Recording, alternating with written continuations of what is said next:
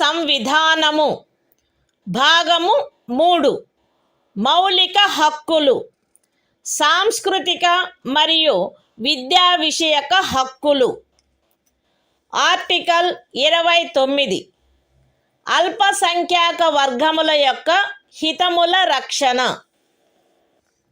భారతదేశ రాజ్య క్షేత్రములో లేక అందలి ఏ భాగములో నివసించుచున్న పౌరులలోని ఏదేని వర్గము వారు తమ విశిష్ట భాష లిపి లేక సంస్కృతిని కలిగి ఉండినచో వారు దానిని కాపాడుకొనుటకు హక్కు కలిగి ఉందురు. రాజ్యముచే పోషింపబడుచున్న లేక రాజ్య నిధుల నుండి సహాయము పొందుచున్న ఏ విద్యా సంస్థలోనైనను కేవలము మతము జాతి కులము భాష కారణములను బట్టి కానీ వాటిలో దేనిని బట్టి కానీ ఏ పౌరునికైనను ప్రవేశము నిరాకరించబడరాదు.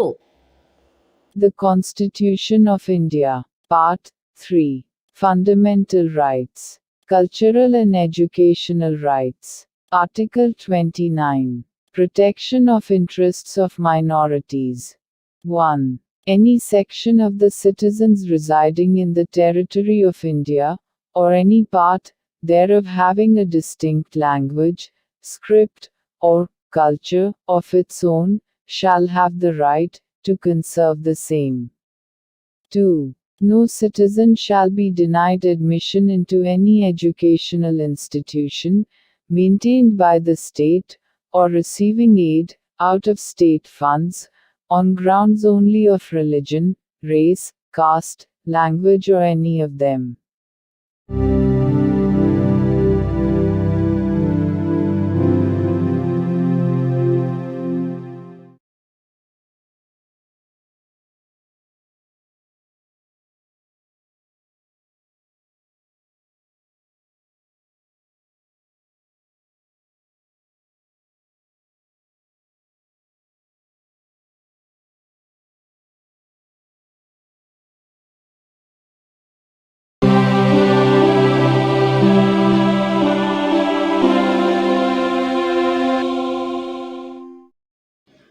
భారత సంవిధానము భాగము 3 మౌలిక హక్కులు సాంస్కృతిక మరియు విద్యా విషయక హక్కులు ఆర్టికల్ 30 విద్యా సంస్థలను స్థాపించుటకు మరియు నిర్వహించుటకు అల్పసంఖ్యాక వర్గములకు గల హక్కు మత ప్రాతిపదికపై కానీ భాషా ప్రాతిపదికపై కానీ ఏర్పడిన అల్పసంఖ్యాక వర్గముల వారందరూ తమకు అభీష్టమైన విద్యా సంస్థలను స్థాపించుకొనుటకును నిర్వహించుకొనుటకును హక్కు కలిగి ఉందురు. ఖండము 1లో నిర్దేశింపబడిన అల్పసంఖ్యాక వర్గముచే స్థాపింపబడి నిర్వహింపబడుతున్న ఒక విద్యా సంస్థ యొక్క ఏదేని ఆస్తిని నిర్బంధముగా అధ్యార్థించుటను నిబంధించు ఏదేని శాసనము చేయుటలో అట్టి ఆస్తి అధ్యార్జన కొరకు అట్టి శాసనము ద్వారా నియతము చేయబడిన లేక దాని కింద నిర్ధారించబడిన మొత్తము ఆ ఖండము క్రింద హామీ ఇవ్వబడిన హక్కును పరిమితపరచకుండునట్లు లేక రద్దుపరచకుండునట్లు రాజ్యము కట్టుదిట్టము చేయవలెను. విద్యా సంస్థలకు సహాయము చేయు సందర్భములలో మత ప్రాతిపదికపై లేక భాషా ప్రాతిపదికపై ఏర్పడిన అల్పసంఖ్యాక వర్గము యొక్క నిర్వహణలో ఉన్నదను కారణమును బట్టి ఏ విద్యా సంస్థకు విరుద్ధముగాను రాజ్యము విచక్షణ చేయరాదు. The Constitution of India, Part 3, Fundamental Rights, Cultural and Educational Rights, Article 30, Right of minorities to establish and administer educational institutions. 1. All minorities, whether based on religion or language, shall have the right to establish and administer educational institutions of their choice. In making any law, providing for the compulsory acquisition of any property of an educational institution, established and administered by a minority, referred to in Clause 1. The state shall ensure that the amount fixed by or determined under such law, for the acquisition of such property, is such, as would not restrict or abrogate, the right guaranteed under that clause. 2. The state shall not, in granting aid to educational institutions, discriminate against any educational institution, on the ground that it is under the management of a minority, whether based on religion or language.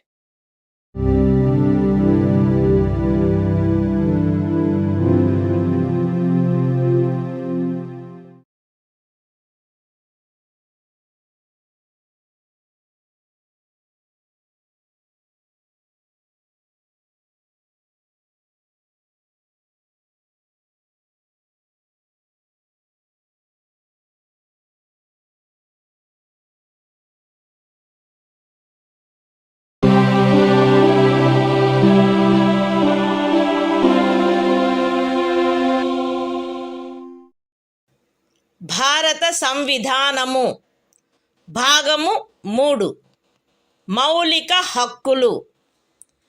కొన్ని శాసనముల వ్యావృత్తి. Article 31A. Estate మొదలగు వాటి అధ్యార్జన కొరకు నిబంధించు శాసనము వ్యావృత్తి. 13వ అనుచ్ఛేదంలో ఏమి ఉన్నప్పటికీ రాజ్యమిచే ఏదేని estate యొక్క లేక అందలి ఏవేని హక్కుల యొక్క గాని అధ్యార్జన కొరకు లేక అట్టి హక్కుల నిర్వాపన లేక మార్పు కొరకు లేక ప్రజాహితమునకు లేక ఆస్తి యొక్క సముచిత నిర్వహణను చేకూర్చుటకు గాని రాజ్యము ఏదేని ఆస్తి యొక్క నిర్వహణను పరిమిత కాలము వరకు చేపట్టుట కొరకు లేక ప్రజాహితమునకు లేక ఏదేని కార్పొరేషనుల సముచిత నిర్వహణను చేకూర్చుటకు 2 లేక అంతకు మించిన కార్పొరేషనుల యొక్క విలీనీకరణ కొరకు లేక కార్పొరేషన్ల యొక్క నిర్వాహక ఏజెంట్ల, కార్యదర్శుల మరియు కోశాధికారుల, మేనేజింగ్ డైరెక్టర్ల, ఆదేశకుల లేక నిర్వాహకుల హక్కులను లేక కార్పొరేషన్ల యొక్క వాటాదారుల ఓటింగు హక్కులను నిర్వాపన చేయుట కొరకు లేక మార్పు చేయుట కొరకు లేక ఏదేని ఖనిజముకైన కౌలు లేక ఖనిజ తైలమును వెతుకుటకైనా లేక వెలికి తీయుటకైనా ఖరారు, కౌలు లేక లైసెన్సును బట్టి ప్రాప్తించు ఏవేని హక్కులను నిర్వాపన చేయుట కొరకు లేక మార్పు చేయుట కొరకు లేక అట్టి ఖరారు, కౌలు లేక లైసెన్సును సమయాత్పూర్వమే సమాప్తము చేయుట కొరకు లేక రద్దు చేయుట కొరకు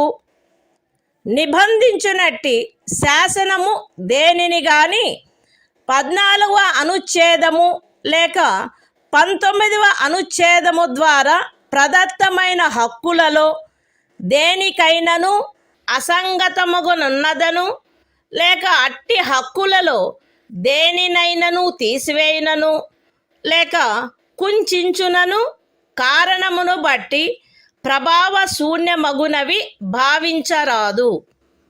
అయితే అట్టి శాసనము ఒక రాజ్య శాసన మండలిచే చేయబడినదైన ఎడల రాష్ట్రపతి పర్యాలోచన కొరకై ప్రత్యేకింపబడి ఆయన అనుమతిని పొందిననే తప్ప ఈ అనుచ్ఛేదం యొక్క నిబంధనలు దానికి వర్తించవు. అంతేకాక రాజ్యముచే ఏదేని ఎస్టేటు అధ్యార్జింపబడుటకు ఏదేని శాసనము నిబంధన చేయునెడల మరియు ఆ ఎస్టేటులో చేరిన ఏదేని భూమి ఒక వ్యక్తి యొక్క స్వంత సేద్యము క్రిందయున్న ఎడల అట్టి అధ్యార్జనకు సంబంధించిన శాసనములో మార్కెట్ విలువకు తగ్గని రేటు చొప్పున నష్టపరిహారము చెల్లించుటకు నిబంధనలున్ననే తప్ప తత్సమయమున అమలులోనున్న ఏదేని శాసనము క్రింద అతడికి వర్తించడి గరిష్ట పరిమితి లోపు ఉన్న భూమిలోని ఏదేని భూభాగము కానీ దానిపై గల లేక దానికి చెందియున్న ఏదేని భవనము కానీ కట్టడము కానీ రాజ్యముచే అధ్యార్జింపబడుట శాసన సమ్మతము కాదు. ఈ అనుచ్ఛేదములో ఏదేని స్థానిక ప్రాంతము విషయమున ఎస్టేటు అను పదము ఆ ప్రాంతమునందు అమలులోనున్న భూమి కౌళ్లకు సంబంధించి అస్తిత్వంలోనున్న శాసనములో ఆ పదమునకు గాని స్థానీయ తుల్య పదమునకు గాని ఏ అర్థము కలదో ఆ అర్థమునే కలిగియుండును మరియు అందు ఈ క్రిందివి కూడా చేరియుండును.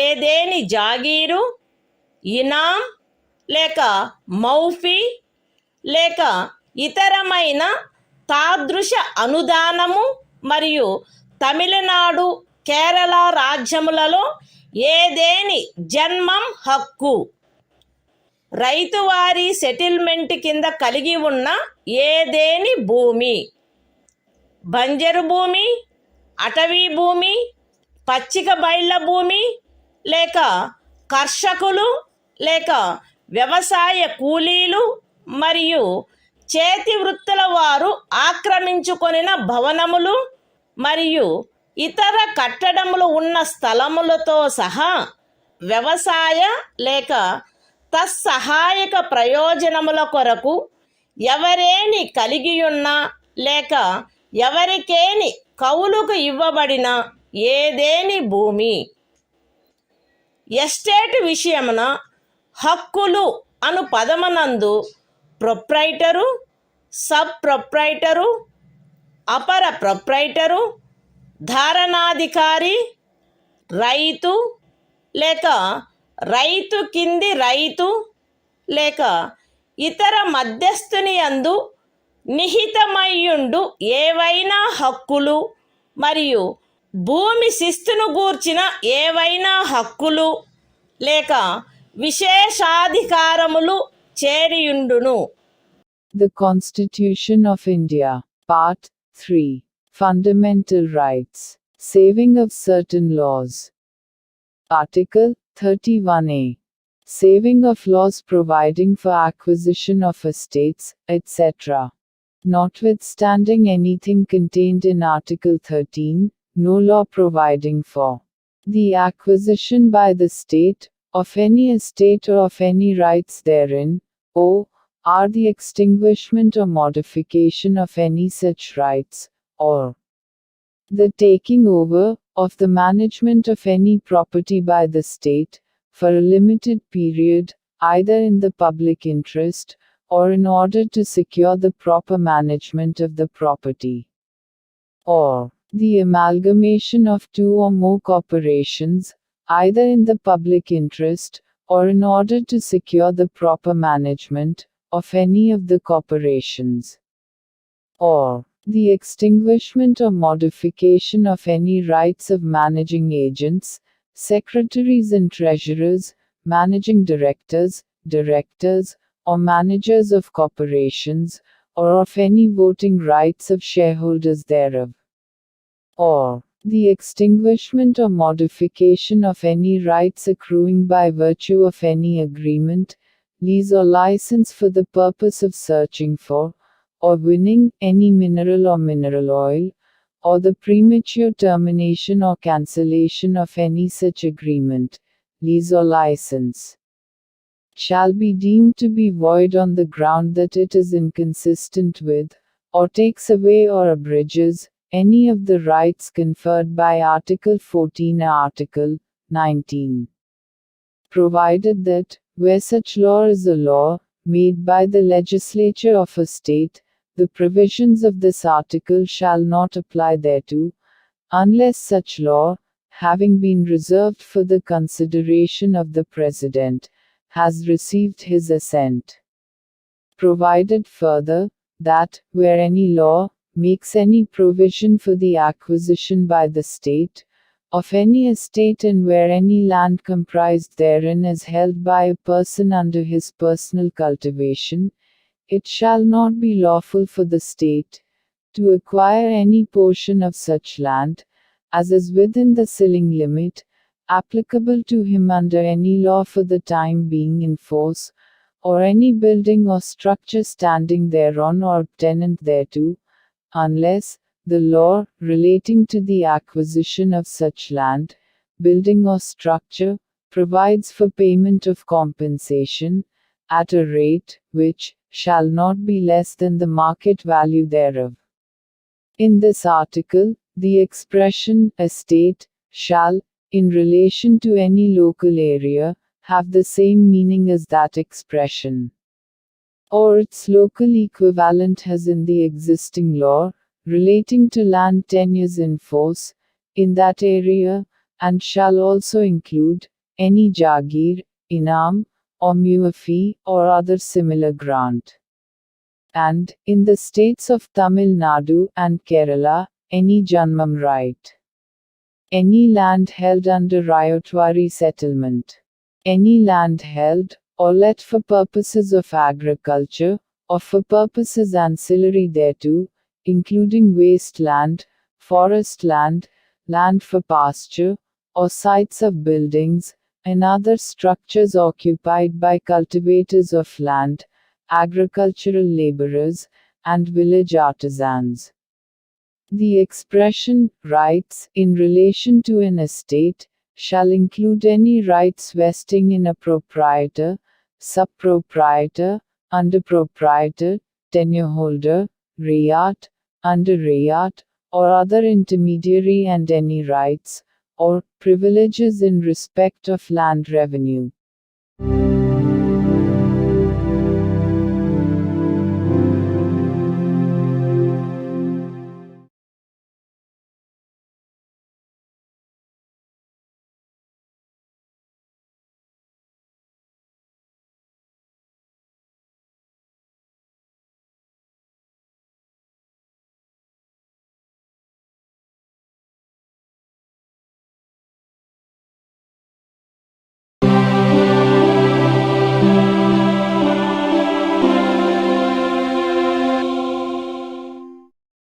భారత సంవిధానము భాగము 3 మౌలిక హక్కులు.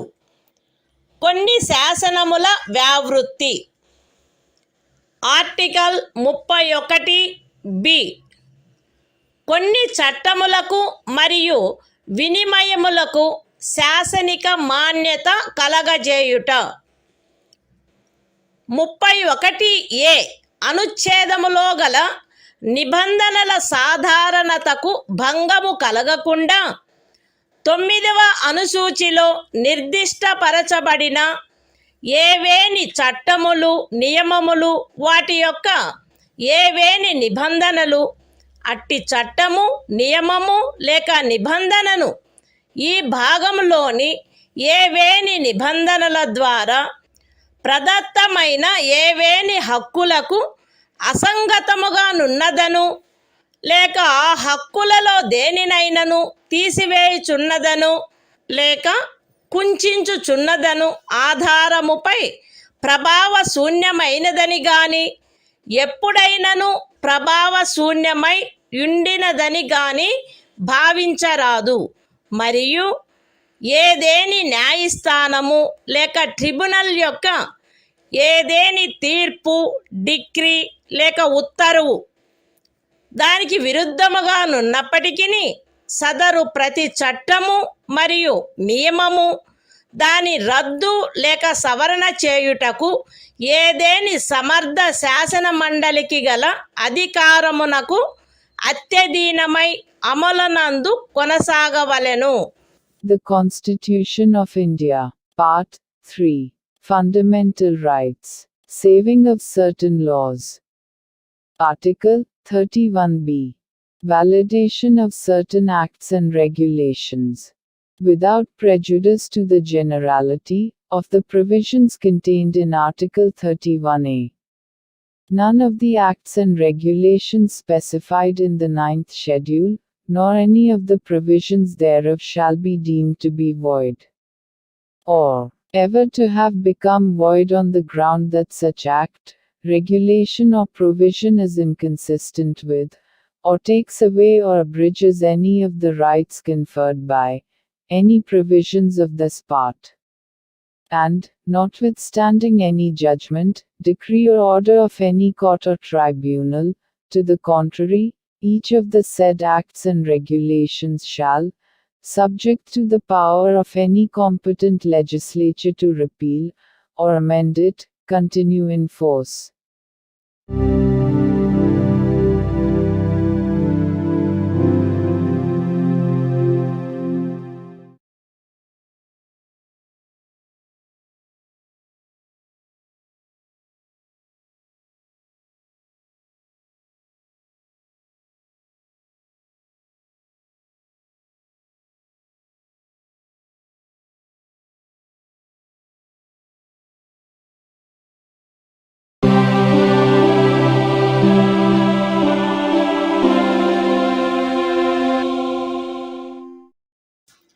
భారత సంవిధానము భాగము 3 మౌలిక హక్కులు కొన్ని శాసనముల వ్యావృత్తి ఆర్టికల్ 31సి కొన్ని ఆదేశిక సూత్రములను అమలుపరచు శాసనముల వ్యావృత్తి 13వ అనుచ్ఛేదములో ఏమి ఉన్నప్పటికీ భాగము 4లో పేర్కొనబడిన సూత్రములన్నింటినీ గాని వాటిలో కొన్నింటిని గాని సాధించుట కొరకై రాజ్య విధానమును అమలుపరచు ఏ శాసనమునైనను 14వ అనుచ్ఛేదము లేక 19వ అనుచ్ఛేదము ద్వారా ప్రదత్తమైన ఏవేని హక్కులకు అసంగతముగా నున్నదను లేక ఆ హక్కులలో దేనినైనను తీసివేయుచున్నదను లేక కుంచించుచున్నదను కారణమును బట్టి ప్రభావశూన్యమైనదని భావించరాదు. మరియు ఆ శాసనమందు అది అట్టి విధానమును అమలుపరచుట కొరకైనదను ప్రఖ్యానమున్నచో అది అట్టి విధానమును అమలుపరచదను కారణమును బట్టి ఏ న్యాయస్థానములోనూ ప్రష్టవ్యము కారాదు. అయితే అట్టి శాసనము రాజ్య శాసన మండలిచే చేయబడిన ఎడల రాష్ట్రపతి పర్యాలోచన కొరకై ప్రత్యేకింపబడి ఆయన అనుమతిని పొందిననే తప్ప దానికి ఈ అనుచ్ఛేదము యొక్క నిబంధనలు వర్తించవు. The Constitution of India, Part 3. Fundamental Rights. Saving of certain laws. Article 31c. Saving of laws giving effect to certain directive principles. Notwithstanding anything contained in Article 13.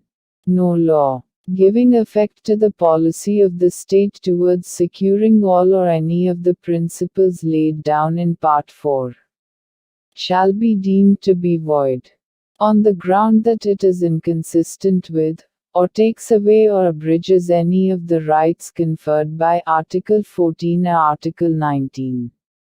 And no law containing a declaration that it is for giving effect to such policy shall be called in question in any court, on the ground that it does not give effect to such policy, provided that, where such law is made by the legislature of a state, the provisions of this article shall not apply thereto, unless such law, having been reserved for the consideration of the President, has received his assent.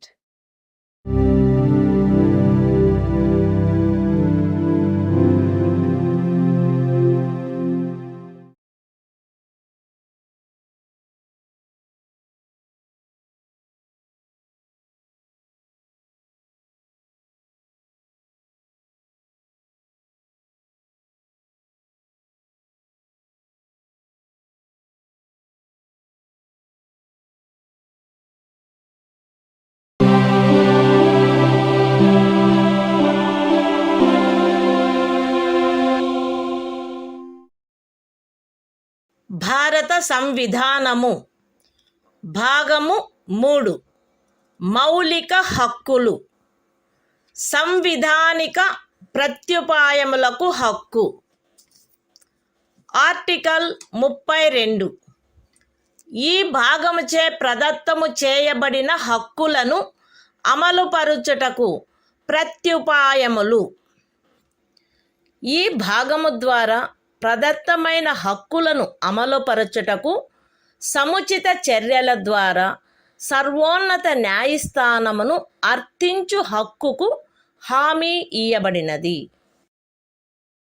ఈ భాగము ద్వారా ప్రదత్తమైన ఏవేని హక్కులను అమలుపరచుట కొరకు ఆదేశములను లేక ఉత్తర్వులను లేక బందీ ప్రత్యక్ష హెబియస్ కార్పస్ పరమాదేశ మాండమస్ ప్రతిషేధ ప్రొహిబిషన్ అధికార పృచ్ఛ కోవారెంటో మరియు ఉత్ప్రేషణ సర్ష్యోరారి స్వభావము గల రిట్లతో సహా అధిలేఖలను వీటిలో సముచితమైన దానిని జారీ చేయుటకు సర్వోన్నత న్యాయస్థానము అధికారము కలిగియుండును. ఖండములు 1 మరియు 2 ద్వారా సర్వోన్నత న్యాయస్థానమునకు ప్రదత్తమైన అధికారములకు భంగము కలగకుండా ఖండము 2 క్రింద సర్వోన్నత న్యాయస్థానముచే వినియోగింపబడదగు అధికారముల అన్నిటినీ కానీ వాటిలో దేనినైనను కానీ ఏదేని ఇతర న్యాయస్థానమునకు దాని అధికారిత యొక్క స్థానిక హద్దులలో వినియోగించు అధికారమును శాసనము ద్వారా పార్లమెంటు వసగవచ్చును. ఈ అనుచ్ఛేదముచే హామీ ఇయ్యబడిన హక్కు ఈ సంవిధానముచే అన్యదా నిబంధింపబడినట్లు తప్ప suspend చేయబడరాదు. The Constitution of India, Part 3. Fundamental Rights. Right to constitutional remedies. Article 32. Remedies for enforcement of rights conferred by this part. 1. The right to move the Supreme Court, by appropriate proceedings for the enforcement of the rights conferred by this part, is guaranteed. 2. The Supreme Court shall have power to issue directions or orders, or writs, including writs in the nature of habeas corpus, mandamus, prohibition, quo warranto and certiorari, whichever may be appropriate, for the enforcement of any of the rights conferred by this part. 3. Without prejudice to the powers conferred on the Supreme Court, by clauses 1 and 2. Parliament may by law empower any other court to exercise within the local limits of its jurisdiction all or any of the powers exercisable by the Supreme Court under clause 2. 4. The right guaranteed by this article shall not be suspended, except as otherwise provided for by this Constitution.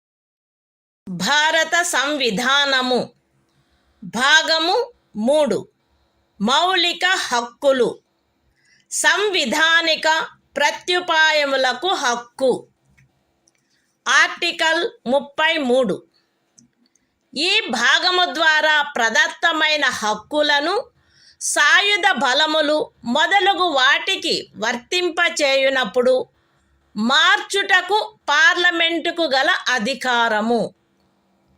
ఈ భాగము ద్వారా ప్రదత్తమైన హక్కులలో వేటినైనను సాయుధ బలములకు చెందిన సభ్యులకు లేక ప్రజాశాంతిని కాపాడు భారము వహించిన సాయుధ బలములకు చెందిన సభ్యులకు లేక గుప్త సమాచారము కొరకు లేక ఎదురు గుప్త సమాచారము కొరకు రాజ్యముచే స్థాపించబడిన ఏదేని బ్యూరోలో లేదా ఇతర వ్యవస్థలో నియమించబడిన వ్యక్తులకు లేక ఏ నుండి సి వరకు గల ఖండములలో నిర్దేశింపబడిన ఏదేని సాయుధ బలము బ్యూరో లేక వ్యవస్థ కొరకై ఏర్పాటు చేసిన టెలికమ్యూనికేషన్ వ్యవస్థలలో నియమించబడిన లేదా వాటికి సంబంధించిన వ్యక్తులకు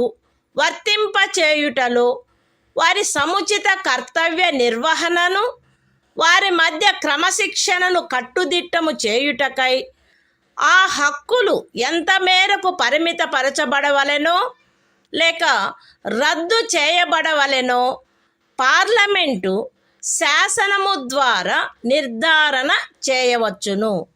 The Constitution of India, Part 3. Fundamental Rights. Right to constitutional remedies. Article 33. Power of Parliament to modify the rights conferred by this part in their application to forces, etc. Parliament may by law determine to what extent any of the rights conferred by this part shall, in their application to the members of the armed forces, or the members of the forces charged with the maintenance of public order, or persons employed in any bureau or other organization established by the state for purposes of intelligence or counterintelligence, or person employed in or in connection with the telecommunication systems set up for the purposes of any force, bureau, or organization referred to in clauses A to C be restricted or abrogated so as to ensure the proper discharge of their duties and the maintenance of discipline among them.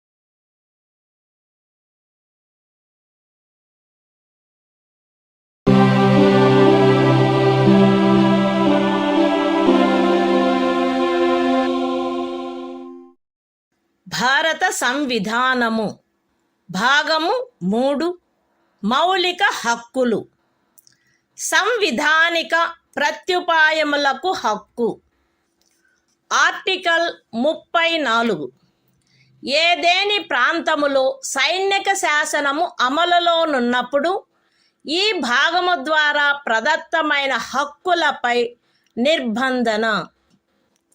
ఈ భాగమునందు పూర్వగామి నిబంధనలలో ఏమి ఉన్నప్పటికీ భారతదేశ రాజ్యక్షేత్రములోని ఏదేని ప్రాంతములో సైనిక శాసనము అమలులో ఉండి ఉన్నచో సంఘము యొక్క లేక ఒక రాజ్యము యొక్క సేవలోనున్న ఎవరేని వ్యక్తి అచట శాంతిని కాపాడుటకు లేక తిరిగి నెలకొల్పుటకు సంబంధించి చేసిన ఏదేని కార్యమును గూర్చి పార్లమెంటు శాసనము ద్వారా అతనికి క్షతిపూర్తి చేయవచ్చును, లేక అట్టి ప్రాంతంలో సైనిక శాసనము క్రింద చేయబడిన ఏదేని దండనోత్తర్వును, విధించబడిన ఏదేని శిక్షను, ఉత్తర్వు చేయబడిన సమపహరణను, లేక చేసిన ఏదేని ఇతర కార్యమును మాన్యమునర్చవచ్చును. The Constitution of India, Part 3. Fundamental Rights. Right to constitutional remedies. Article 34. Restriction on rights conferred by this part while martial law is in force in any area.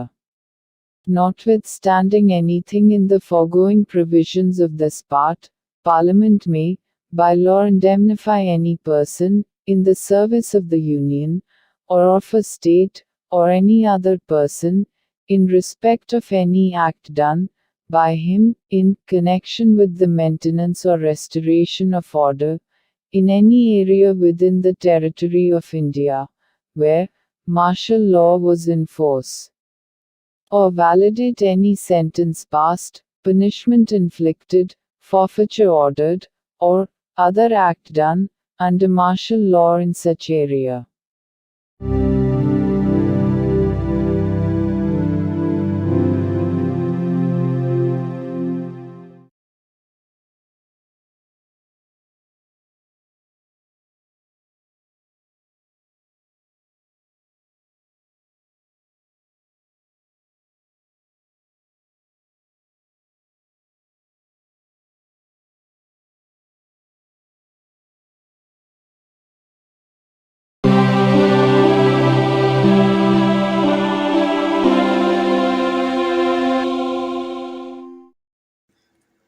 భారత సంవిధానము భాగము 3. మౌలిక హక్కులు. సంవిధానిక ప్రత్యుపాయములకు హక్కు. ఆర్టికల్ 35. ఈ భాగము యొక్క నిబంధనలను అమలుపరచుటకు శాసన నిర్మాణము. ఈ సంవిధానమునందేమున్నప్పటికీ 16వ అనుచ్ఛేదము యొక్క ఖండము 3, 32వ అనుచ్ఛేదము యొక్క ఖండము 3, 33వ మరియు 34వ అనుచ్ఛేదముల క్రింద పార్లమెంటు చేయు శాసనము ద్వారా నిబంధింపబడదగిన విషయములలో దేనిని గూర్చి అయినను శాసనములను చేయుటకు మరియు ఈ భాగము క్రింద అపరాధములుగా ప్రఖ్యానించబడిన కార్యములకు శిక్షను విహితము చేయుట కొరకైన శాసనములను చేయుటకు పార్లమెంటు అధికారము కలిగియుండును. రాజ్య శాసన మండలి ఆ అధికారమును కలిగియుండదు. మరియు పార్లమెంటు ఈ సంవిధాన ప్రారంభమునకు పిమ్మట వీలైనంత త్వరితముగా ఉపఖండము 2లో నిర్దేశించబడిన కార్యములకు శిక్షను విహితము చేయుటకు శాసనములను చేయవలయును. ఖండము ఏ యొక్క ఉపఖండము 1లో నిర్దేశింపబడిన ఏదేని విషయమును గూర్చినదైనా లేక ఆ ఖండము యొక్క ఉపఖండము 2లో నిర్దేశించబడిన కార్యమునకు దేనికైనను శిక్షను నిబంధించునదై ఈ సంవిధాన ప్రారంభమునకు అవ్యవహిత పూర్వము భారతదేశ రాజ్య క్షేత్రమునందు అమలులోనున్న ఏదేని శాసనము అందలి నిబంధనలకును 372వ అనుచ్ఛేదము క్రింద దాని యందు చేయబడు అనుకూలానుసరణకును మరియు మార్పులకును అత్యధీనమై పార్లమెంటుచే మార్పు లేక రద్దు లేక సవరణ చేయబడు వరకు అమలునందు కొనసాగవలెను. విశదీకరణ. ఈ అనుచ్ఛేదమునందు అమలులోనున్న శాసనము అను పదబంధము 372వ అనుచ్ఛేదములో ఆ పదబంధమునకు ఏ అర్థము కలదో ఆ అర్థమునే కలిగియుండును. The Constitution of India, Part 3. Fundamental Rights. Right to constitutional remedies. Article 35. Legislation to give effect to the provisions of this part. Notwithstanding anything in this Constitution, Parliament shall have, and the legislature of a state shall not have power to make laws with respect to any of the matters which, under Clause 3 of Article 16, Clause 3 of Article 32, Article 33 and Article 34 may be provided for by law made by Parliament, and for prescribing punishment for those acts which are declared to be offences under this part.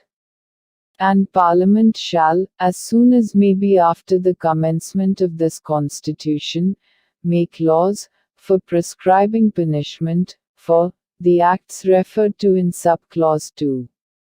Any law in force immediately before the commencement of this Constitution in the territory of India with respect to any of the matters referred to in subclause 1 of Clause A, or providing for punishment for any act referred to in subclause 2 of that clause shall, subject to the terms thereof, and to any adaptations and modifications that may be made therein, under Article 372, continue in force until altered, or repealed, or amended, by Parliament.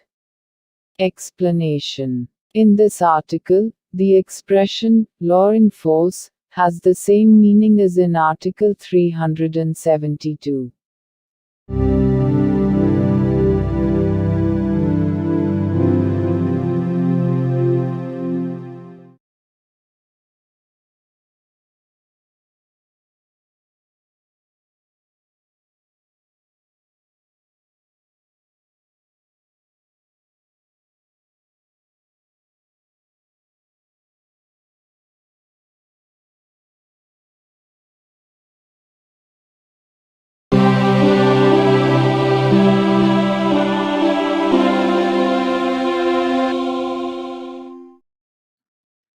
భారత సంవిధానము భాగము 4 రాజ్య విధానము యొక్క ఆదేశిక సూత్రములు.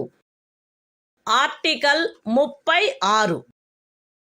ఈ భాగములో సందర్భము అన్యదా అపేక్షించననే తప్ప రాజ్యము అను పదము భాగము 3లో ఆ పదమునకు ఏ అర్థము కలదో ఆ అర్థమునే కలిగియుండును. The Constitution of India, Part 4, Directive Principles of State Policy. Article 36. Definition. In this part, unless the context otherwise requires, the state has the same meaning as in Part 3.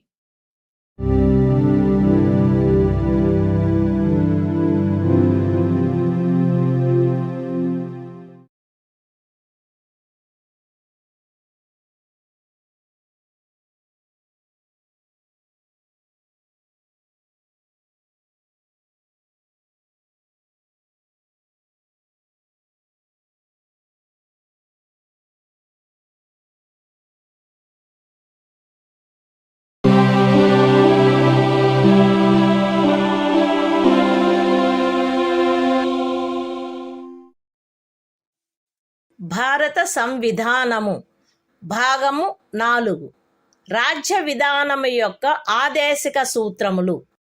Article 37. ఈ భాగములో గల సూత్రముల వర్తింపు. ఈ భాగంలోని నిబంధనలు ఏ న్యాయస్థానముచే కాని అమలు జరపదగినవి కావు. కానీ ఇందు పేర్కొనబడిన సూత్రములు దేశ పరిపాలనకు మూలాధారములుగాను మరియు శాసనములను చేయుటలో వాటిని వర్తింపచేయుట రాజ్యము యొక్క కర్తవ్యమై ఉండవలెను. The Constitution of India, Part 4, Directive Principles of State Policy. Article 37. Application of the principles contained in this part. The provisions contained in this part shall not be enforceable by any court. But the principles therein laid down are, nevertheless, fundamental in the governance of the country and it shall be the duty of the state to apply these principles in making laws.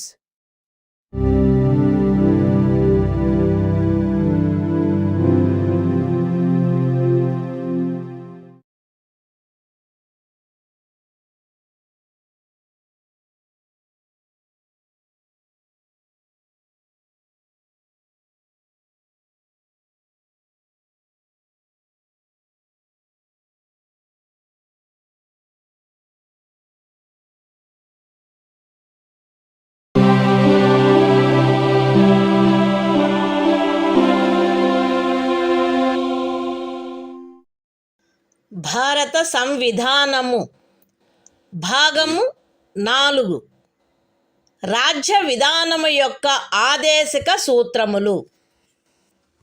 Article 38 రాజ్యము ప్రజల శ్రేయస్సును పెంపొందించు సాంఘిక వ్యవస్థను చేకూర్చుట. జాతీయ జీవనంలోని అన్ని రంగములలో సాంఘిక, ఆర్థిక మరియు రాజకీయ న్యాయమును ఉజ్జీవింపచేయు సాంఘిక వ్యవస్థను వీలైనంత వరకు కట్టుదిట్టము చేకూర్చుట ద్వారాను, దానిని రక్షించుట ద్వారాను రాజ్యము ప్రజల శ్రేయస్సును పెంపొందించుటకు పాటుపడవలెను. రాజ్యము ప్రత్యేకించి రాబడిలో అసమానతలను తగ్గించుటకు పాటుపడవలెను మరియు విభిన్న ప్రాంతములందు నివసించుచున్న లేక విభిన్న వృత్తులను చేపట్టిన వ్యక్తుల మధ్య మాత్రమే కాకుండా ప్రజావర్గముల మధ్య కూడా హోదా, సౌకర్యములు మరియు అవకాశములందు అసమానతలను తొలగించుటకు ప్రయత్నించవలెను. The Constitution of India, Part 4, Directive Principles of State Policy. Article 38. State to secure social order, for the promotion of welfare of the people. The state shall strive to promote the welfare of the people, by securing and protecting as effectively as it may a social order, in which justice, social, economic, and political, shall inform all the institutions of the national life. The state shall, in particular, strive to minimize the inequalities in income, and endeavor to eliminate inequalities in status, facilities and opportunities, not only amongst individuals, but also amongst groups of people, residing in different areas, or engaged in different vocations.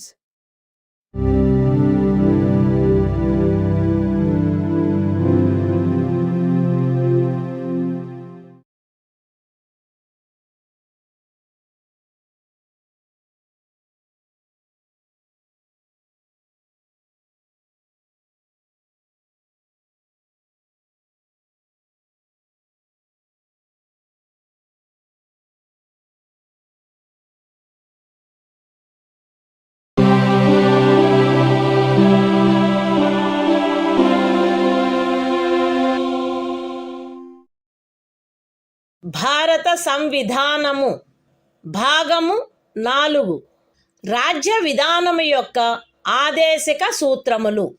Article 39 రాజ్యము అనుసరించవలసిన కొన్ని విధాన సూత్రములు. రాజ్యము ఈ క్రింది వాటిని చేకూర్చుటకై ప్రత్యేకించి తన విధానమును రూపొందించవలెను. అవేవనగా స్త్రీ పురుష భేదము లేకుండా పౌరులు తగిన జీవనోపాధి సాధనములకు హక్కు కలిగియుండుట, జనులందరి ఉమ్మడి మేలును అత్యుత్తముగా సమకూర్చునట్లు సమాజపు భౌతిక వనరుల సామ్యమును మరియు నియంత్రణను పంపిణీ చేయుట, ఆర్థిక వ్యవస్థ యొక్క ప్రవృత్తి వలన జనసామాన్యమునకు హానికరమగునట్లుగా ఐశ్వర్యము, ఉత్పాదన సాధనములు కేంద్రీకృతము కాకుండుట, స్త్రీ పురుషులు ఉభయులకు సమానమైన పనికి సమానమైన వేతనము లభించుట, స్త్రీ పురుష కార్మికుల ఆరోగ్యము, శరీర దారుఢ్యము మరియు పిల్లల సుకుమారత్వము దురుపయోగము చేయబడుకుండుట మరియు పౌరుల ఆర్థికావశ్యకత వలన తమ వయస్సునకు లేక శరీర దారుఢ్యమునకు సరిపడని పనులలో చేరుటకు బలవంత పెట్టకుండుట, పిల్లలకు ఆరోగ్యకరమైన రీతిలో గౌరవప్రదమైన మరియు స్వేచ్ఛాయుతమైన పరిస్థితులలో అభివృద్ధి చెందు అవకాశములను మరియు సౌకర్యములను కల్పించుట మరియు బాల్య యవనములను శోషణ నుండి మరియు నైతిక మరియు బౌద్ధిక పరిత్యజనము నుండి కాపాడుట. The Constitution of India, Part 4. Directive Principles of State Policy. Article 39. Certain principles of policy, to be followed by the state. The state shall, in particular, direct its policy towards securing a. that the citizens, men and women equally, have the right to an adequate means of livelihood. b. that the ownership and control of the material resources of the community are so distributed as best to subserve the common good. c. that the operation of the economic system does not result in the concentration of wealth and means of production to the common detriment. d. that there is equal pay for equal work for both men and women.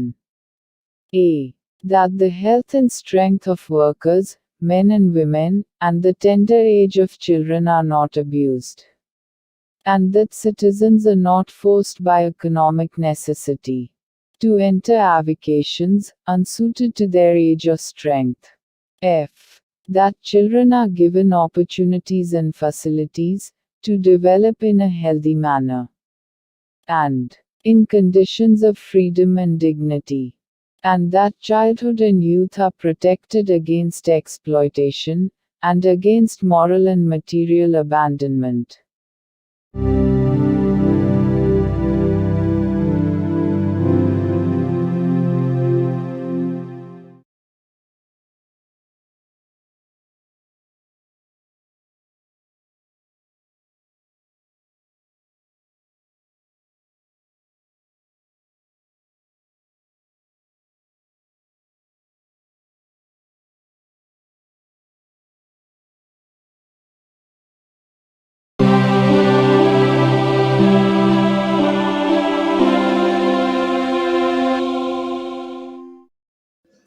భారత సంవిధానము భాగము 4. రాజ్య విధానము యొక్క ఆదేశక సూత్రములు. Article 39A. సమాన న్యాయము, ఉచిత న్యాయవాద సహాయము. శాసన వ్యవస్థ ప్రవృత్తి సమానావకాశ ప్రాతిపదికపై న్యాయమును చేకూర్చు రీతిలో నిర్వహించబడునట్లు రాజ్యము కట్టుదిట్టము చేయవలెను. మరియు ప్రత్యేకముగా ఏ పౌరునికైనను ఆర్థిక లేక ఇతర అసక్తతల కారణమున న్యాయమును పొందు అవకాశములు అలభ్యము కాకుండునట్లు కట్టుదిట్టము చేయుటకై తగిన శాసన నిర్మాణమును లేక పథకముల ద్వారా గాని ఏదేని ఇతర విధముగా గాని ఉచిత న్యాయవాద సహాయమును సమకూర్చవలెను. The Constitution of India, Part 4. Directive Principles of State Policy. Article 39A. Equal justice and free legal aid. The state shall secure that the operation of the legal system promotes justice on a basis of equal opportunity, and shall, in particular, provide free legal aid by suitable legislation or schemes, or in any other way to ensure that opportunities for securing justice are not denied to any citizen by reason of economic or other disabilities.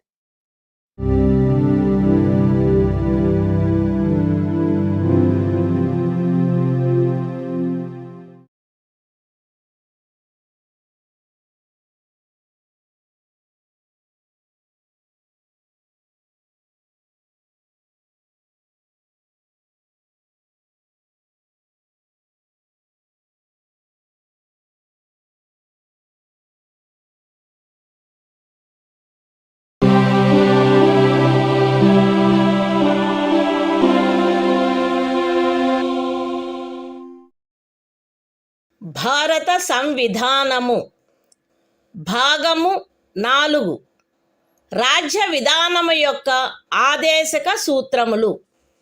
Article 40 గ్రామ పంచాయతీల వ్యవస్థీకరణ.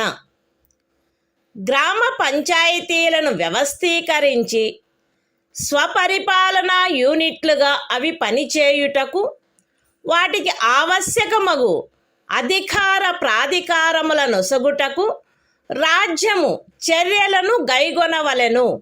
The Constitution of India, Part 4, Directive Principles of State Policy. Article 40, Organization of Village Panchayats. The state shall take steps to organize village panchayats, and endow them with such powers and authority as may be necessary to enable them to function as units of self-government.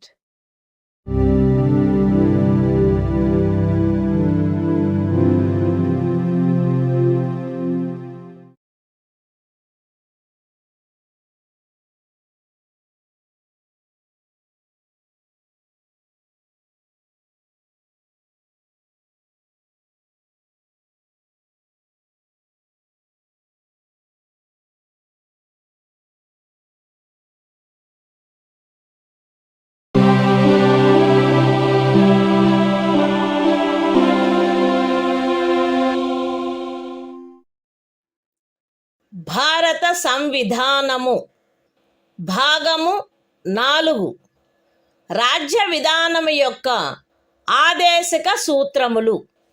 Article 41 పనికి విద్యకు కొన్ని సందర్భములలో ప్రజా సహాయమునకు హక్కు. రాజ్యము దాని ఆర్థిక స్తోమత మరియు అభివృద్ధి పరిమితుల మేరకు పనిచేయు హక్కును, విద్య నేర్చుకొను హక్కును మరియు నిరుద్యోగము, వృద్ధాప్యము, అనారోగ్యము, అంగవైకల్యము మరియు ఇతర విధములైన అకారణ దారిద్ర్యము కలిగిన సందర్భములలో ప్రజా సహాయమును పొందు హక్కును చేకూర్చుటకై కట్టుదిట్టమైన ఏర్పాటు చేయవలెను. The Constitution of India, Part 4, Directive Principles of State Policy. Article 41, Right to work, to education, and to public assistance, in certain cases. The state shall, within the limits of its economic capacity and development, make effective provision for securing the right to work, to education, and to public assistance, in cases of unemployment, old age, sickness, and disablement, and in other cases of undeserved want.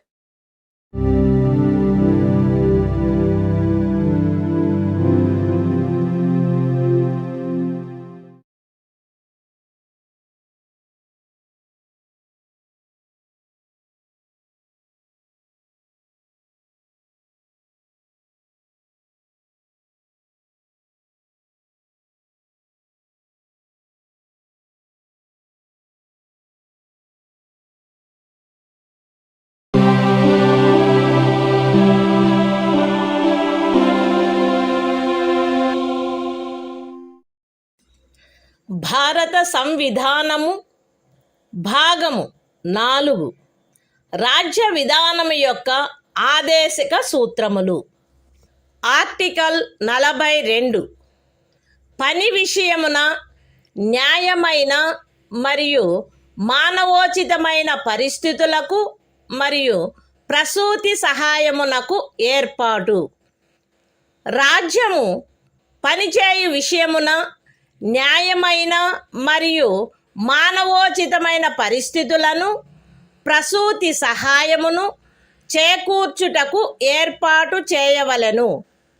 The Constitution of India, Part 4, Directive Principles of State Policy. Article 42, Provision for just and humane conditions of work, and maternity relief. The state shall make provision for securing just and humane conditions of work, and for maternity relief.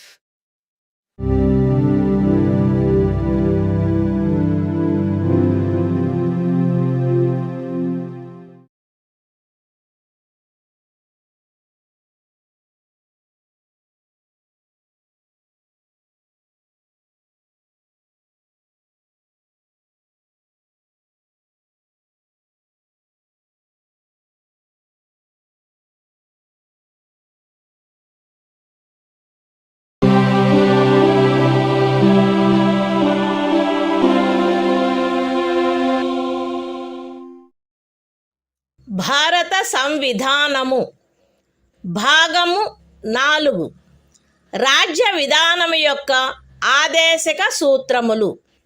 Article 43 కార్మికులకు జీవన భృతి మొదలగునవి.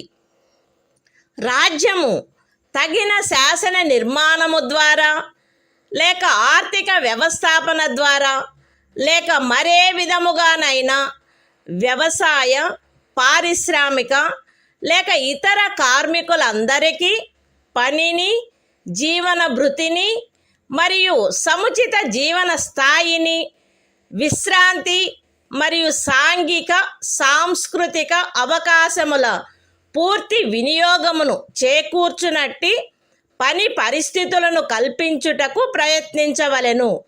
మరియు ప్రత్యేకించి గ్రామీణ ప్రాంతములలో వైయక్తిక ప్రాతిపదికపై లేక సహకార ప్రాతిపదికపై కుటీర పరిశ్రమలను పెంపొందింపచేయుటకు ప్రయత్నించవలెను. The Constitution of India, Part 4, Directive Principles of State Policy. Article 43, Living wage, etc., for workers. The state shall endeavor to secure, by suitable legislation, or economic organization or in any other way, to all workers, agricultural, industrial or otherwise, work, a living wage, conditions of work ensuring a decent standard of life, and full enjoyment of leisure, and social and cultural opportunities, and, in particular, the state shall endeavor to promote cottage industries, on an individual or cooperative basis, in rural areas.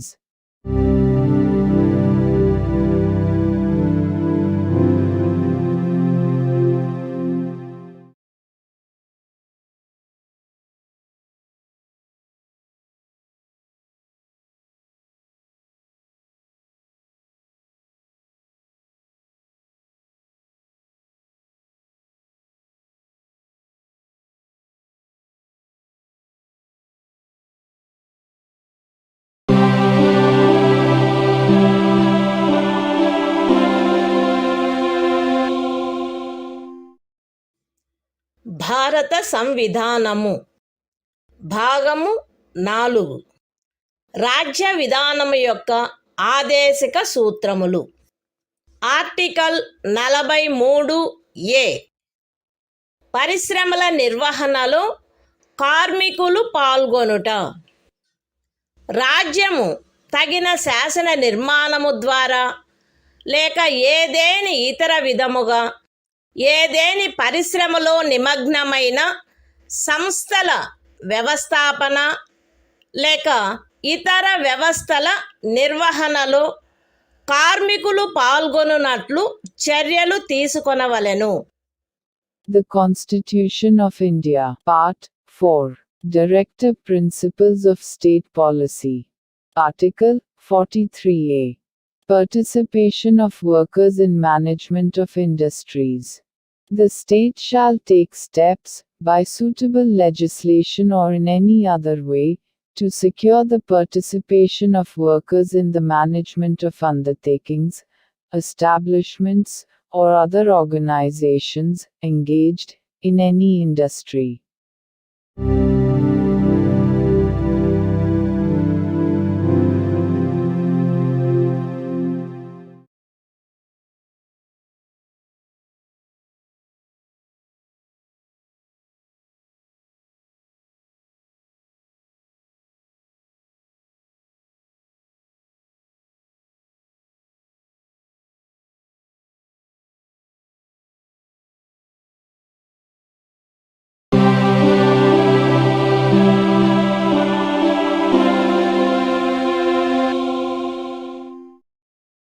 భారత సంవిధానము భాగము 4.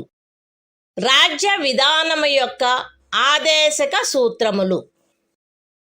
Article 43B. సహకార సంఘముల ప్రవర్ధనము. రాజ్యము సహకార సంఘములు స్వచ్ఛందముగా రూపొందించుటకు, స్వాయత్తముగా కృత్యములు నిర్వహించుటకు, ప్రజాస్వామ్య నియంత్రణ మరియు వృత్తిపరమై యాజమాన్యమును ప్రోత్సహించుటకు ప్రయత్నించవలెను. The Constitution of India, Part 4. Directive Principles of State Policy. Article 43B. Promotion of cooperative societies.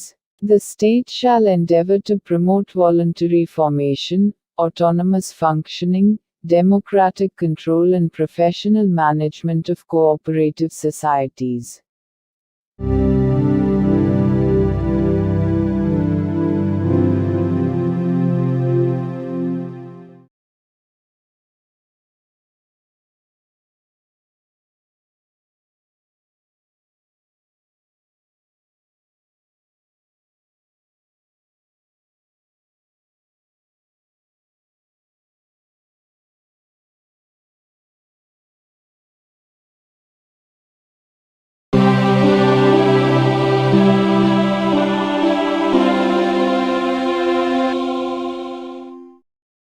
భారత సంవిధానము భాగము 4.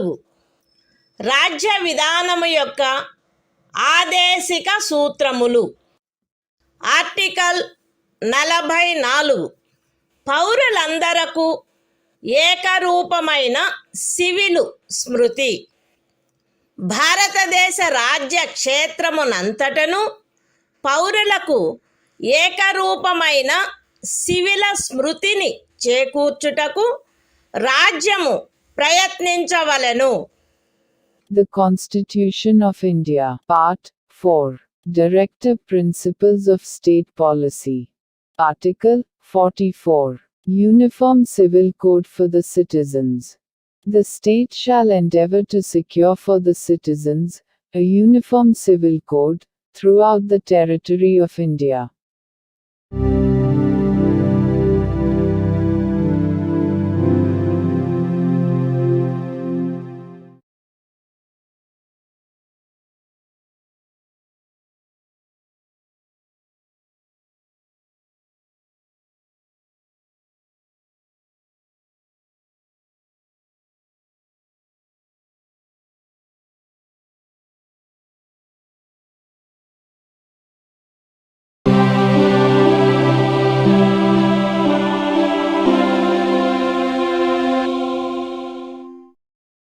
భారత సంవిధానము భాగము 4.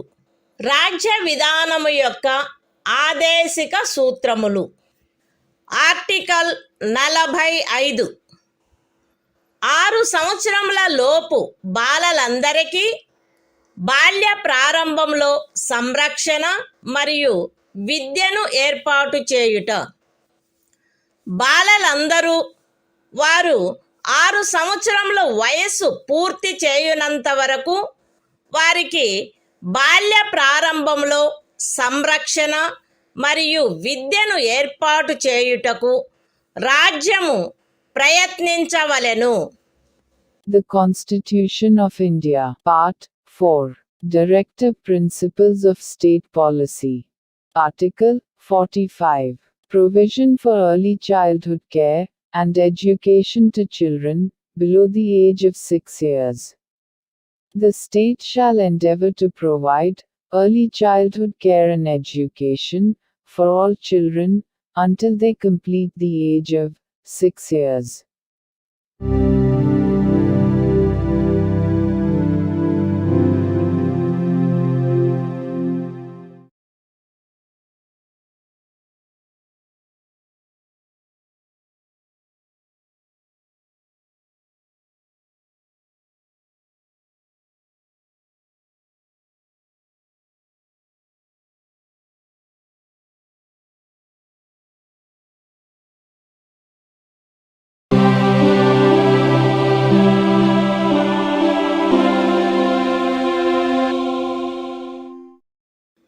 భారత సంవిధానము భాగము 4 రాజ్య విధానము యొక్క ఆదేశిక సూత్రములు. ఆర్టికల్ 46 అనుసూచిత కులముల, అనుసూచిత జనజాతుల మరియు ఇతర బలహీన వర్గముల యొక్క విద్యా విషయక మరియు ఆర్థిక హితములను పెంపొందించుట.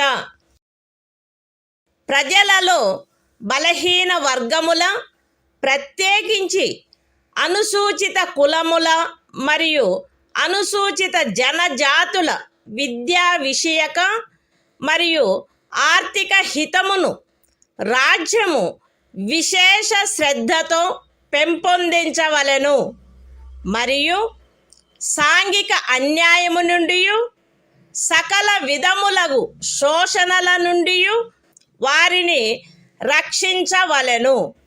The Constitution of India, Part 4. Directive Principles of State Policy. Article 46. Promotion of educational and economic interests of scheduled castes, scheduled tribes, and other weaker sections. The state shall promote with special care the educational and economic interests of the weaker sections of the people, and, in particular, of the scheduled castes and the scheduled tribes, and shall protect them from social injustice and all forms of exploitation.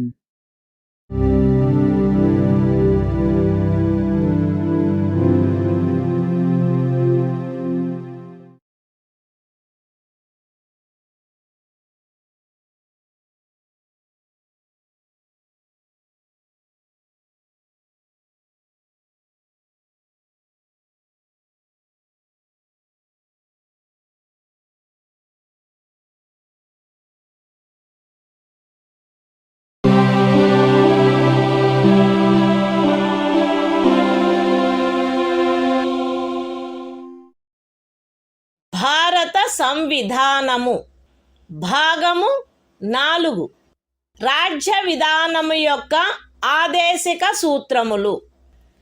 Article 47 ఆహార పుష్టి స్థాయిని, జీవన స్థాయిని పెంచుటలో మరియు ప్రజారోగ్యమును మెరుగుపరచుటలో రాజ్యము యొక్క కర్తవ్యము. రాజ్యము ప్రజల ఆహార పుష్టి యొక్క స్థాయిని, జీవన స్థాయిని పెంచుట మరియు ప్రజారోగ్యమును మెరుగుపరుచుట తన ప్రాథమిక కర్తవ్యములలోనివిగా పరిగణించవలెను మరియు ప్రత్యేకించి వైద్య ప్రయోజనములకై తప్ప మద్యపానీయములను మరియు ఆరోగ్యమునకు భంగము కలిగించు ఔషధములను సేవించుటను నిషేధించుటకు రాజ్యము ప్రయత్నించవలెను. The Constitution of India, Part 4. Directive Principles of State Policy. Article 47. Duty of the state to raise the level of nutrition and the standard of living, and to improve public health. The state shall regard the raising of the level of nutrition and the standard of living of its people, and the improvement of public health, as among its primary duties, and, in particular, the state shall endeavor to bring about prohibition of the consumption, except for medicinal purposes, of intoxicating drinks and of drugs, which are injurious to health.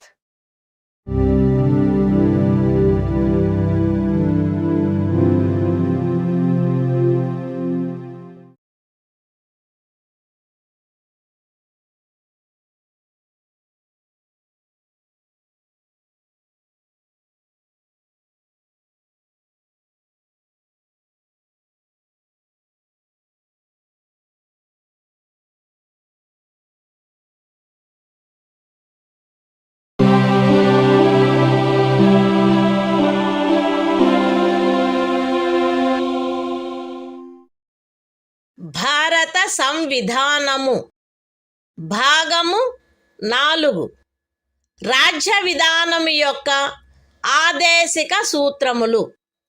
Article 48 వ్యవసాయ మరియు పశు సంవర్ధనము యొక్క వ్యవస్థీకరణ.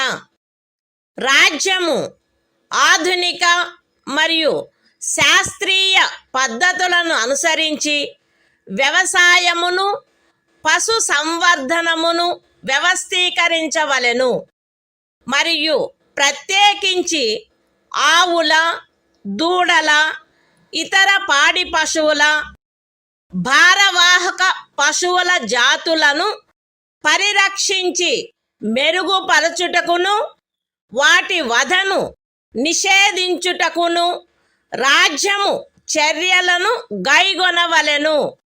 The Constitution of India, Part 4.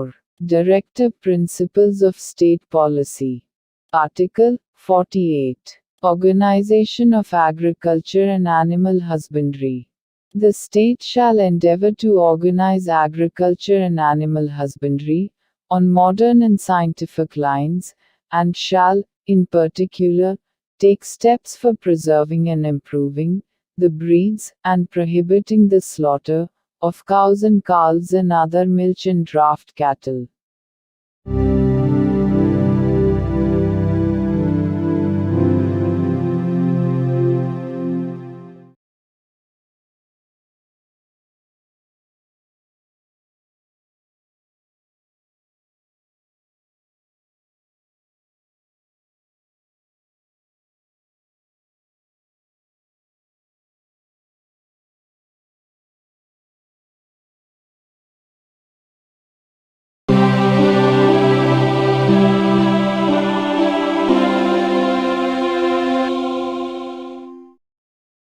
భారత సంవిధానము భాగము 4 రాజ్య విధానము యొక్క ఆదేశిక సూత్రములు. Article 48 ఏ పరిసరముల రక్షణ మరియు అభివృద్ధి మరియు అడవుల వన్యప్రాణుల సంరక్షణ. రాజ్యము పరిసరములను కాపాడి అభివృద్ధి చేయుటకును దేశములోని అడవులను వన్యప్రాణులను సంరక్షించుటకును ప్రయత్నించవలెను. The Constitution of India, Part 4. Directive Principles of State Policy. Article 48A. Protection and improvement of environment, and safeguarding of forests and wildlife. The state shall endeavor to protect and improve the environment, and to safeguard the forests and wildlife of the country.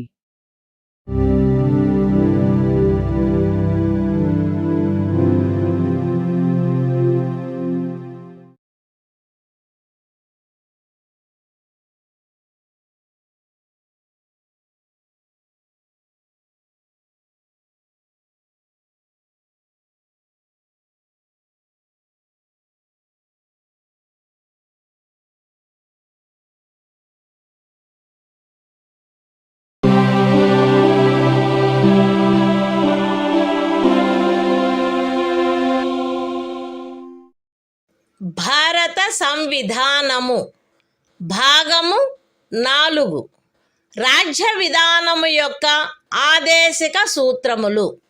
Article 49 జాతీయ ప్రాముఖ్యము గల స్మారక చిహ్నములను రక్షించుట. Parliament చేయబడిన శాసనము ద్వారా గాని లేదా దాని క్రింద గాని జాతీయ ప్రాముఖ్యము గలవని ప్రఖ్యానించబడిన కళాత్మక లేక ఐతిహాసిక ప్రయోజనము గల ప్రతి ఒక్క స్మారక చిహ్నమును లేక స్థలమును లేక వస్తువును సందర్భానుసారముగా కొల్లగొట్టుట, విరూపణము, వినాశనము, తొలగింపు, వ్యయనము లేక ఎగుమతి చేయుట నుండి రక్షించుట రాజ్యము యొక్క బాధ్యత అయ్యుండును. The Constitution of India, Part 4, Directive Principles of State Policy. Article 49. Protection of monuments and places and objects of national importance. It shall be the obligation of the state to protect every monument, or place, or object of artistic, or historic interest, declared by, or under law made by Parliament to be of national importance, from spoliation, disfigurement, destruction, removal, disposal or export, as the case may be.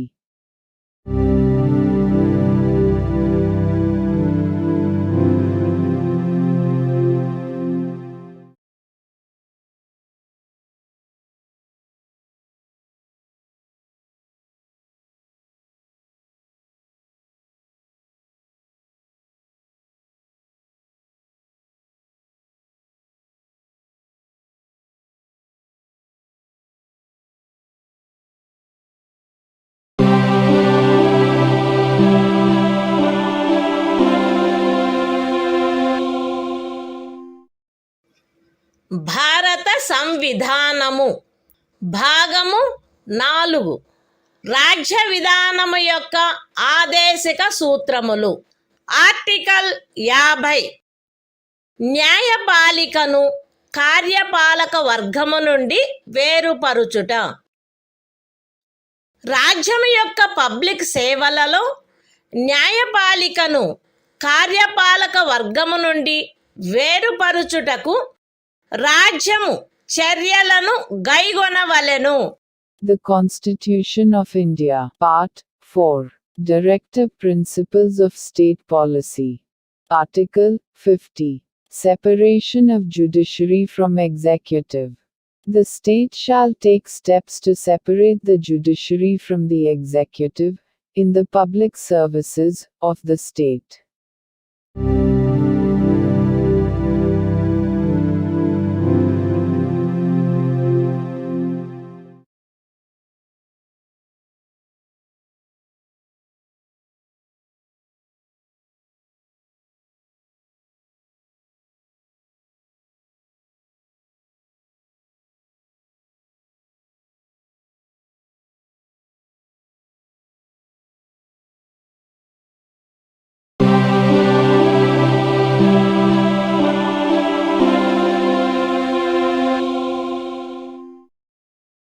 భారత సంవిధానము భాగము 4 రాజ్య విధానము యొక్క ఆదేశిక సూత్రములు.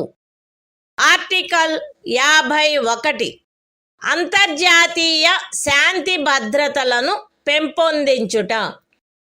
రాజ్యము ఈ క్రింది వాటికై ప్రయత్నించవలెను. అంతర్జాతీయ శాంతి భద్రతలను పెంపొందించుట, జాతుల మధ్య న్యాయమైన మరియు గౌరవప్రదమైన సంబంధములను నెలకొల్పుట, సువ్యవస్థిత ప్రజానీకముల పరస్పర వ్యవహారములందు అంతర్జాతీయ శాసనము పట్ల, సంధి బాధ్యతల పట్ల గౌరవమును పెంపొందించుట మరియు అంతర్జాతీయ వివాదముల పరిష్కారము మధ్యవర్తిత్వము ద్వారా జరుగుటను ప్రోత్సహించుట. The Constitution of India, Part 4. Directive Principles of State Policy. Article 51. Promotion of international peace and security. The state shall endeavor to a. Promote international peace and security. b. Maintain just and honorable relations between nations. c.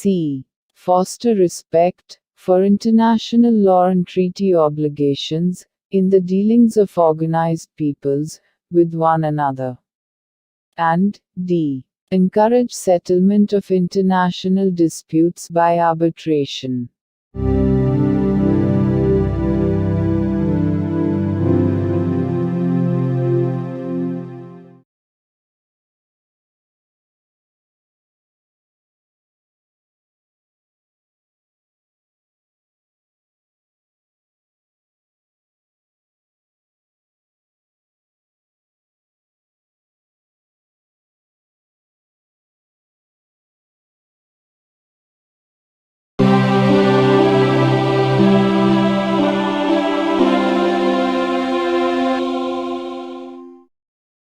భారత సంవిధానము భాగము 4A మౌలిక కర్తవ్యములు.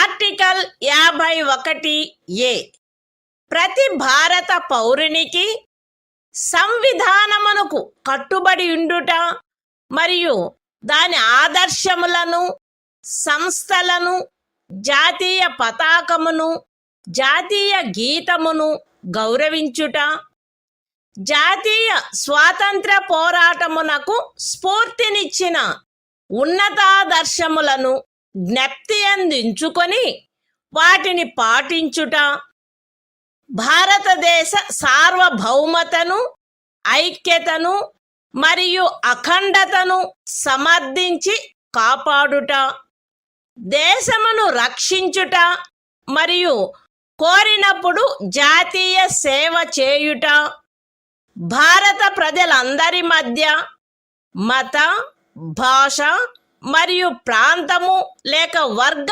వైవిధ్యముల అధిగమించి సామరస్యమును, సోదర భావమును పెంపొందించుట మరియు స్త్రీల గౌరవమును న్యూనపరచు ఆచారములను విడనాడుట, మన సమ్మిశ్ర సంస్కృతి యొక్క సుసంపన్న సాంప్రదాయమును గౌరవించి పరిరక్షించుట, అడవులు, సరస్సులు, నదులు మరియు వన్యప్రాణులతో సహా ప్రకృతి సిద్ధమైన పరిసరములను కాపాడి అభివృద్ధి చేయుట మరియు ప్రాణికోటి పట్ల కరుణను కలిగియుండుట, వైజ్ఞానిక దృక్పథమును, మానవతావాదమును, జిజ్ఞాసను మరియు సంస్కరణా శక్తిని పెంపొందించుకొనుట, పబ్లిక్ ఆస్తిని సంరక్షించుట మరియు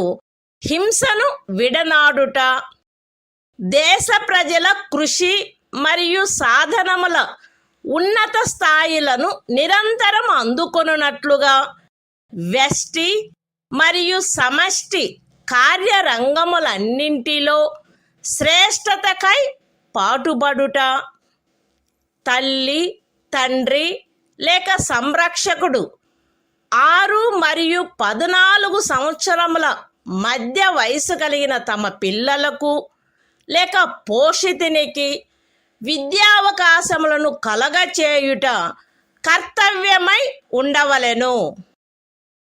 The Constitution of India, Part 4A. Fundamental Duties. Article 51A. Fundamental Duties.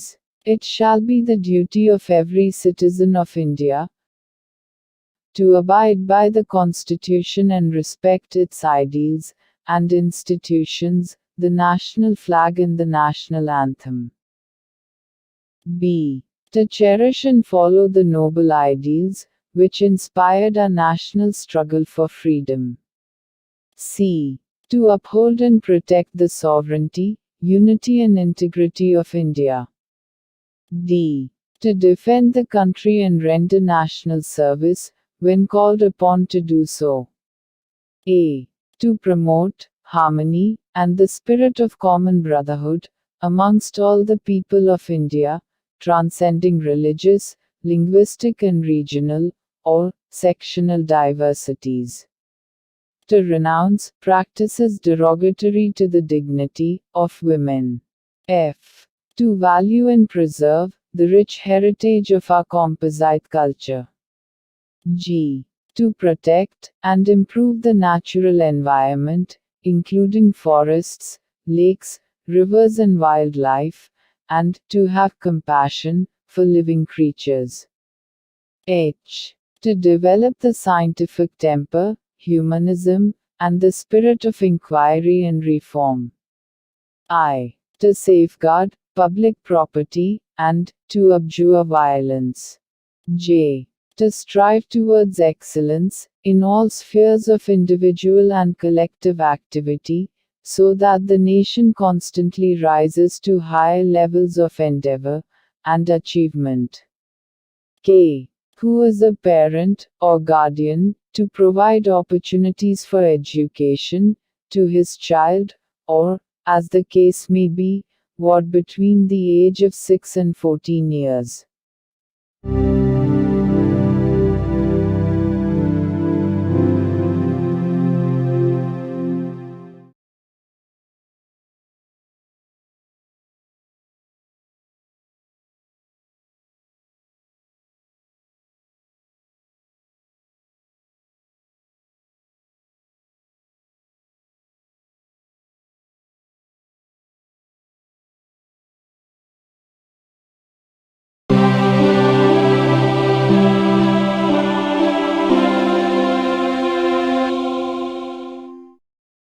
భారత సంవిధానము భాగము 5 సంఘము అధ్యాయం 1 కార్యపాలక వర్గము రాష్ట్రపతి మరియు ఉపరాష్ట్రపతి ఆర్టికల్ 52 భారత రాష్ట్రపతి భారతదేశమునకు ఒక రాష్ట్రపతి ఉండవలెను.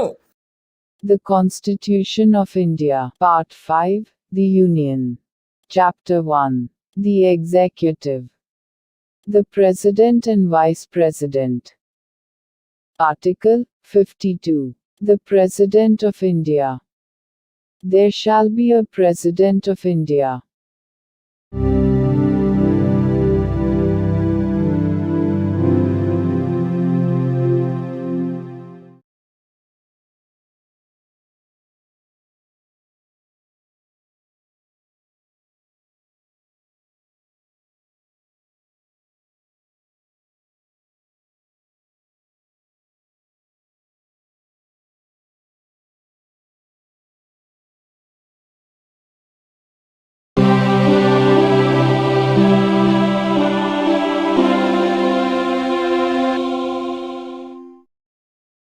భారత సంవిధానము భాగము 5 సంఘము అధ్యాయము 1 కార్యపాలక వర్గము రాష్ట్రపతి మరియు ఉపరాష్ట్రపతి ఆర్టికల్ 53 సంఘము యొక్క కార్యపాలకాధికారము సంఘము యొక్క కార్యపాలకాధికారము రాష్ట్రపతి యందు నిహితమై ఉండవలెను. ఆయన దానిని స్వయముగా లేక తనకు అధీనస్థులగు అధికారుల ద్వారా ఈ సంవిధానమును అనుసరించి వినియోగించవలెను. పూర్వగామి నిబంధన యొక్క సాధారణతకు భంగము కలగకుండా సంఘము యొక్క రక్షణ బలములపై సర్వాధిపత్యము రాష్ట్రపతి యందు నిహితమై ఉండవలెను మరియు దాని వినియోగము శాసనము ద్వారా క్రమబద్ధము చేయబడవలెను. ఈ అనుచ్ఛేదములోనిదేదియు అస్తిత్వంలోనున్న ఏదేని శాసనము ద్వారా ఏదేని రాజ్య ప్రభుత్వమునకు గాని ఇతర ప్రాధికారికి గాని ప్రదత్తము చేయబడిన ఏవేని కృత్యములను రాష్ట్రపతికి అంతరణ చేయునిదిగా భావింపబడరాదు, లేక రాష్ట్రపతి మినహా ఇతర ప్రాధికారులకు శాసనము ద్వారా కృత్యములను ప్రదత్తము చేయుట నుండి పార్లమెంటును నివారించదు. The Constitution of India, Part 5, The Union. Chapter 1. The Executive. The President and Vice President. Article 53. Executive Power of the Union. 1. The executive power of the Union shall be vested in the President, and shall be exercised by him, either directly, or through officers, subordinate to him, in accordance with this Constitution. 2.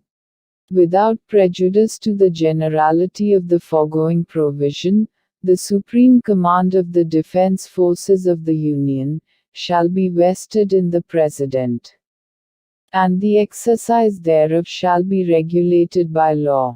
3. Nothing in this article shall be deemed to transfer to the President any functions conferred by any existing law on the government of any state, or other authority, or prevent Parliament from conferring by law functions on authorities other than the President.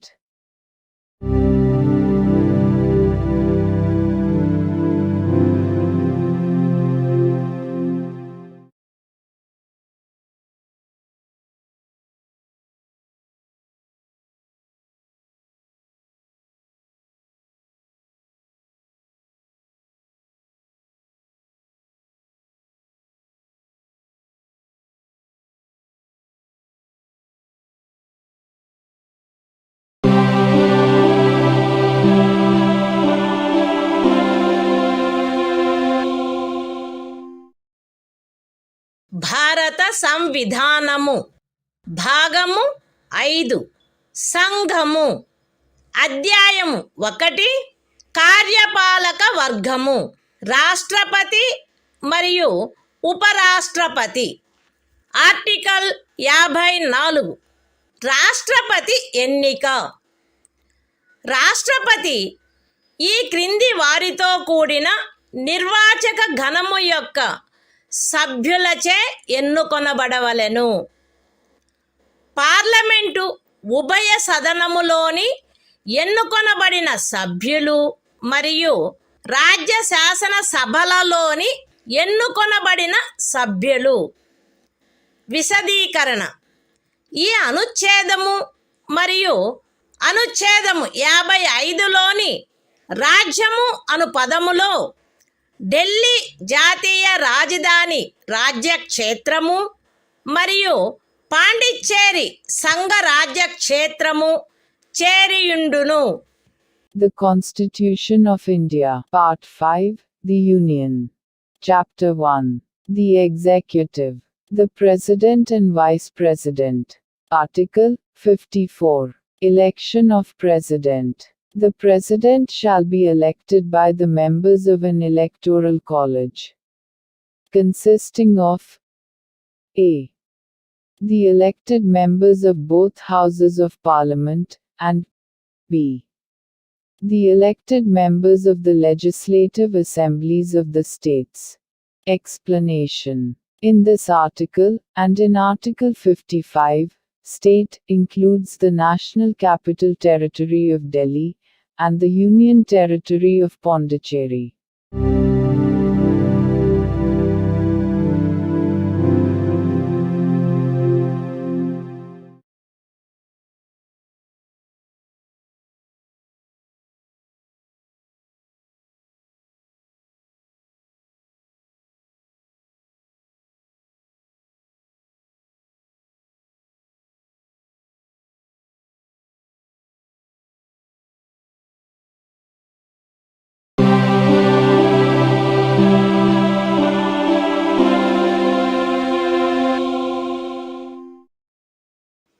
భారత సంవిధానము భాగము 5 సంఘము అధ్యాయము 1 కార్యపాలక వర్గము రాష్ట్రపతి మరియు ఉపరాష్ట్రపతి article 55 రాష్ట్రపతిని ఎన్నుకొను రీతి రాష్ట్రపతి యొక్క ఎన్నికలో వివిధ రాజ్యముల ప్రాతినిధ్య ప్రమాణము ఆచరణీయమైనంత మేరకు ఏకరూపముగా ఉండవలెను.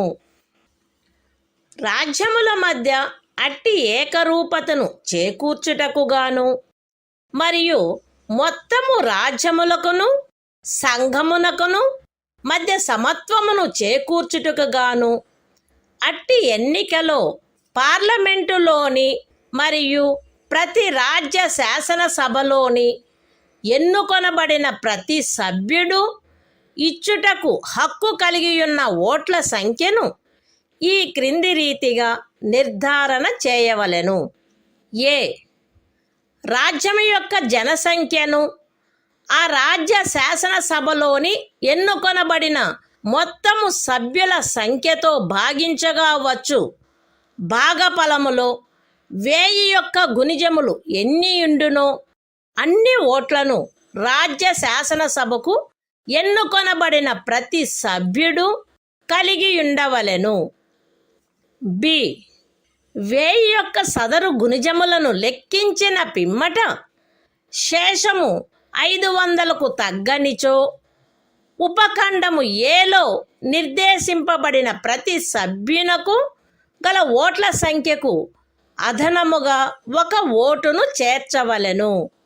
సి ఉపఖండములు ఏ మరియు బిల క్రింద రాజ్య శాసనసభలోని సభ్యులకు నియతమైన ఓట్ల మొత్తపు సంఖ్యను పార్లమెంటు ఉభయ సదనములో ఎన్నుకొనబడిన సభ్యుల మొత్తము సంఖ్యతో భాగించగా ఏ సంఖ్య వచ్చునో అన్ని ఓట్లను పార్లమెంటు ఉభయ సదనములోని ఎన్నుకోబడిన ప్రతి సభ్యుడు కలిగి ఉండవలెను. సగమునకు మించిన భిన్నమును 1గా పరిగణించవలెను. ఇతర భిన్నములను ఉపేక్షించవలెను.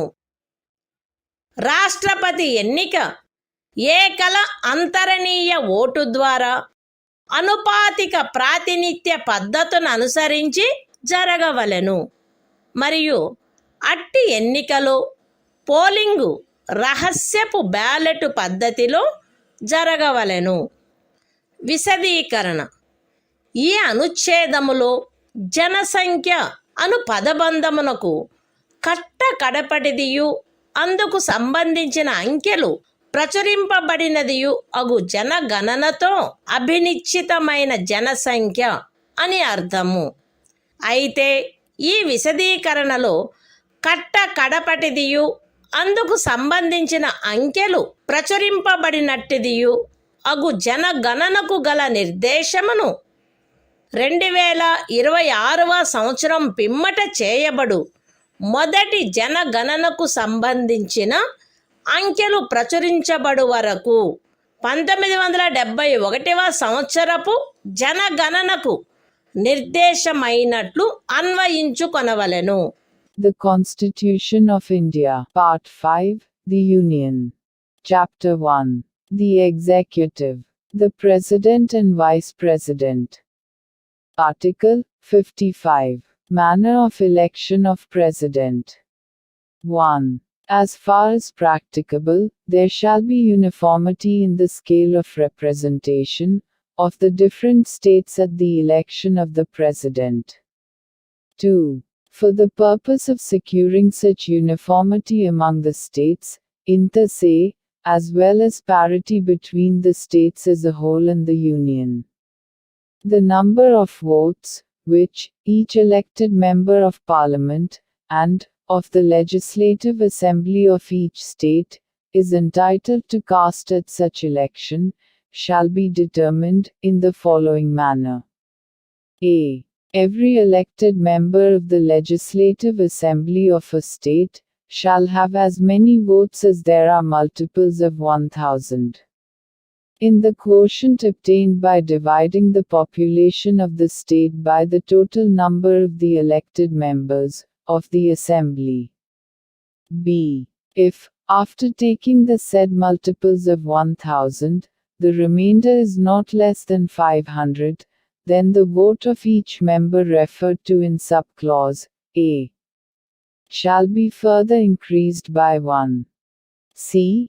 Each elected member of either House of Parliament shall have such number of votes as may be obtained by dividing the total number of votes assigned to the members of the legislative assemblies of the states under subclauses A and B by the total number of the elected members of both houses of parliament. Fractions exceeding 1/2 being counted as one and other fractions being disregarded. 3. The election of the President shall be held in accordance with the system of proportional representation, by means of the single transferable vote, and the voting at such election shall be by secret ballot. Explanation. In this article, the expression population means the population as ascertained at the last preceding census, of which the relevant figures have been published. Provided that the reference in this explanation to the last preceding census, of which the relevant figures have been published shall, until the relevant figures for the first census taken after the year 2026 have been published, be construed as a reference to the 1971 census.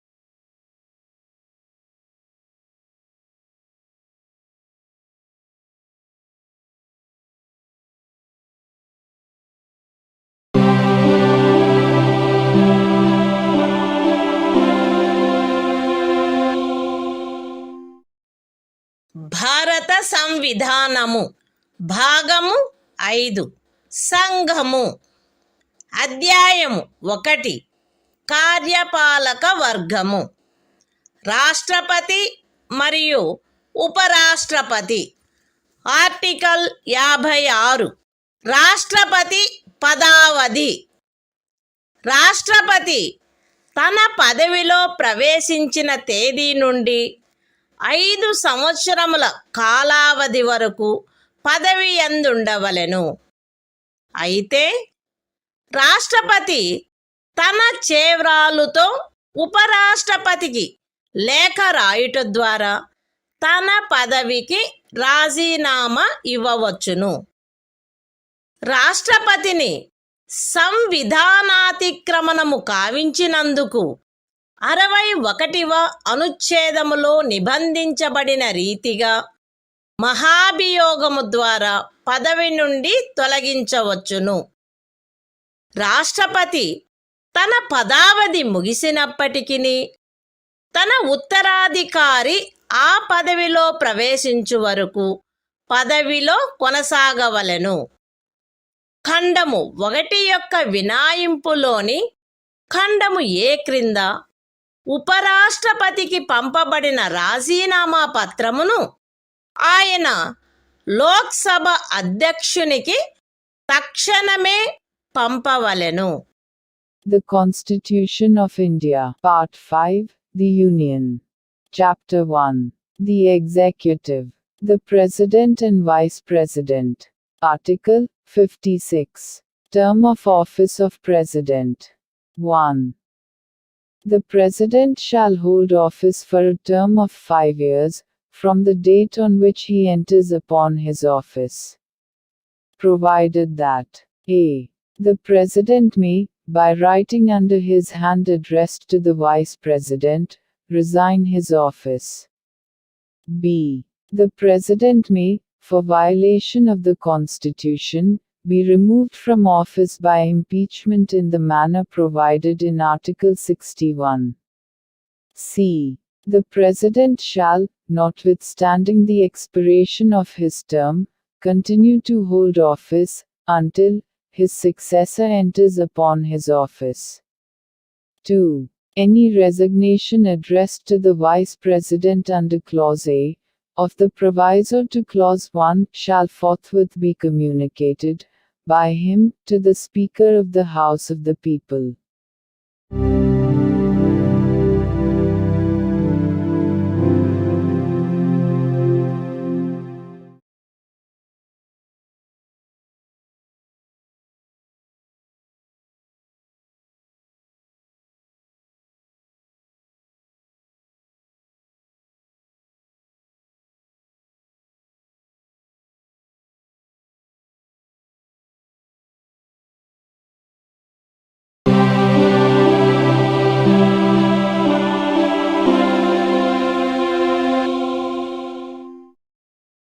భారత సంవిధానము భాగము 5 సంఘము అధ్యాయము 1 కార్యపాలక వర్గము రాష్ట్రపతి మరియు ఉపరాష్ట్రపతి article 57 తిరిగి ఎన్నికకు పాత్రత రాష్ట్రపతి పదవియందున్నా లేక ఆ పదవియందుండిన ఏ వ్యక్తి అయినను ఈ సంవిధానములోని ఇతర నిబంధనలకు అత్యధీనమై ఆ పదవికి తిరిగి ఎన్నుకొనుబడుటకు పాత్రుడై ఉండును. The Constitution of India, Part 5, The Union. Chapter 1. The Executive. The President and Vice President. Article 57. Eligibility for re-election. A person who holds, or who has held, office as President shall, subject to the other provisions of this Constitution, be eligible for re-election to that office.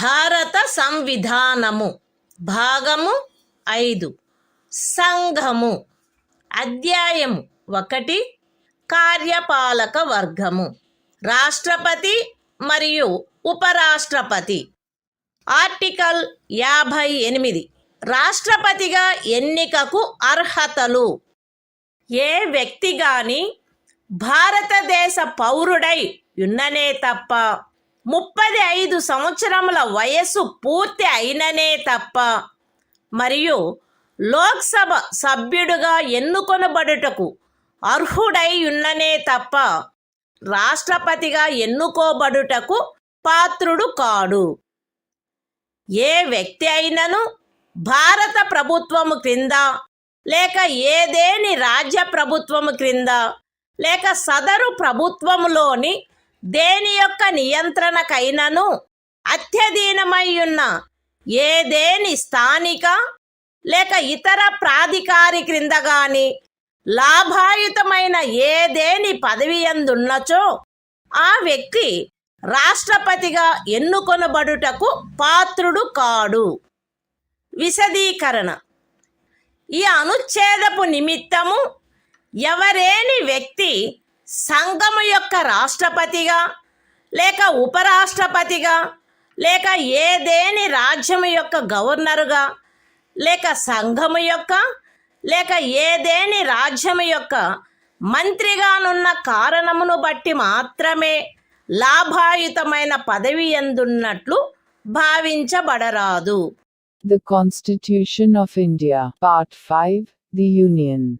Chapter 1. The Executive. The President and Vice President. Article 58. Qualifications for election as President. 1. No person shall be eligible for election as President, unless he is a citizen of India, has completed the age of 35 years, and is qualified for election, as a member of the House of the People. 2. A person shall not be eligible for election as President if he holds any office of profit, under the Government of India, or the Government of any state, or under any local or other authority, subject to the control of any of the said governments. Explanation. For the purposes of this article, a person shall not be deemed to hold any office of profit, by reason only that he is the President or Vice President of the Union, or the Governor of any state, or as a minister either for the Union or for any state.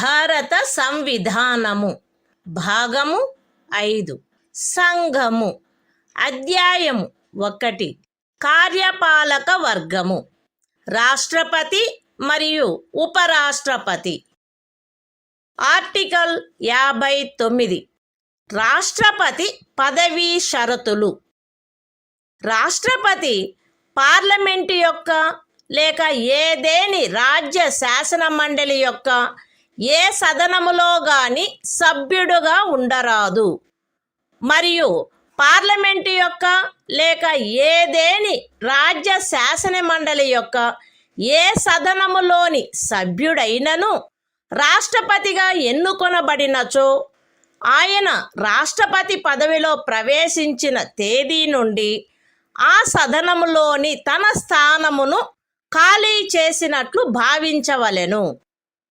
రాష్ట్రపతి లాభాయుతమైన ఏదేని ఇతర పదవియందు ఉండరాదు.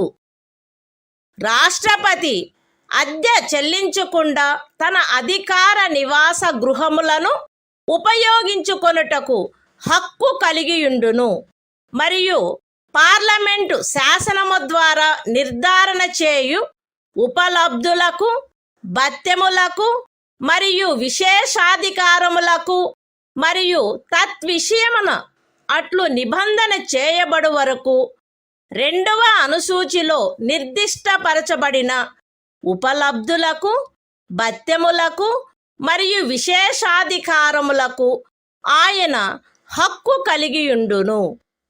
రాష్ట్రపతి యొక్క ఉపలబ్ధులు మరియు భత్యములు ఆయన పదావధిలో తగ్గించబడరాదు.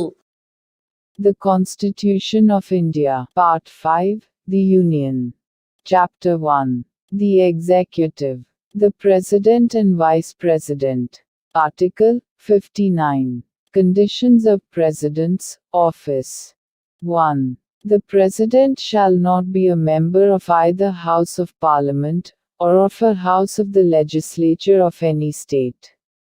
And, if a member of either House of Parliament or of a House of the Legislature of any state be elected President, he shall be deemed to have vacated his seat in that House, on the date on which he enters upon his office as President. 2. The President shall not hold any other office of profit. 3. The President shall be entitled without payment of rent to the use of his official residences, and shall be also entitled to such emoluments, allowances, and privileges as may be determined by Parliament by law. And, until provision in that behalf is so made, such emoluments, allowances and privileges, as are specified in the second schedule. 4. The emoluments and allowances of the President shall not be diminished during his term of office.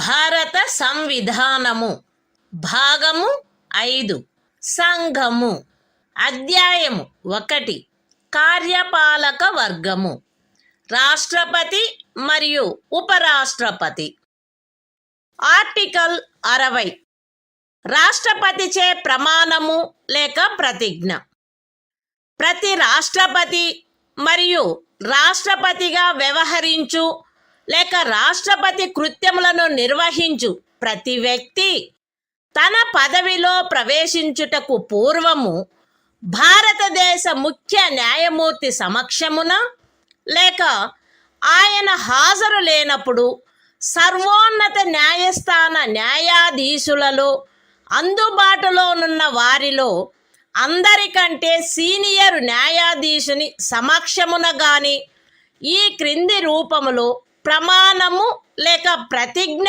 చేసి దానిపై చేవ్రాలు చేయవలెను.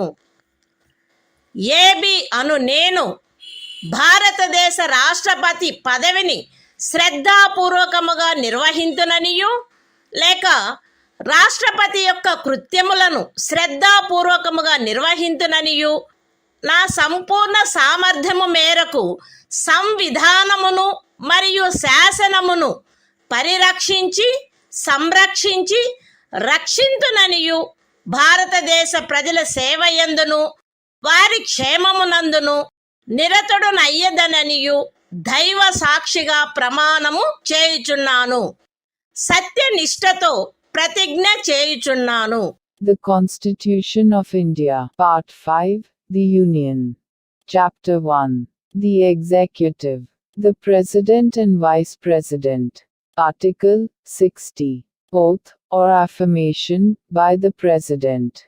Every President, and every person acting as President, or discharging the functions of the President, shall, before entering upon his office, make and subscribe in the presence of the Chief Justice of India, or, in his absence, the senior most judge of the Supreme Court available, an oath or affirmation in the following form, that is to say, I, A.B., do swear in the name of God, that I will faithfully execute the office, solemnly affirm of President, or discharge the functions of the President of India, and will to the best of my ability, preserve, protect and defend the Constitution, and the law, and that I will devote myself to the service and well-being of the people of India.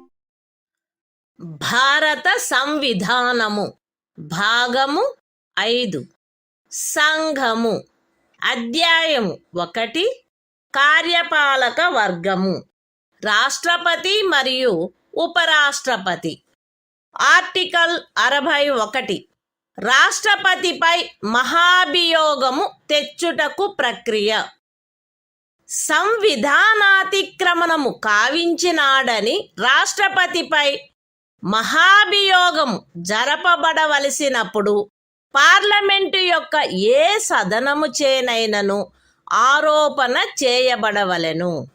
అట్టి ఆరోపణ ఏదియు అట్టి ఆరోపణ చేయు ప్రతిపాదన గల తీర్మానమును ప్రస్తావించవలెనను ఉద్దేశము తమకు కలదని ఆ సదనము యొక్క మొత్తము సభ్యుల సంఖ్యలో 4వ వంతుకు తక్కువగాని మంది చేవ్రాలు చేసి వ్రాతపూర్వకముగా నోటీసు ఇచ్చిన పిమ్మట కనీసం 14 దినములు గడిచిన తర్వాత ప్రస్తావించననే తప్ప మరియు అట్టి తీర్మానము ఆ సదనము యొక్క మొత్తము సభ్యుల సంఖ్యలో 3/2 తక్కువ కాని అధిక సంఖ్యాకులచే పాస్ చేయబడిననే తప్ప చేయబడరాదు.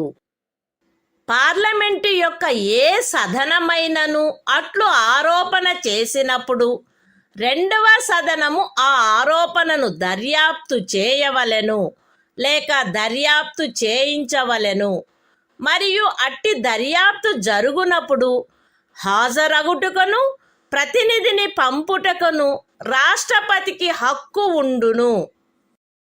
దర్యాప్తు ఫలితముగా రాష్ట్రపతిపై చేయబడిన ఆరోపణ స్థిరపడినదని ప్రఖ్యానించు తీర్మానము ఆ ఆరోపణను దర్యాప్తు చేసిన లేక చేయించిన సదనము యొక్క సభ్యుల మొత్తము సంఖ్యలో 3/2 తక్కువ కాని అధిక సంఖ్యాకులచే ఆమోదించబడినచో అట్లు ఆమోదించబడిన తేదీ నుండి ఆ తీర్మానము రాష్ట్రపతిని పదవి నుండి తొలగించు ప్రభావము కలిగియుండును. The Constitution of India, Part 5, The Union. Chapter 1. The Executive. The President and Vice President. Article 61. Procedure for impeachment of the President. 1. When a President is to be impeached for violation of the Constitution, the charge shall be preferred by either House of Parliament.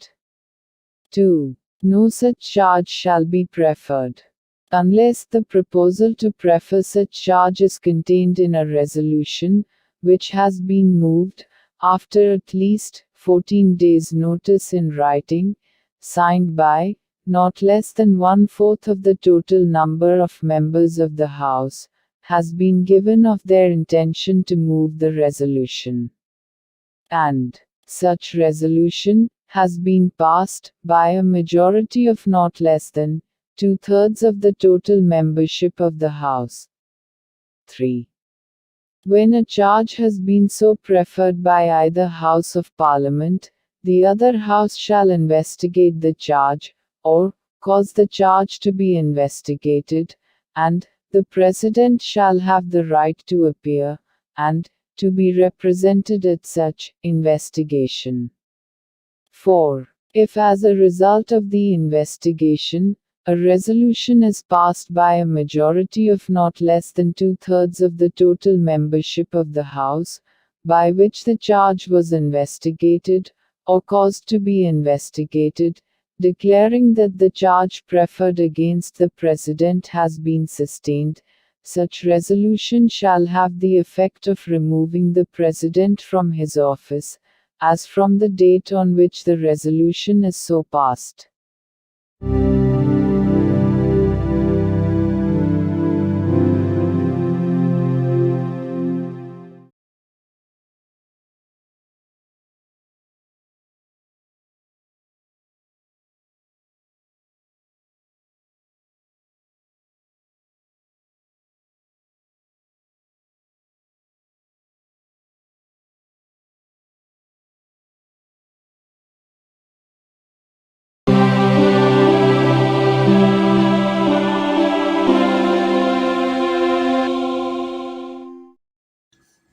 భారత సంవిధానము భాగము 5 సంఘము అధ్యాయము 1 కార్యపాలక వర్గము రాష్ట్రపతి మరియు ఉపరాష్ట్రపతి.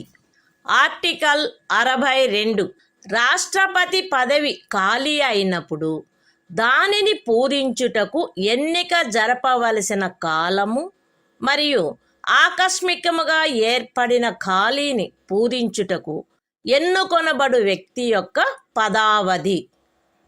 రాష్ట్రపతి యొక్క పదావధి ముగియుటచే ఏర్పడు ఖాళీని పూరించుటకు జరగవలసిన ఎన్నిక ఆ పదావధి ముగియుటకు పూర్వమే పూర్తి చేయబడవలెను. మరణము, రాజీనామా లేక తొలగింపు కారణముగా లేక అన్యదా రాష్ట్రపతి పదవియందు ఏర్పడిన ఖాళీని పూరించుటకు జరగవలసిన ఎన్నిక ఆ ఖాళీ ఏర్పడిన తర్వాత సాధ్యమైనంత త్వరితముగాను ఎట్టి సందర్భంలోనూ ఖాళీ ఏర్పడిన తేదీ నుండి 6 మాసములు దాటకుండగను జరపబడవలెను. మరియు ఆ ఖాళీని పూరించుటకు ఎన్నుకొనబడిన వ్యక్తి 56వ అనుచ్ఛేదము యొక్క నిబంధనలకు అత్యధీనమై తాను పదవిలో ప్రవేశించిన తేదీ నుండి 5 సంవత్సరముల సంపూర్ణ కాలావధి వరకు పదవియందుండుటకు హక్కు కలిగియుండును. The Constitution of India, Part 5, The Union. Chapter 1. The Executive. The President and Vice President. Article 62. Time of holding election to fill vacancy in the office of President. And the term of office of person elected to fill casual vacancy. 1. An election to fill a vacancy caused by the expiration of the term of office of President shall be completed before the expiration of the term. 2. An election to fill a vacancy in the office of President, occurring by reason of his death, resignation or removal, or otherwise shall be held as soon as possible, after, and in no case later than 6 months from, the date of occurrence of the vacancy. And, the person elected to fill the vacancy shall, subject to the provisions of Article 56, be entitled to hold office for the full term of 5 years, from the date on which he enters upon his office.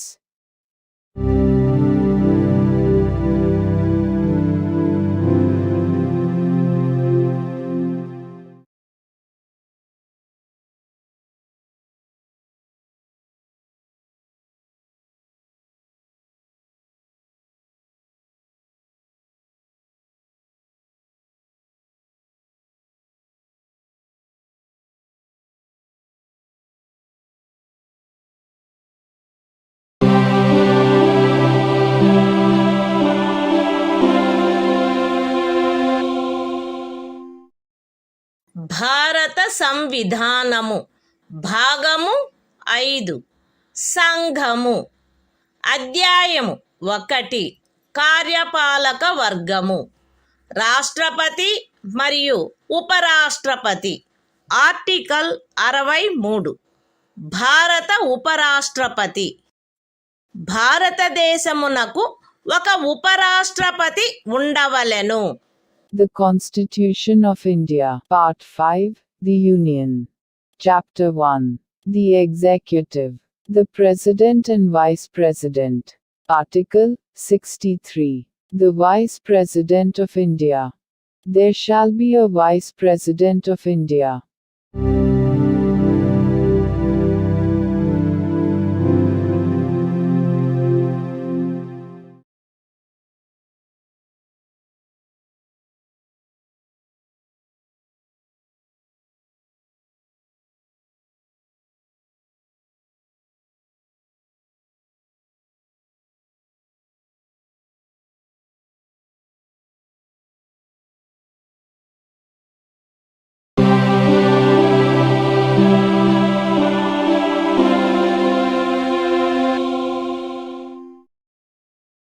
భారత సంవిధానము భాగము 5 సంఘము. అధ్యాయము 1 కార్యపాలక వర్గము. రాష్ట్రపతి మరియు ఉపరాష్ట్రపతి. Article 64. ఉపరాష్ట్రపతి పదవి రీత్యా రాజ్యసభకు సభాపతిగా నుండుట. ఉపరాష్ట్రపతి పదవి రీత్యా రాజ్యసభకు సభాపతి అయి ఉండును. ఆయన లాభాయుతమైన ఏ ఇతర పదవి యందును ఉండరాదు. అయితే ఉపరాష్ట్రపతి 65వ అనుచ్ఛేదము క్రింద రాష్ట్రపతిగా వ్యవహరించు లేక రాష్ట్రపతి యొక్క కృత్యములను నిర్వహించు ఏ కాలావధిలోనైనను ఆయన రాజ్యసభ యొక్క సభాపతి పదవికి చెందిన కర్తవ్యములను నిర్వర్తించరాదు. మరియు 97వ అనుచ్ఛేదము క్రింద రాజ్యసభ యొక్క సభాపతికి చెల్లించబడదగు ఎట్టి జీతమునకు లేక భత్యమునకు ఆయన హక్కు కలిగి ఉండడు. The Constitution of India, Part 5, The Union. Chapter 1. The Executive. The President and Vice President. Article 64. The Vice President, to be, ex officio Chairman of the Council of States. The Vice President shall be, ex officio Chairman of the Council of the States, and shall not hold any other office of profit, provided that, during any period, when the Vice President acts as President, or thus charges the functions of the President under Article 65, he shall not perform the duties of the office of Chairman of the Council of States, and shall not be entitled to any salary or allowance payable to the Chairman of the Council of States, under Article 97.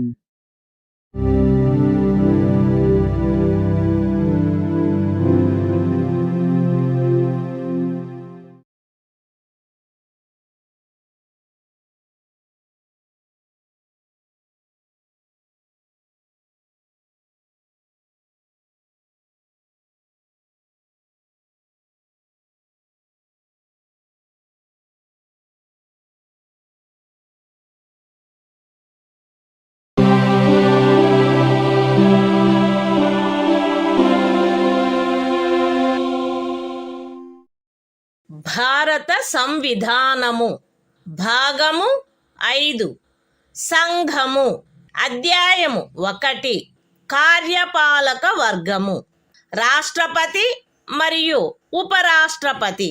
Article 65 రాష్ట్రపతి పదవిలో ఆకస్మిక ఖాళీ ఏర్పడినప్పుడు, రాష్ట్రపతి హాజరు లేనప్పుడును ఉపరాష్ట్రపతి రాష్ట్రపతిగా వ్యవహరించుట లేక ఆయన కృత్యములను నిర్వహించుట.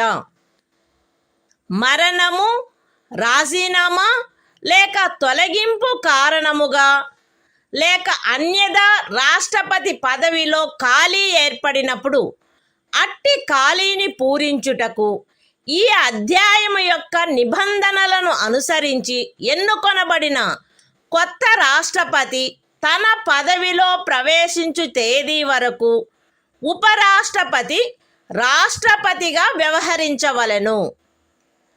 రాష్ట్రపతి హాజరులో లేకుండుట, అస్వస్థత లేక మరేదేని కారణము వలన తన కృత్యములను నిర్వహించజాలని ఎడల ఆయన తన కర్తవ్యములను తిరిగి చేపట్టు తేదీ వరకు ఉపరాష్ట్రపతి రాష్ట్రపతి కృత్యములను నిర్వహించవలెను. ఉపరాష్ట్రపతి అట్లు రాష్ట్రపతిగా వ్యవహరించు లేక రాష్ట్రపతి యొక్క కృత్యములను నిర్వహించు కాలావధిలోను ఆ కాలావధికి సంబంధించి రాష్ట్రపతికి గల సర్వాధికారములను ఉన్ముక్తతాధికారములను కలిగియుండును. పార్లమెంటు శాసనము ద్వారా నిర్ధారణ చేయు ఉపలబ్ధులకు, భత్యములకు మరియు విశేషాధికారములకు మరియు అట్లు నిబంధన చేయబడు వరకు 2వ అనుసూచిలో నిర్దిష్టపరచబడిన ఉపలబ్ధులకు, భత్యములకు మరియు విశేషాధికారములకు ఆయన హక్కు కలిగియుండును. The Constitution of India, Part 5, The Union. Chapter 1.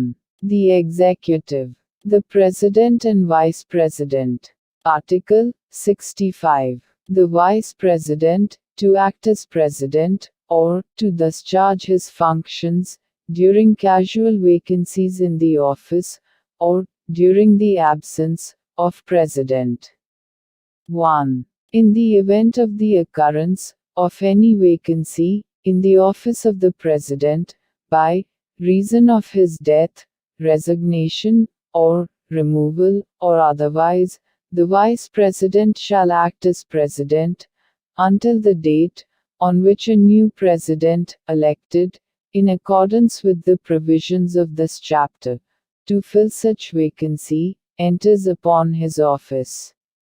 2. When the President is unable to discharge his functions, owing to absence, illness, or any other cause, the Vice President shall discharge his functions until the date on which the President resumes his duties. 3. The Vice President shall, during, and in respect of, the period while he is so acting as, or discharging the functions of President, have all the powers and immunities of the President, and be entitled to such emoluments, allowances and privileges, as may be determined by Parliament, by law. And, until provision in that behalf is so made, such emoluments, allowances and privileges, as are specified in the second schedule.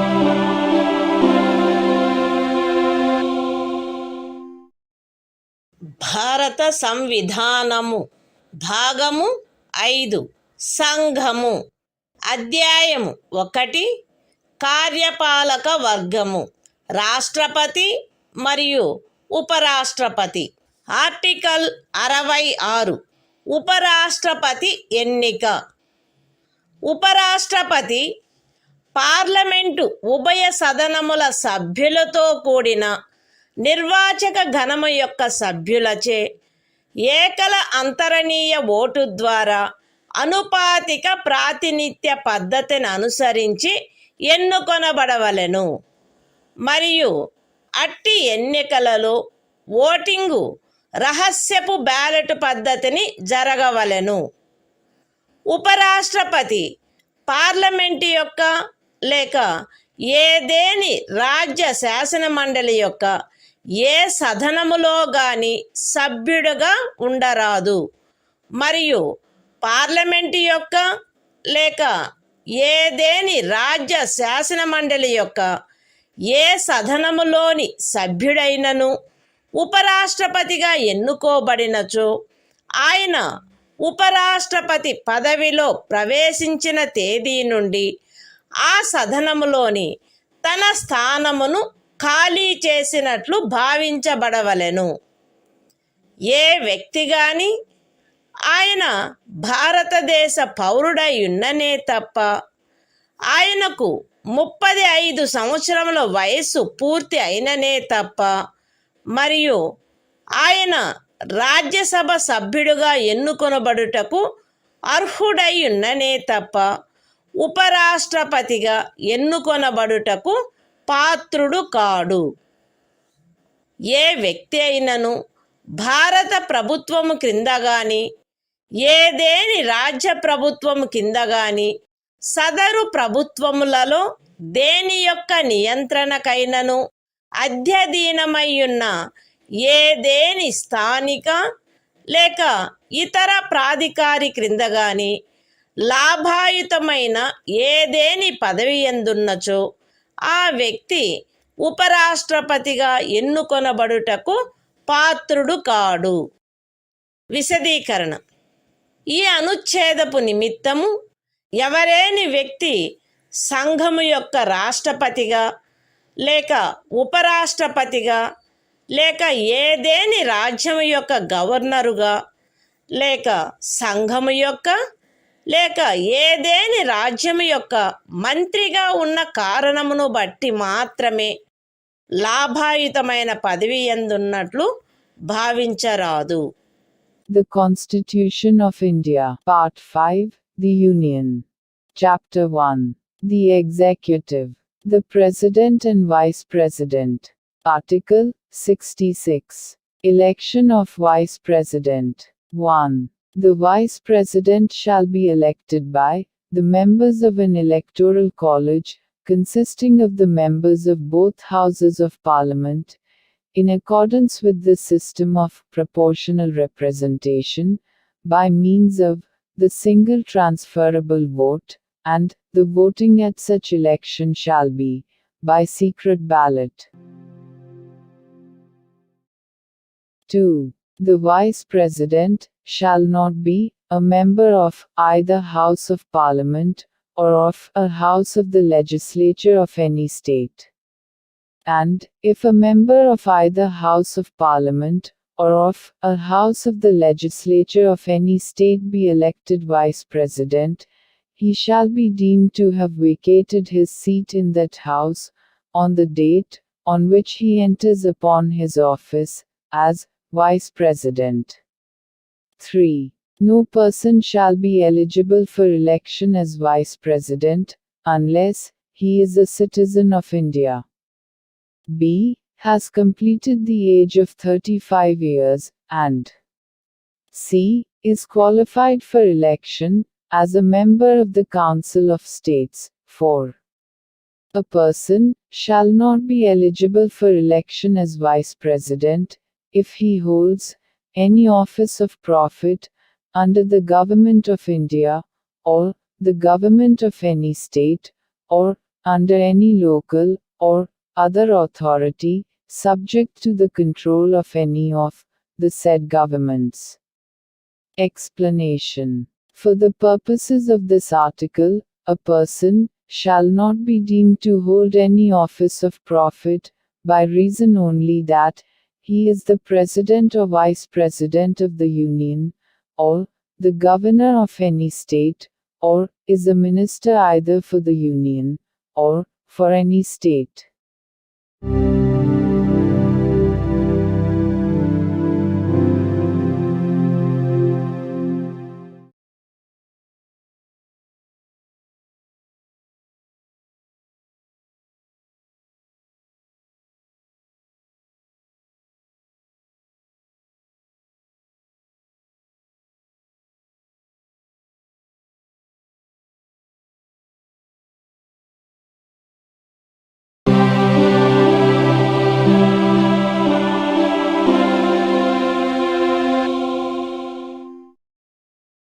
భారత సంవిధానము భాగము 5 సంఘము అధ్యాయము 1 కార్యపాలక వర్గము రాష్ట్రపతి మరియు ఉపరాష్ట్రపతి article 67 ఉపరాష్ట్రపతి పదావధి ఉపరాష్ట్రపతి తన పదవిలో ప్రవేశించిన తేదీ నుండి 5 సంవత్సరముల కాలావధి వరకు పదవియందుండును. అయితే ఉపరాష్ట్రపతి తన చేవ్రాలుతో రాష్ట్రపతికి లేఖ వ్రాయుట ద్వారా తన పదవికి రాజీనామా ఇవ్వవచ్చును. ఉపరాష్ట్రపతి రాజ్యసభలో అప్పుడు సభ్యులుగానున్న వారందరిలో అధిక సంఖ్యాకులచే ఆమోదించబడి లోక్సభచే అంగీకరించబడిన తీర్మానము ద్వారా పదవి నుండి తొలగించబడవచ్చును. కానీ ఈ ఖండము నిమిత్తము తీర్మానమేదియు దానిని ప్రస్తావించవలెనను ఉద్దేశము కలదను నోటీసు ఇచ్చి కనీసము 14 దినములు గడిచిననే తప్ప ప్రస్తావించబడరాదు. ఉపరాష్ట్రపతి తన పదావధి ముగిసినప్పటికీ తన ఉత్తరాధికారి ఆ పదవిలో ప్రవేశించు వరకు పదవిలో కొనసాగవలెను. The Constitution of India. Part 5. The Union. Chapter 1. The Executive. The President and Vice President. Article 67. Term of office of Vice President.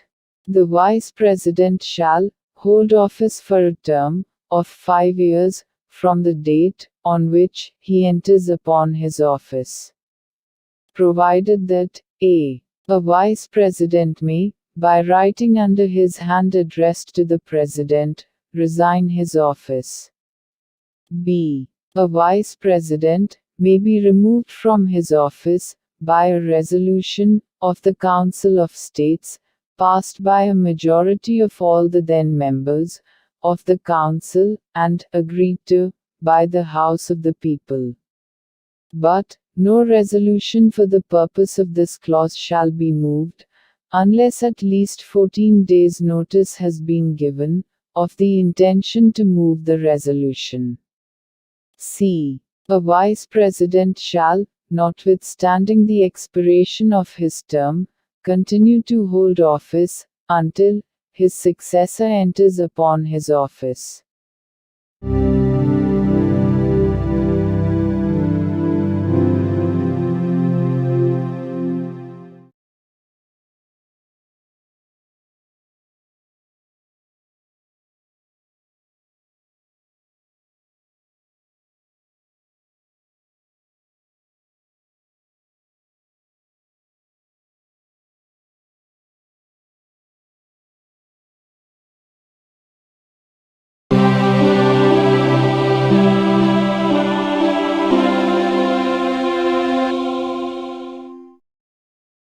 భారత సంవిధానము. భాగము 5. సంఘము. అధ్యాయము 1.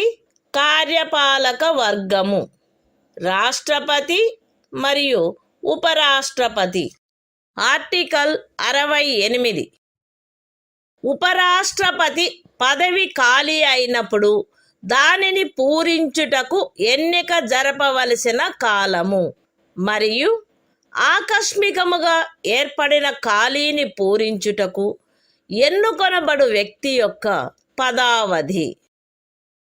ఉపరాష్ట్రపతి యొక్క పదావధి ముగియుటచే ఏర్పడు ఖాళీని పూరించుటకు జరగవలసిన ఎన్నిక ఆ పదావధి ముగియుటకు పూర్వమే పూర్తి చేయబడవలెను.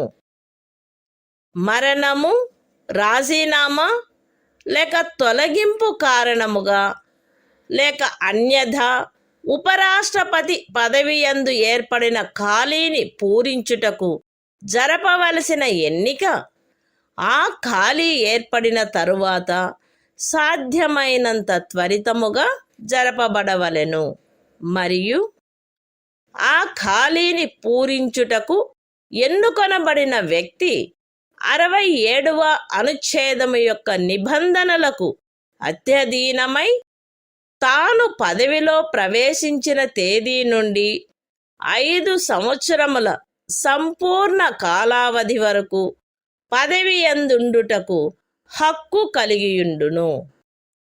The Constitution of India. Part 5. The Union. Chapter 1. The Executive. The President and Vice President. Article 68. Time of holding election to fill vacancy in the office of Vice President. And the term of office of person elected to fill casual vacancy. 1. An election to fill a vacancy caused by the expiration of the term of office of Vice President shall be completed before the expiration of the term. 2. An election to fill a vacancy in the office of Vice President occurring by reason of his death, resignation or removal, or otherwise shall be held as soon as possible after the occurrence of the vacancy. And the person elected to fill the vacancy shall, subject to the provisions of Article 67, be entitled to hold office for the full term of 5 years from the date on which he enters upon his office.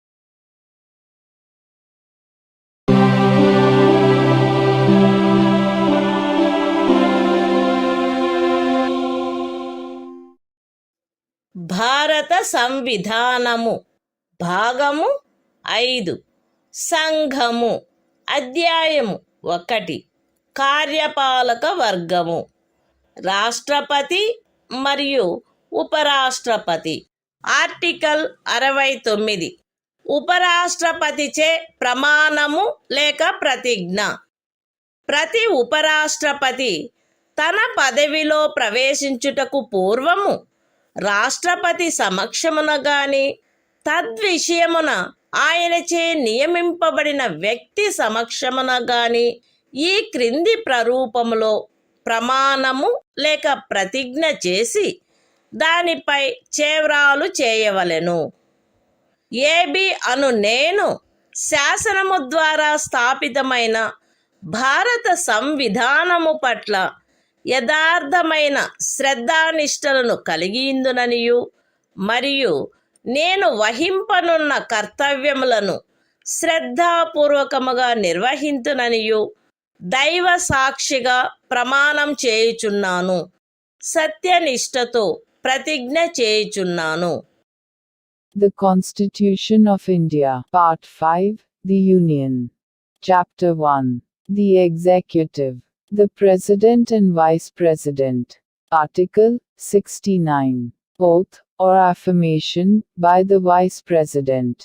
Every Vice President shall, before entering upon his office, make and subscribe before the President, or some person appointed in that behalf, by him, an oath or affirmation, in the following form, that is to say, I, A.B., do swear in the name of God, that I will bear true faith and solemnly affirm allegiance to the Constitution of India, as by law established, and that I will faithfully discharge the duty upon which I am about to enter.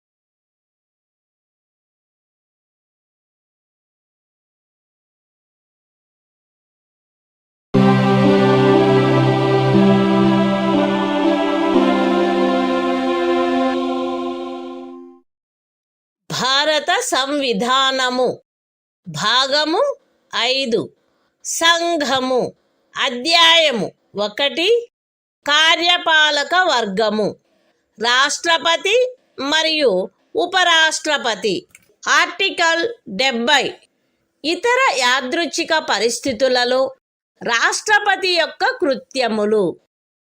ఈ అధ్యాయములో నిబంధించబడని ఎట్టి యాదృచ్ఛిక పరిస్థితిలోనైనను రాష్ట్రపతి యొక్క కృత్యములను నిర్వహించుటకు parliament తాను సబబని తలచు నిబంధన చేయవచ్చును. The Constitution of India, Part 5, The Union. Chapter 1. The Executive. The President and Vice President.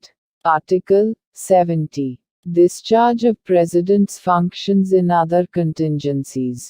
Parliament may make such provision, as it thinks fit, for the discharge of the functions of the President, in any contingency, not provided for in this chapter.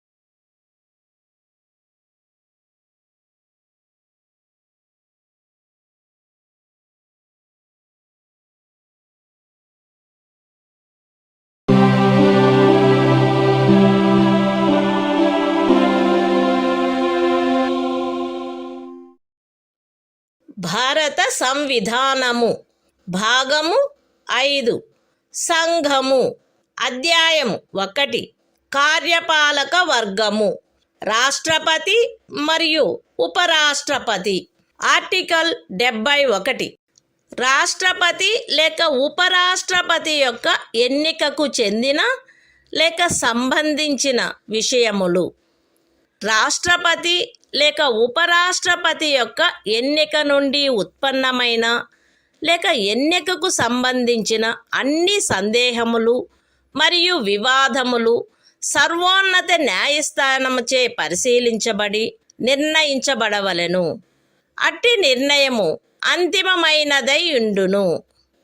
రాష్ట్రపతిగా లేక ఉపరాష్ట్రపతిగా ఒక వ్యక్తి యొక్క ఎన్నిక చెల్లదని సర్వోన్నత న్యాయస్థానము ప్రఖ్యానించినచో సర్వోన్నత న్యాయస్థానము ఆ నిర్ణయము చేసిన తేదీన గాని అంతకు పూర్వము గాని సందర్భానుసారముగా రాష్ట్రపతి పదవికి లేక ఉపరాష్ట్రపతి పదవికి చెందిన అధికారములను వినియోగించుటలోను కర్తవ్యములు నిర్వహించుటలోను ఆయనచే చేయబడిన కార్యములు ఆ ప్రఖ్యానము కారణముగా అమాన్యమునర్చబడరాదు.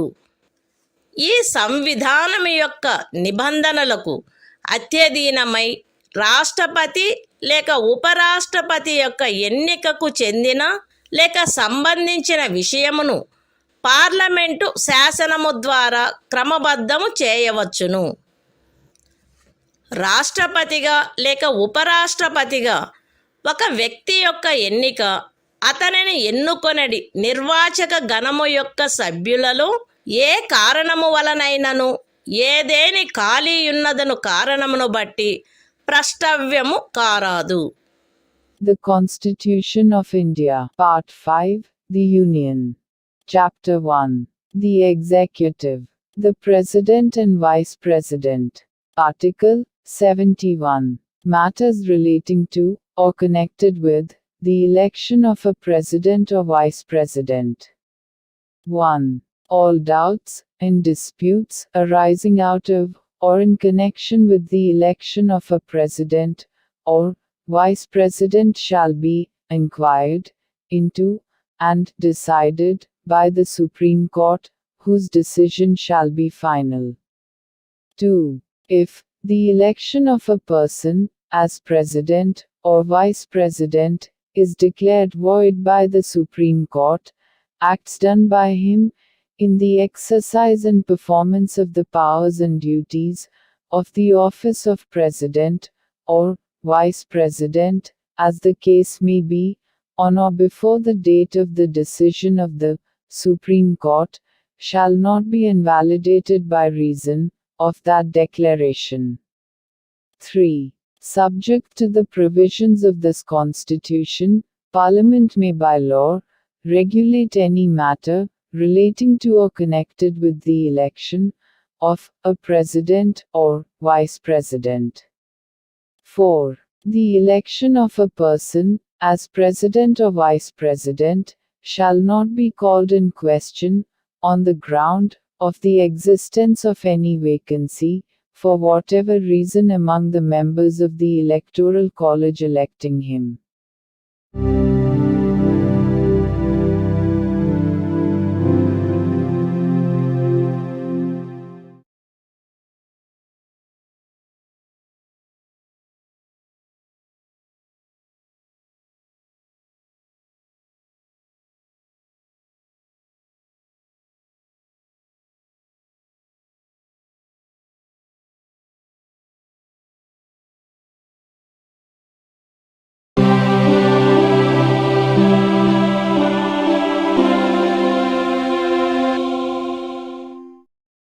భారత సంవిధానము భాగము 5 సంఘము అధ్యాయము 1 కార్యపాలక వర్గము రాష్ట్రపతి మరియు ఉపరాష్ట్రపతి.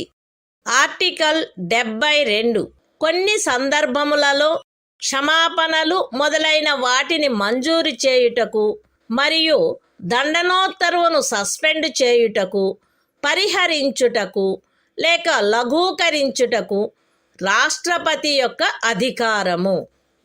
రాష్ట్రపతి ఈ క్రింది సందర్భములలో నేర నిర్ణీతుడైన వ్యక్తికి క్షమాపణలను, తాత్కాలిక నిలుపుదలను, వాయిదాలను లేక పరిహరణలను మంజూరు చేయుటకు లేక ఆ వ్యక్తిపై విధించబడిన దండనోత్తర్వును సస్పెండు చేయుటకు, పరిహరించుటకు లేక లఘూకరించుటకు అధికారము కలిగియుండును.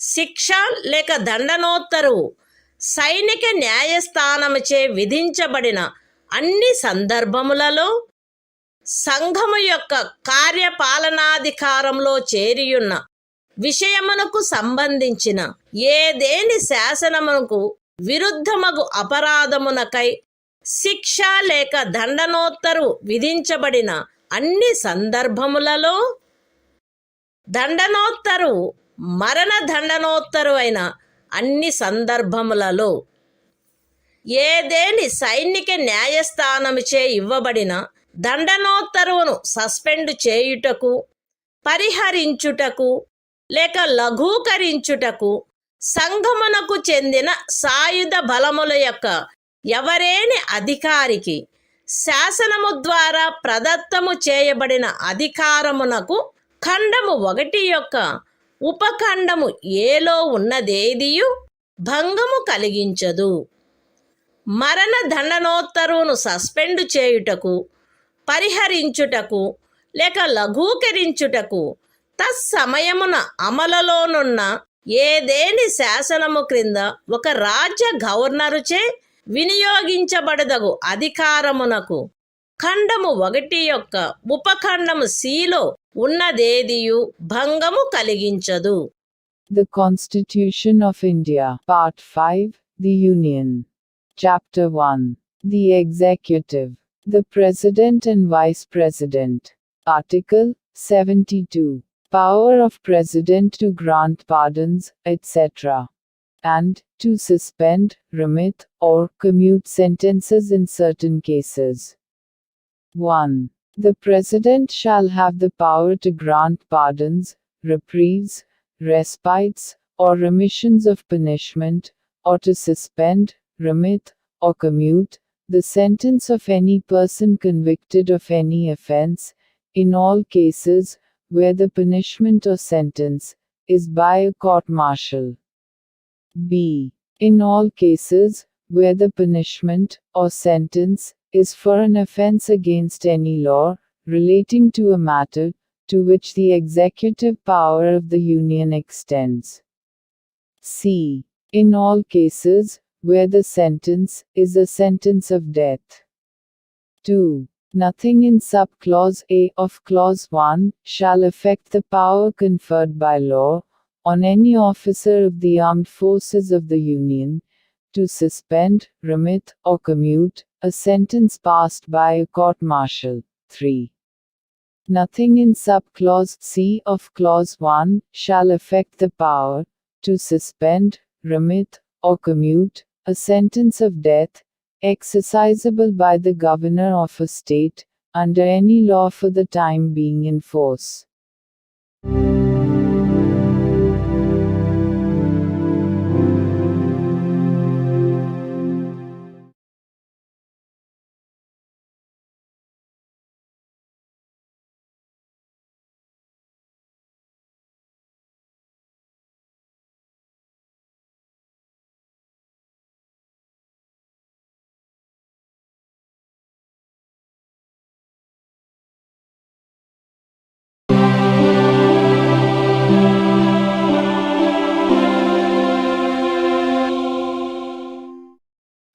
భారత సంవిధానము భాగము 5 సంఘము అధ్యాయము 1 కార్యపాలక వర్గము రాష్ట్రపతి మరియు ఉపరాష్ట్రపతి. ఆర్టికల్ 73 సంఘము యొక్క కార్యపాలకాధికార విస్తరణ. ఈ సంవిధాన నిబంధనలకు అధ్యయనమై సంఘము యొక్క కార్యపాలకాధికారములో ఈ క్రిందివి చేరియుండును. ఏ విషయములను గురించి శాసనములను చేయుటకు పార్లమెంటు అధికారము గలదో ఆ విషయములు మరియు ఏదేని సంధి లేక ఖరారును బట్టి భారత ప్రభుత్వముచే వినియోగించబడదగు హక్కుల యొక్క ప్రాధికారము యొక్క మరియు అధికారిత యొక్క వినియోగము. అయితే ఈ సంవిధానములో గాని పార్లమెంటు చేయబడిన ఏదేని శాసనములో గాని అభివ్యక్తము కాని నిబంధించబడినట్లు తప్ప ఏదేని రాజ్యములో ఏ విషయముల గురించి శాసనములను చేయుటకు ఆ రాజ్య శాసన మండలికి కూడా అధికారము కలదో ఆ విషయములు ఉపఖండము ఏలో నిర్దేశించబడిన కార్యపాలకాధికారములో చేరియుండవు. ఏ విషయముల గురించి ఒక రాజ్యము కొరకు శాసనములు చేయుటకు పార్లమెంటుకు అధికారము కలదో ఆ విషయములలో ఆ రాజ్యము మరియు ఆ రాజ్యపు ఎవరేని అధికారి లేక ప్రాధికారి ఈ సంవిధానము యొక్క ప్రారంభమునకు అవ్యవహిత పూర్వము చలాయించగలిగి ఉండినట్టి కార్యపాలకాధికారమును లేక కృత్యములను ఈ అనుచ్ఛేదములో ఏమి ఉన్నప్పటికీ పార్లమెంటు చే అన్యథా నిబంధించబడినంత వరకు ఆ రాజ్యము మరియు ఆ రాజ్యపు ఎవరేని అధికారి లేక ప్రాధికారి చలాయించుచుండుట కొనసాగించవచ్చును. The Constitution of India, Part 5, The Union. Chapter 1. The Executive. The President and Vice President. Article 73. Extent of executive power of the Union. 1. Subject to the provisions of this Constitution, the executive power of the Union shall extend to the matters with respect to which Parliament has power to make laws, and b. to the exercise of such rights, authority, and jurisdiction as are exercisable by the Government of India, by virtue of any treaty or agreement, provided that the executive power referred to in subclause A shall not, save as expressly provided in this Constitution, or in any law made by Parliament, extend, in any state to matters with respect to which the legislature of the state has also power to make laws. 2. Until otherwise provided by Parliament, a state in any officer or authority of a state may, notwithstanding anything in this article, continue to exercise in matters with respect to which Parliament has power to make laws for that state. Such executive power or functions, as the state or officer, or authority thereof, could exercise immediately before the commencement of this Constitution.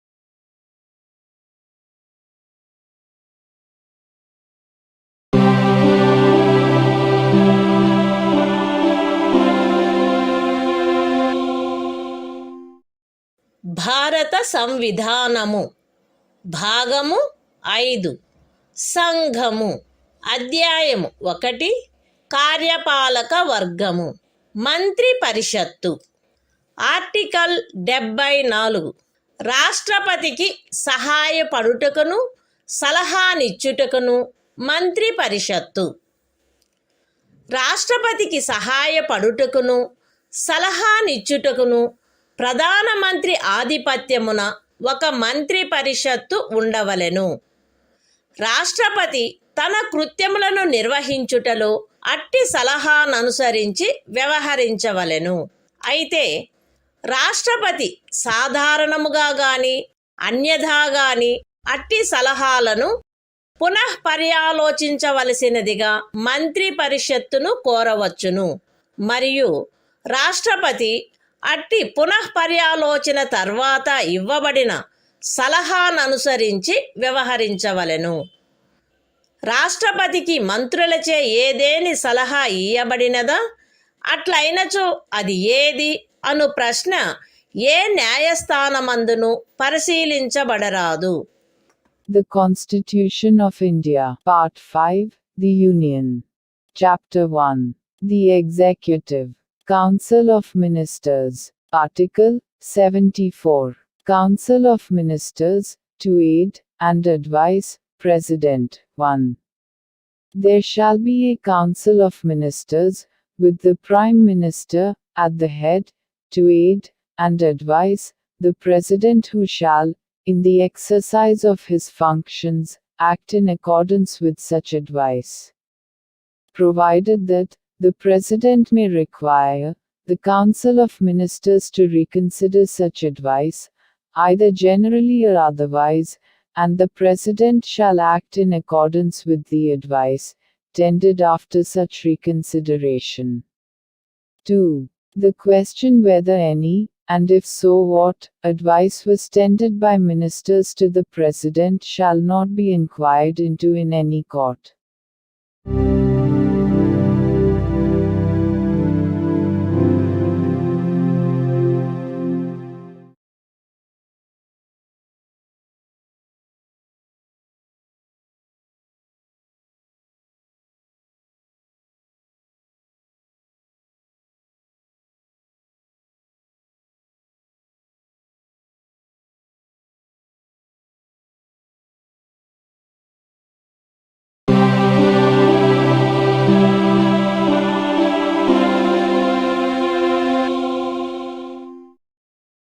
భారత సంవిధానము భాగము 5 సంఘము అధ్యాయము 1 కార్యపాలక వర్గము మంత్రి పరిషత్తు article 75 మంత్రులను గూర్చిన ఇతర నిబంధనలు ప్రధానమంత్రి రాష్ట్రపతిచే నియమించబడవలెను.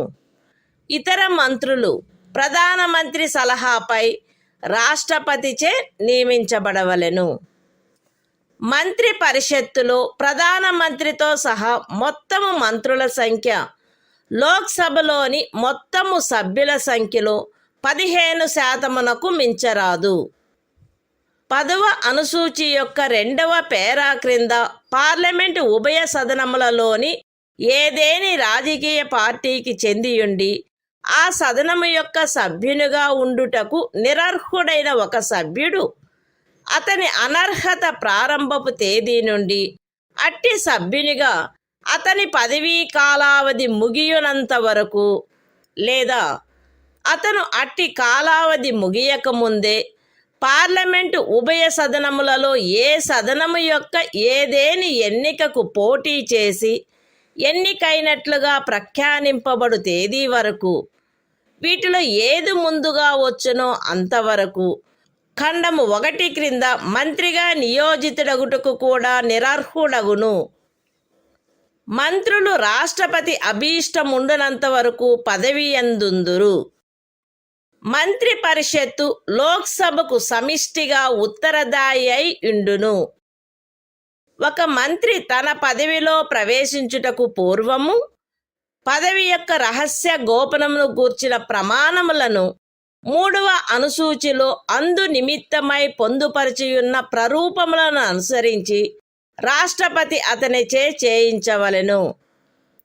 పార్లమెంటు యొక్క ఏ సదనములో గాని వరుసగా 6 మాసముల కాలావధి వరకు సభ్యుడిగా లేని మంత్రి ఆ కాలావధి ముగియగానే మంత్రి పదవిని కోల్పోవును. మంత్రుల జీతములు భత్యములు పార్లమెంటు ఆయా సమయములందు శాసనము ద్వారా నిర్ధారణ చేయునట్టువై ఉండును. పార్లమెంటు అట్లు నిర్ధారణ చేయ వరకు అవి 2వ అనుసూచిలో నిర్దిష్టపరచబడినట్లు ఉండును. The Constitution of India, Part 5, The Union. Chapter 1. The Executive. Council of Ministers. Article 75. Other provisions as to ministers. 1. The Prime Minister shall be appointed by the President, and the other ministers shall be appointed by the President, on the advice of the Prime Minister. 1a. The total number of ministers, including the Prime Minister, in the Council of Ministers, shall not exceed 15% of the total number of members of the House of the People. 1b. A member of either House of Parliament, belonging to any political party, who is disqualified for being a member of that House, under paragraph 2 of the 10th schedule, shall also be disqualified to be appointed as a minister under clause 1. For duration of the period commencing from the date of his disqualification, till the date on which the term of his office as such member would expire. Or, where he contests any election to either House of Parliament before the expiry of such period, till the date on which he is declared elected, whichever is earlier. 2. The ministers shall hold office, during the pleasure of the President. 3. The Council of Ministers shall be, collectively responsible, to the House of the People. 4. Before a minister enters upon his office, the President shall administer to him the oaths of office and of secrecy according to the forms set out for the purpose in the 3rd schedule. 5. A minister, who, for any period of 6 consecutive months, is not a member of either House of Parliament, shall at the expiration of that period, cease to be a minister. 6. The salaries and allowances of ministers shall be such as Parliament may from time to time by law determine, and, until Parliament so determines, shall be as specified in the 2nd schedule.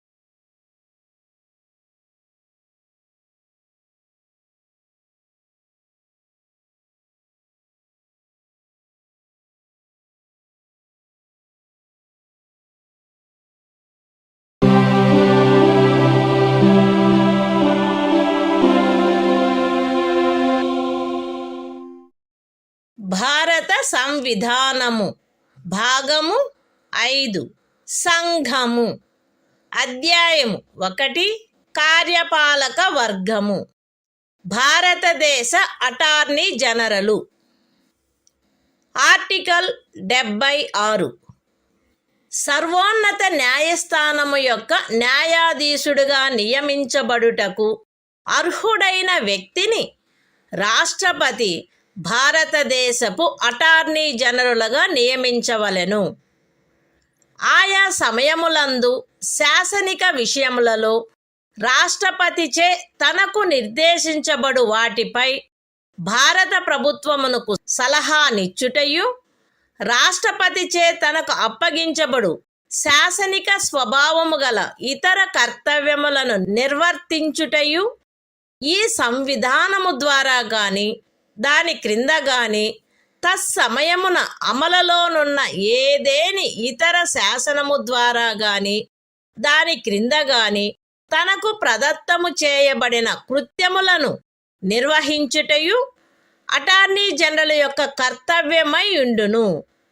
Attorney general తన కర్తవ్యములను నిర్వహించుటలో భారతదేశ రాజ్య క్షేత్రములోని న్యాయస్థానములన్నింటిలో వాదనాధికారమును కలిగియుండును. Attorney general రాష్ట్రపతి అనుగ్రహముండునంత వరకు పదవియందుండును మరియు రాష్ట్రపతి నిర్ధారణ చేయు ప్రతి మూల్యమును పొందవలెను. The Constitution of India, Part 5, The Union. Chapter 1. The Executive. Article 76. Attorney General for India. 1. The President shall appoint a person who is qualified to be appointed a judge of the Supreme Court to be Attorney General for India.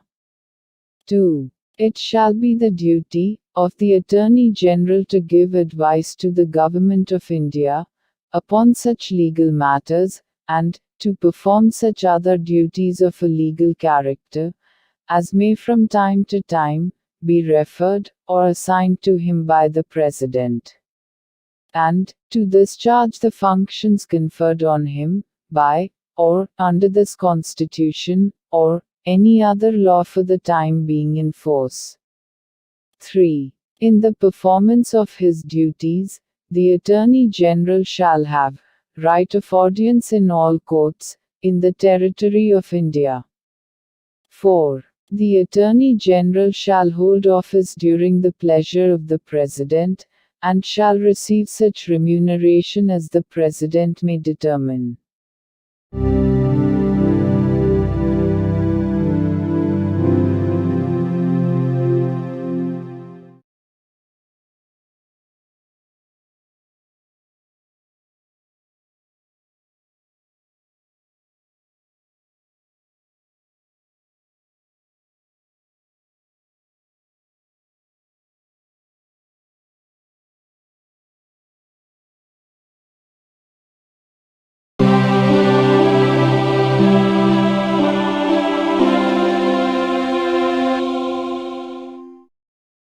భారత సంవిధానము భాగము 5 సంఘము అధ్యాయం 1 కార్యపాలక వర్గము ప్రభుత్వము యొక్క కార్యకలాప నిర్వహణ article 77 భారత ప్రభుత్వమునకు చెందిన కార్యపాలక చర్యాంతయు రాష్ట్రపతి పేర తీసుకొనబడినట్లు అభివ్యక్తపరచబడవలెను.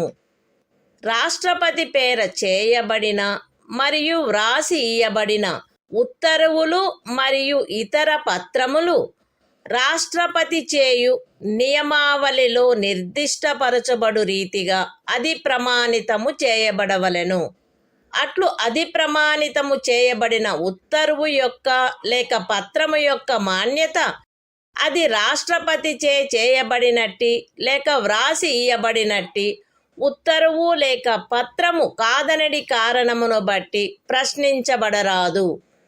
రాష్ట్రపతి భారత ప్రభుత్వమునకు చెందిన కార్యకలాపములను మిక్కిలి సుకరముగా జరుపుటకును ఆ కార్యకలాపములను మంత్రులకు కేటాయించుటకును నియమావళిని చేయవలెను.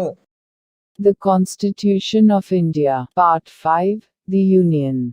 Chapter 1. The Executive. Conduct of Government Business. Article 77. Conduct of Business of the Government of India. 1. All executive action of the Government of India shall be expressed to be taken in the name of the President. 2. Orders and other instruments made and executed in the name of the President shall be authenticated in such manner as may be specified in rules to be made by the President. And the validity of an order or instrument which is so authenticated shall not be called in question on the ground that it is not an order or instrument made or executed by the President.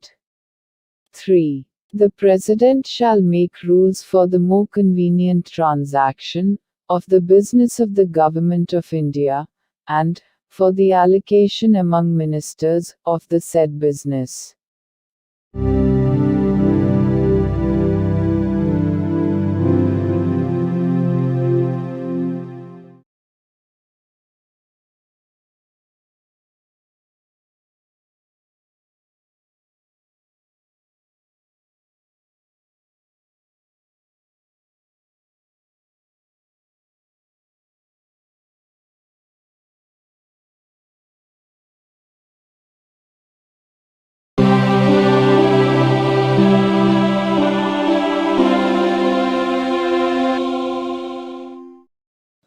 భారత సంవిధానము భాగము 5 సంఘము అధ్యాయం 1 కార్యపాలక వర్గము ప్రభుత్వము యొక్క కార్యకలాప నిర్వహణ article 78 రాష్ట్రపతికి సమాచారమును అందచేయుట మున్నగు విషయములను గురించి ప్రధానమంత్రి కర్తవ్యములు.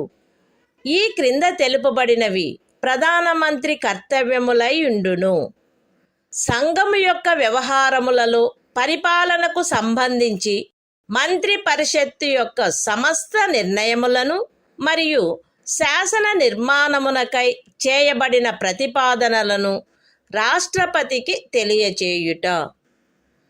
సంఘము యొక్క వ్యవహారముల పరిపాలనకును శాసన నిర్మాణమునకై చేయబడిన ప్రతిపాదనలకును సంబంధించిన విషయములలో రాష్ట్రపతి కోరు సమాచారమును అందజేయుట మరియు ఏ విషయమైనను ఒక మంత్రిచే నిర్ణయించబడి మంత్రి పరిషత్తుచే పర్యాలోచించబడి ఉండని ఎడల ఆ విషయమును మంత్రి పరిషత్తు యొక్క పర్యాలోచనకు సమర్పించవలసినదిగా రాష్ట్రపతి అపేక్షించినచో దానిని అట్లు సమర్పించుట. The Constitution of India, Part 5, The Union. Chapter 1. The Executive. Conduct of Government Business. Article 78. Duties of Prime Minister, as respects the furnishing of information to the President, etc.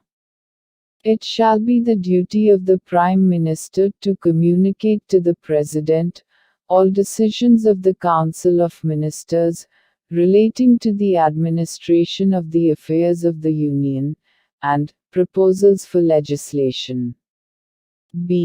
To furnish such information relating to the administration of the affairs of the Union, and proposals for legislation, as the President may call for. And C. If the President so requires, to submit for the consideration of the Council of Ministers any matter on which a decision has been taken by a minister, but which has not been considered by the Council.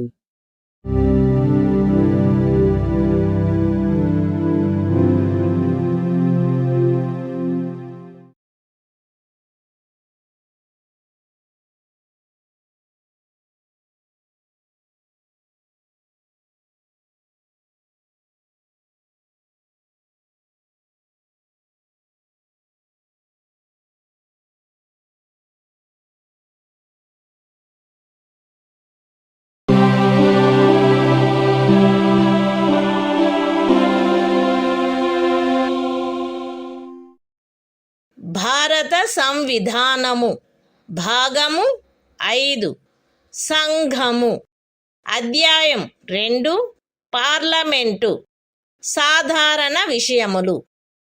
Article 79 parliament యొక్క సంఘటన. సంఘమునకు రాష్ట్రపతితోనూ క్రమముగా రాజ్యసభ మరియు లోక్సభ అని అనబడు 2 సదనములతో కూడిన ఒక parliament ఉండవలెను. The Constitution of India, Part 5, The Union. Chapter 2. Parliament. General. Article 79. Constitution of Parliament. There shall be a Parliament for the Union, which shall consist of the President, and 2 houses, to be known respectively as the Council of States, and the House of the People.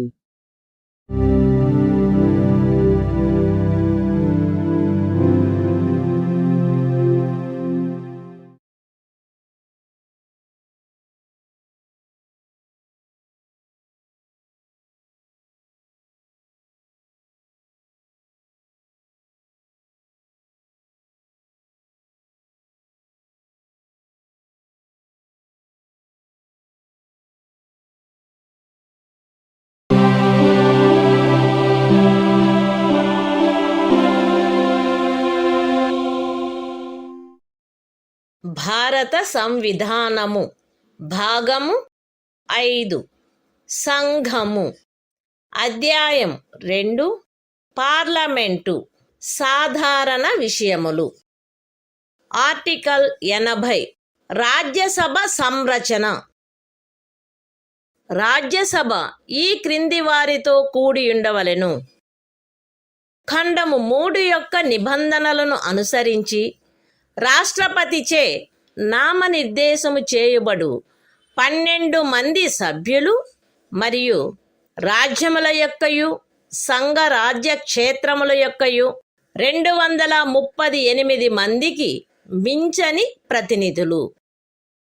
రాజ్యసభలో రాజ్యముల యొక్కయు సంఘ రాజ్య క్షేత్రముల యొక్కయు ప్రతినిధులచే పూరించబడవలసిన స్థానముల కేటాయింపు 4వ అనుసూచి యందు గల తద్విషయక నిబంధనలను అనుసరించి ఉండవలెను. ఖండము 1 యొక్క ఉపఖండము ఏ క్రింద రాష్ట్రపతిచే నామనిర్దేశము చేయబడు సభ్యులు ఈ క్రింది వాటిని పోలిన విషయములందు విశేష జ్ఞానమును కాని ఆచరణానుభవమును కాని కలిగిన వ్యక్తులై ఉండవలెను. అనగా సాహిత్యము, విజ్ఞాన శాస్త్రము, కళ మరియు సాంఘిక సేవ.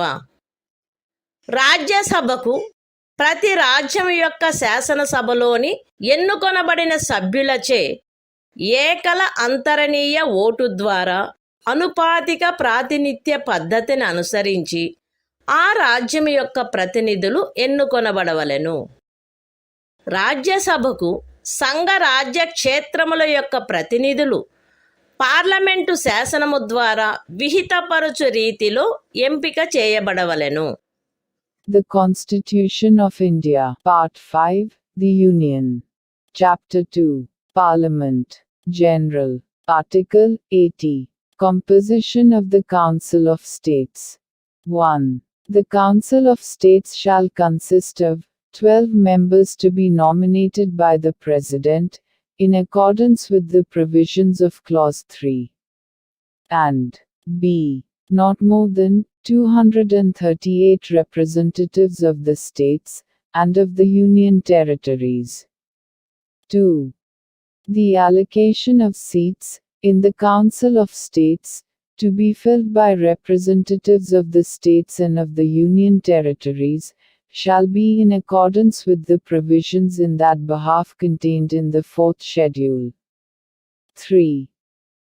The members to be nominated by the President under subclause A of Clause 1 shall consist of persons having special knowledge or practical experience in respect of such matters as the following, namely: literature, science, art and social service.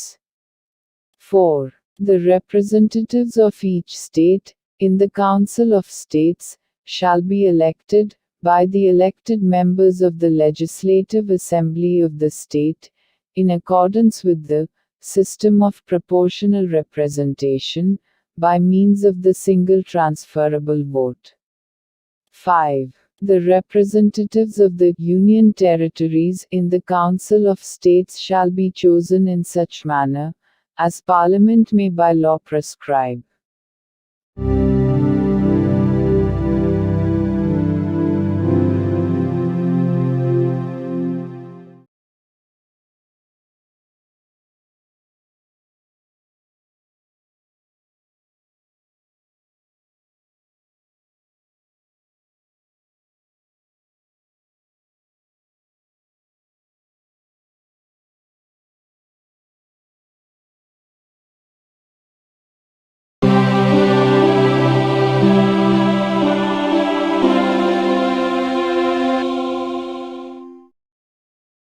భారత సంవిధానము భాగము 5 సంఘము అధ్యాయం 2 parliament సాధారణ విషయములు article 81 Lok Sabha సంరచన 1 331వ అనుచ్ఛేదము యొక్క నిబంధనలకు అధ్యయనమై లోక్సభ ఈ క్రింది వారితో కూడి ఉండవలెను. ఏ రాజ్యములలోని ప్రాదేశిక నియోజకవర్గముల ప్రత్యక్ష ఎన్నిక ద్వారా ఎంపిక చేయబడిన 530 మందికి మించని సభ్యులు. బి. పార్లమెంటు శాసనము ద్వారా నిబంధించిన రీతిగా ఎంపిక చేయబడి సంఘ రాజ్య క్షేత్రములకు ప్రాతినిధ్యం వహించు 20 మందికి మించని సభ్యులు. 2. ఖండము 1లోని ఉపఖండము ఏ నిమిత్తము ఏ ఒక రాజ్యపు స్థానముల సంఖ్యకును దాని జనసంఖ్యకును గల నిష్పత్తి ఆచరణీయమైనంత మేరకు అన్ని రాజ్యములకు ఒకే రీతిగా ఉండునట్లు లోక్సభలోని స్థానములు ప్రతి ఒక్క రాజ్యమునకు కేటాయించబడవలెను. మరియు బి. ప్రతి ప్రాదేశిక నియోజకవర్గపు జనసంఖ్యకును ఆ నియోజకవర్గమునకు కేటాయించబడిన స్థానముల సంఖ్యకును గల నిష్పత్తి ఆచరణీయమైనంత మేరకు రాజ్యము అంతటును ఒకే రీతిగా ఉండునట్లు ప్రతి రాజ్యము ప్రాదేశిక నియోజకవర్గములుగా విభజించబడవలెను. అయితే ఏదేని రాజ్యమునందలి జనసంఖ్య 60 లక్షలకు మించనంత వరకు ఆ రాజ్యమునకు లోక్సభ స్థానములను కేటాయించు నిమిత్తము ఈ ఖండము యొక్క ఉపఖండము ఏలోని నిబంధనలు వర్తించవు. 3. ఈ అనుచ్ఛేదములో జనసంఖ్య అను పదమునకు కడపటిదియు అందుకు సంబంధించిన అంకెలు ప్రచురణ చేయబడినట్టిదియు అగు జనగణనలో అభినిశ్చితమైన జనసంఖ్య అని అర్థము. అయితే ఈ ఖండములో కడపటిదియు అందుకు సంబంధించిన అంకెలు ప్రచురణ చేయబడినట్టిదియు అగు జనగణనకు గల నిర్దేశమును 2026వ సంవత్సరము పిమ్మట చేయబడు మొదటి జనగణనకు సంబంధించిన అంకెలు ప్రచురింపబడు వరకు 1. ఖండము 2 యొక్క ఉపఖండము ఏ మరియు ఆ ఖండమునకు గల వినాయింపు నిమిత్తము 1971వ సంవత్సరపు జనగణనకు నిర్దేశమైనట్లు మరియు 2. ఖండము 2 యొక్క ఉపఖండము బి నిమిత్తము 2001వ సంవత్సరపు జనగణనకు నిర్దేశమైనట్లు అన్వయించుకొనవలెను. The Constitution of India, Part 5, The Union. Chapter 2, Parliament, General. Article 81. Composition of the House of the People. 1. Subject to the provisions of Article 331, the House of the People shall consist of a. Not more than 530 members chosen by direct election, from territorial constituencies in the states. And b. Not more than 20 members to represent the Union territories, chosen in such manner, as Parliament may by law provide. 2. For the purposes of sub-clause A of Clause 1. There shall be allotted to each state, a number of seats in the House of the People, in such manner, that the ratio between that number, and, the population of the state is, so far as practicable, the same for all states. And, b. Each state, shall be divided into territorial constituencies, in such manner, that the ratio between the population of each constituency, and, the number of seats allotted to it is, so far as practicable, the same throughout the state. Provided that, the provisions of sub-clause A of this clause, shall not be applicable, for the purpose of allotment of seats, in the House of the People, to any state, so long as the population of that state does not exceed 6 millions. 3. In this article, the expression population means the population is ascertained at the last preceding census, of which the relevant figures have been published. Provided that the reference in this clause to the last preceding census of which the relevant figures have been published, shall, until the relevant figures for the first census taken after the year 2026 have been published, be construed, 1. For the purposes of sub-clause A of clause 2, and the proviso to that clause, as a reference to the 1971 census. And 2. For the purposes of sub-clause B of clause 2, as a reference to the 2001 census.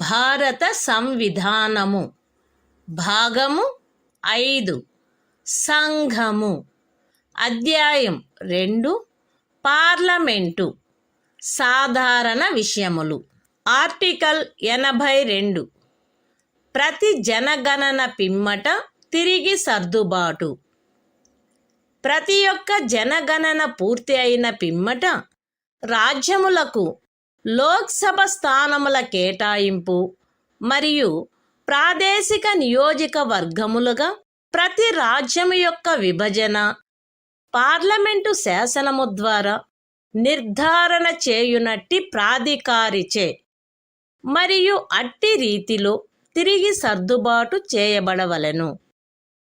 అయితే అట్లు తిరిగి చేయబడిన సర్దుబాటు అప్పుడు అస్తిత్వములోనున్న లోక్సభ విఘటితమగు వరకు ఆ సభలోని ప్రాతినిధ్యమునకు భంగము కలిగించరాదు.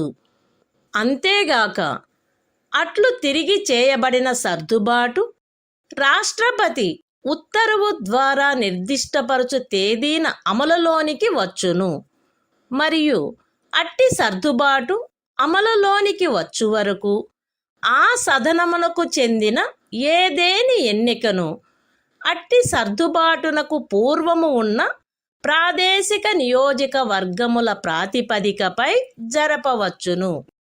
అంతేగాక ఇంకను 2026వ సంవత్సరము పిమ్మట చేయబడిన మొదటి జనగణనకు సంబంధించిన అంకెలు ప్రచురించబడు వరకు ఈ అనుచ్ఛేదము క్రింద 1.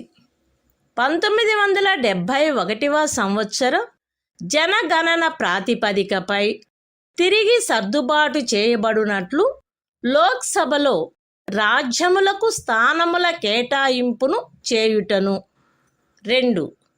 ప్రతి ఒక్క రాజ్యమును 2001వ సంవత్సర జనగణన ప్రాతిపదికపై తిరిగి సర్దుబాటు చేయబడు ప్రాదేశిక నియోజకవర్గములుగా విభజించుటను తిరిగి సర్దుబాటు చేయుట ఆవశ్యకము కాదు. The Constitution of India, Part 5, The Union. Chapter 2, Parliament, General. Article 82, Readjustment after each census. Upon the completion of each census, the allocation of seats in the House of the People to the states, and the division of each state into territorial constituencies, shall be readjusted by such authority, and in such manner as Parliament may by law determine, provided that such readjustment shall not affect representation in the House of the People until the dissolution of the then existing House.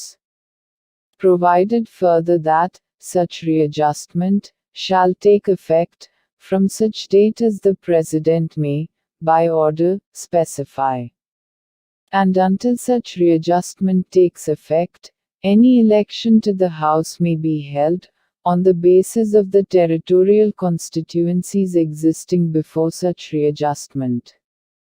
Provided also that, until the relevant figures, for the first census, taken after the year 2026, have been published, it shall not be necessary to readjust the allocation of seats in the House of the People to the states, as readjusted on the basis of the 1971 census. And 2. The division of each state into territorial constituencies, as may be readjusted, on the basis of the 2001 census, under this article.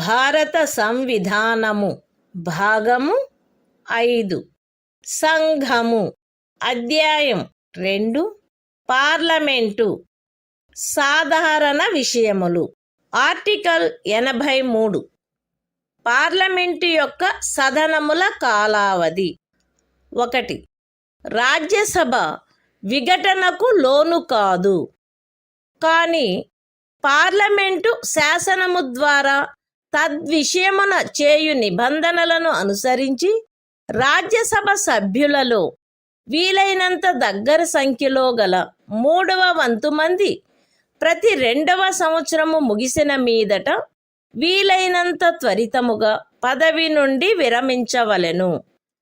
2. Lok Sabha దాని మొదటి సమావేశమునకై నియతమైన తేదీ నుండి 5 సంవత్సరముల పాటు ఆ లోపున విఘటన చేయబడిననే తప్ప కొనసాగవలెను, అంతకు మించి కొనసాగరాదు. సదరు 5 సంవత్సరముల కాలావధి యొక్క ముగింపు ఆ సదనము యొక్క విఘటనగా ప్రవర్తితము కావలెను. అయితే ఆ తైక్యతను గూర్చిన అధిప్రఖ్యానము అమలులోనున్నప్పుడు ఒక్కొక్కసారి ఒక్కొక్క సంవత్సరమునకు మించకుండునట్లును ఏ సందర్భములోనైనను సదరు అధిప్రఖ్యానము యొక్క అమలు ఆగిపోయిన తరువాత 6 మాసములకు మించకుండునట్లును సదరు కాలావధిని పార్లమెంటు శాసనము ద్వారా పొడిగించవచ్చును. The Constitution of India, Part 5, The Union. Chapter 2, Parliament, General. Article 83. Duration of Houses of Parliament. 1. The Council of States shall not be subject to dissolution, but, as nearly as possible, 1/3 of the members thereof shall retire, as soon as may be on the expiration of every second year, in accordance with the provisions made in that behalf by Parliament, by law. 2. The House of the People, unless sooner dissolved, shall continue for 5 years from the date appointed for its first meeting, and no longer and the expiration of the said period of 5 years, shall operate as a dissolution of the House, provided that the said period may, while a proclamation of emergency is in operation, be extended by Parliament by law, for a period not exceeding 1 year at a time, and not extending in any case beyond a period of 6 months, after the proclamation has ceased to operate.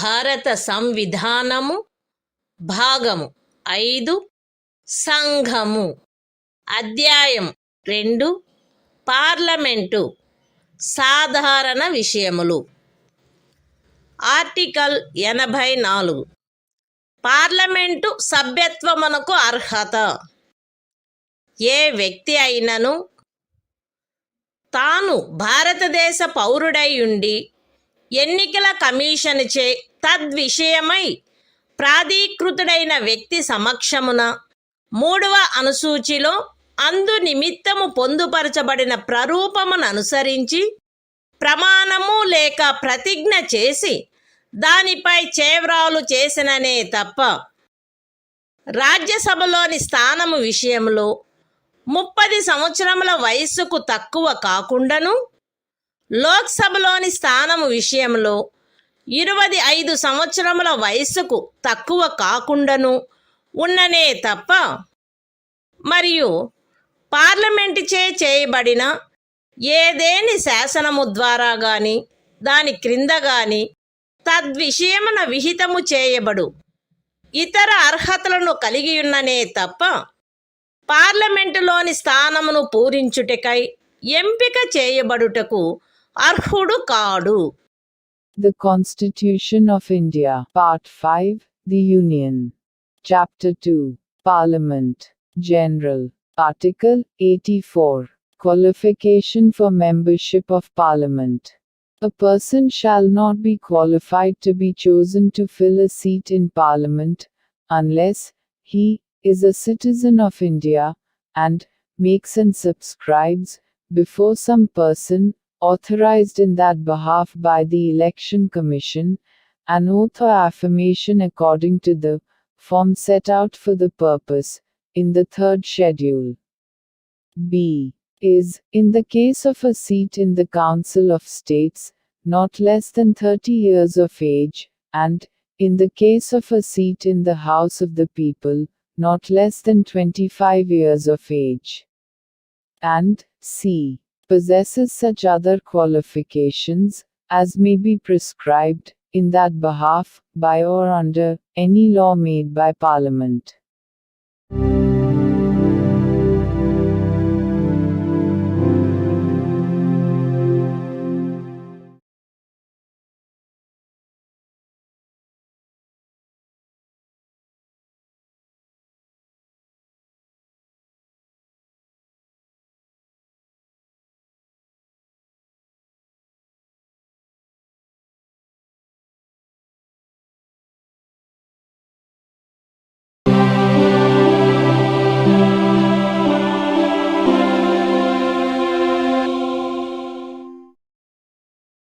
భారత సంవిధానము భాగము 5 సంఘము అధ్యాయము 2 parliament సాధారణ విషయములు article 85 parliament యొక్క అధివేశనములు అధివేశనావసానము మరియు విఘటన రాష్ట్రపతి ఆయా సమయములందు పార్లమెంటు యొక్క ప్రతి సదనమును ఆయన సబబని తలుచు సమయమునను స్థలమునను సమావేశమగుటకు ఆహ్వానించవలెను.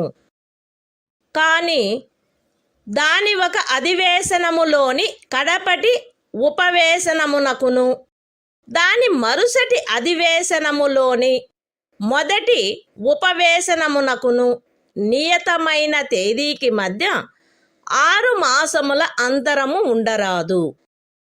రాష్ట్రపతి ఆయా సమయములందు ఆ సదనముల యొక్క లేక ఆ సదనములలో దేని యొక్క అయినను అధివేశనావసానము చేయవచ్చును.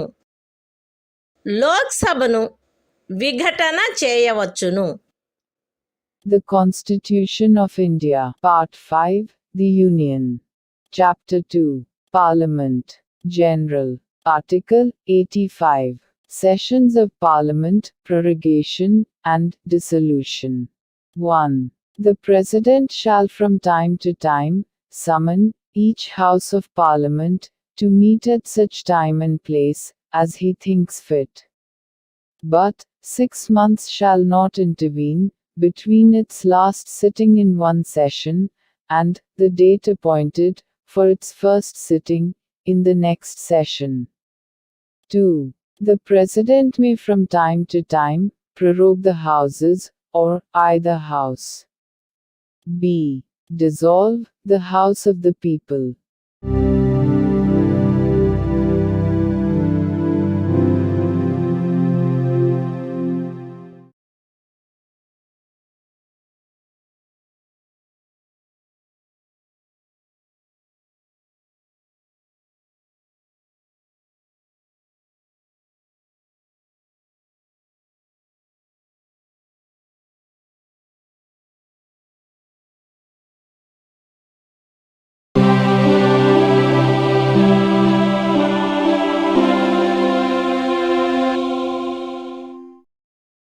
భారత సంవిధానము భాగము 5 సంఘము అధ్యాయం 2 పార్లమెంటు సాధారణ విషయములు ఆర్టికల్ 86 సదనములలో ప్రసంగించుటకు మరియు సందేశములను పంపుటకును రాష్ట్రపతికి గల హక్కు.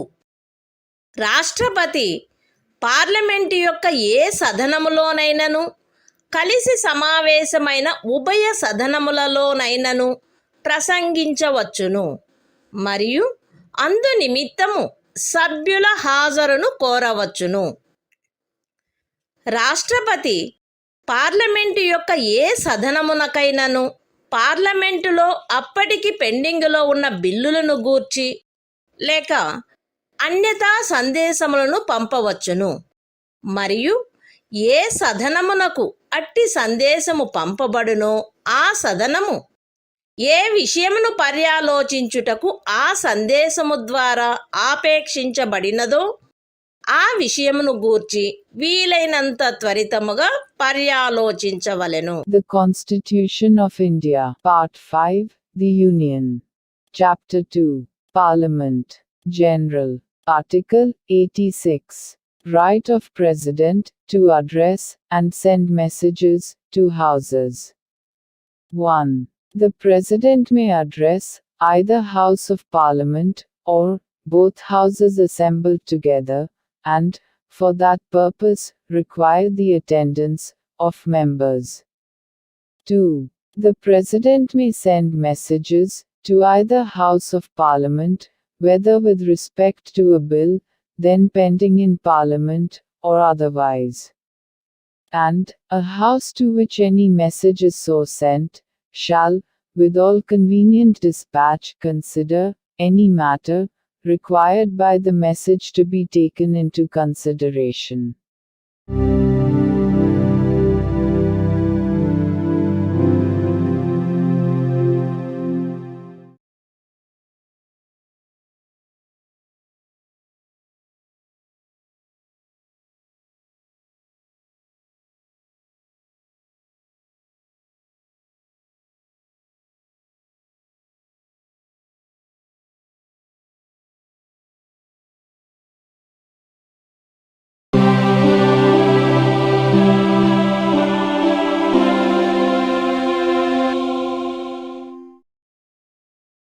భారత సంవిధానము భాగము 5 సంఘము అధ్యాయము 2 పార్లమెంటు సాధారణ విషయములు ఆర్టికల్ 87 రాష్ట్రపతి విశేష ప్రసంగము.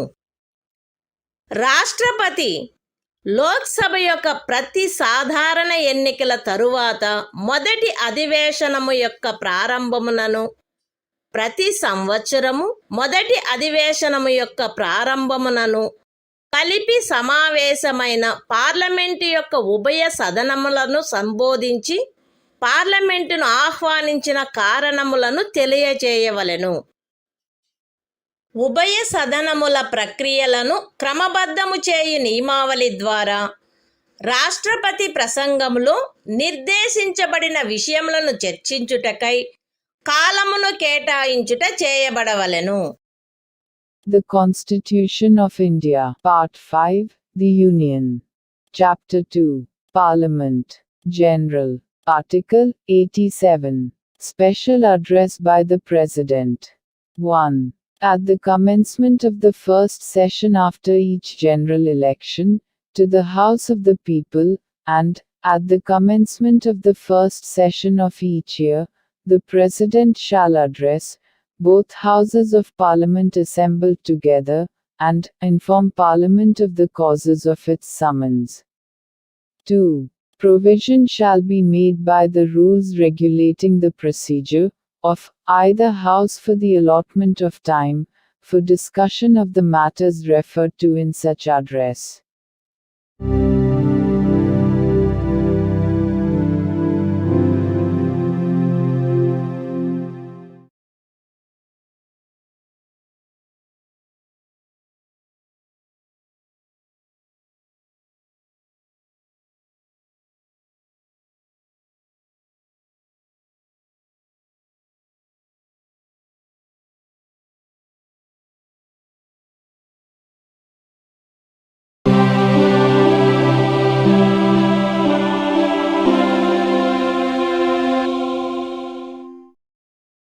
భారత సంవిధానము భాగము 5 సంఘము అధ్యాయము 2 పార్లమెంటు సాధారణ విషయములు ఆర్టికల్ 88 సదనములను గురించి మంత్రులకు అటార్నీ జనరలకు గల హక్కులు ప్రతి మంత్రి మరియు భారతదేశ అటార్నీ జనరలును ఉభయ సదనములలో దేనియందైనను ఆ సదనముల సంయుక్త ఉపవేశనములోనైనను ఆయన సభ్యుడిగా పేర్కొనబడిన పార్లమెంటు యొక్క ఏ కమిటీలోనైనను మాట్లాడుటకును అన్యథా వాటి కార్యకలాపములలో పాల్గొనుటకును హక్కు కలిగియుండును.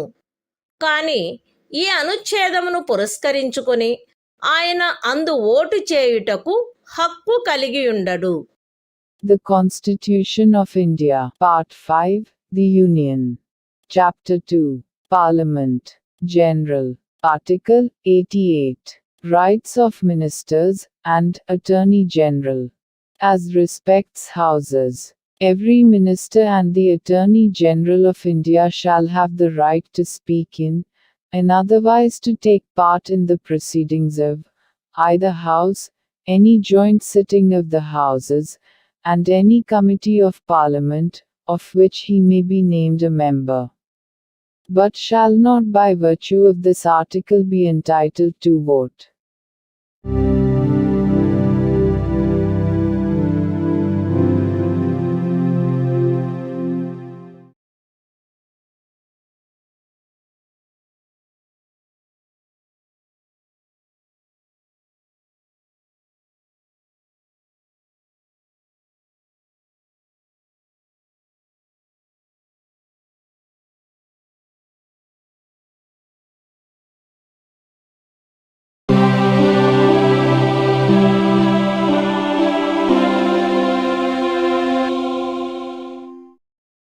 భారత సంవిధానము భాగము 5 సంఘము అధ్యాయము 2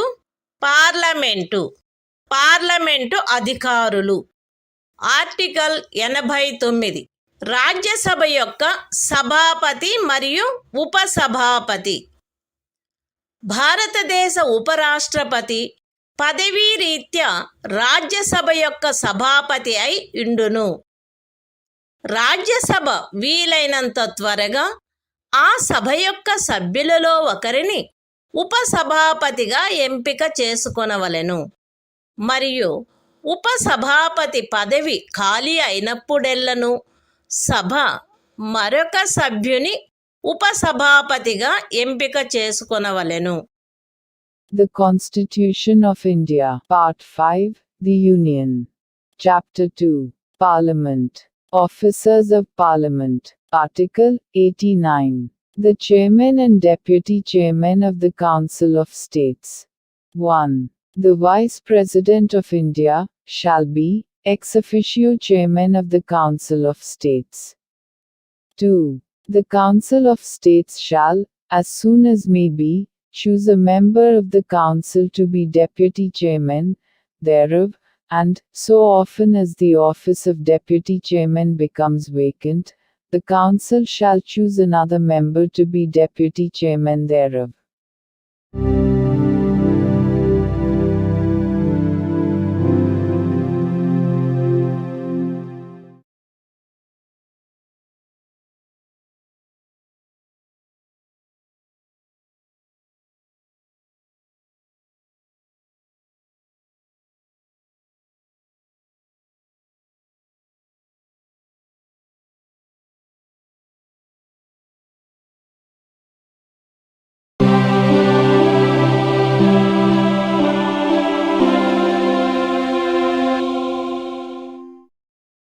భారత సంవిధానము భాగము 5 సంఘము అధ్యాయం 2 పార్లమెంటు అధికారులు ఆర్టికల్ 90 ఉపసభాపతి పదవిని ఖాళీ చేయుట, ఆ పదవికి రాజీనామా ఇచ్చుట మరియు ఆ పదవి నుండి తొలగించబడుట. రాజ్యసభ యొక్క ఉపసభాపతి పదవియందున్న సభ్యుడు ఏ సభలో సభ్యత్వమును కోల్పోయినచో తన పదవిని ఖాళీ చేయవలెను. బి తన చేవ్రాలుతో సభాపతికి లేఖ వ్రాయట ద్వారా ఎప్పుడైనను తన పదవికి రాజీనామా ఇవ్వవచ్చును. మరియు సి సభలో అప్పుడున్న సభ్యులందరిలో అధిక సంఖ్యాకులచే పాస్ చేయబడిన ఆ సభ యొక్క తీర్మానము ద్వారా పదవి నుండి తొలగించబడవచ్చును. అయితే ఖండము సి నిమిత్తమగు తీర్మానమేదియు దానిని ప్రస్తావించవలెనను ఉద్దేశము కలదని నోటీసు ఇచ్చి కనీసం 14 దినములు గడిచిననే తప్ప ప్రస్తావించబడరాదు. The Constitution of India, Part 5, The Union. Chapter 2, Parliament. Officers of Parliament. Article 90. Vacation and resignation of, and removal from, the office of Deputy Chairman. A member holding office, as Deputy Chairman of the Council of States, shall vacate his office if he ceases to be a member of the Council. B. May at any time, by writing under his hand addressed to the Chairman, resign his office. And C. May be removed from his office, by a resolution of the Council, passed by a majority of all the then members of the Council. Provided that, no resolution for the purpose of Clause C, shall be moved, unless at least 14 days' notice has been given of the intention to move the resolution.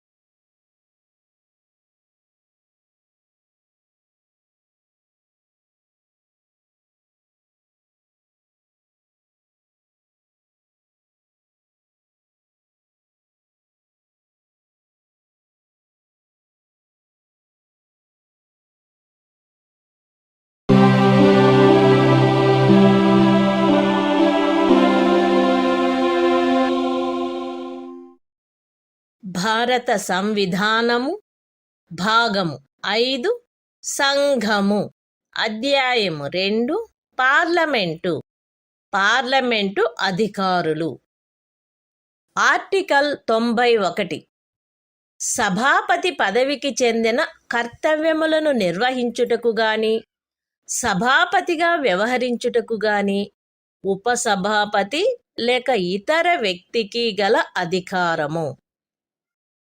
సభాపతి పదవి ఖాళీగా ఉన్నప్పుడు లేక ఉపరాష్ట్రపతి రాష్ట్రపతిగా వ్యవహరించుచున్నా లేక రాష్ట్రపతి కృత్యములను నిర్వహించుచున్న ఏదేని కాలావధిలో సభాపతి పదవికి చెందిన కర్తవ్యములు ఉపసభాపతిచే లేక ఉపసభాపతి పదవి కూడా ఖాళీగా ఉన్నచో రాష్ట్రపతి అందు నిమిత్తము నియమించిన రాజ్యసభ సభ్యునిచే నిర్వర్తించబడవలెను. రాజ్యసభ యొక్క ఏదేని ఉపవేశనమునందు సభాపతి హాజరులో లేనప్పుడు ఉపసభాపతి లేక ఉపసభాపతి కూడా హాజరులో లేనప్పుడు సభ యొక్క ప్రక్రియ నియమావళిచే నిర్ధారణ చేయబడు వ్యక్తి లేక అట్టి ఏ వ్యక్తియూ హాజరులో లేనప్పుడు సభచే నిర్ధారణ చేయబడు ఎవరేని ఇతర వ్యక్తి సభాపతిగా వ్యవహరించవలెను. The Constitution of India, Part 5, The Union. Chapter 2, Parliament. Officers of Parliament. Article 91. Power of the Deputy Chairman, or other person, to perform the duties of the office of, or to act as, Chairman. 1. While the office of Chairman is vacant, or during any period when the Vice President is acting as, or discharging the functions of, President, the duties of the office shall be performed by the Deputy Chairman.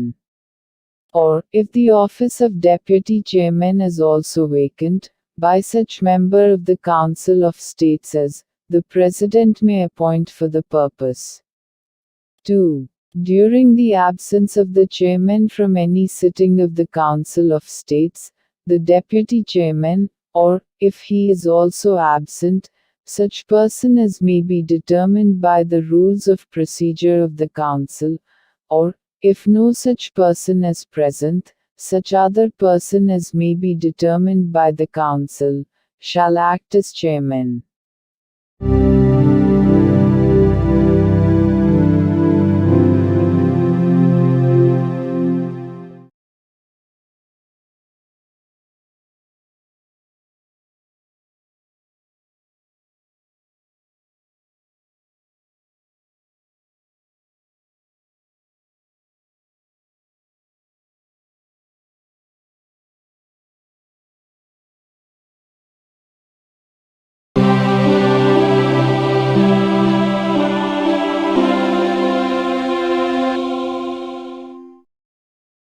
భారత సంవిధానము భాగము 5 సంఘము అధ్యాయము 2 parliament అధికారులు article 92 సభాపతి లేక ఉపసభాపతిని పదవి నుండి తొలగించుటకు తీర్మానము పర్యాలోచించబడుచున్నప్పుడు ఆయన అధ్యక్షత వహించకుండుట. ఉపరాష్ట్రపతిని పదవి నుండి తొలగించుటకు తీర్మానమేదైనను పర్యాలోచనలోనున్నప్పుడు సభాపతి లేక ఉపసభాపతిని పదవి నుండి తొలగించుటకు తీర్మానమేదైనను పర్యాలోచనలోనున్నప్పుడు ఉపసభాపతి రాజ్యసభ యొక్క ఏదేని ఉపవేశనమునందు ఆయన హాజరై ఉన్నప్పటికీ అధ్యక్షత వహించరాదు.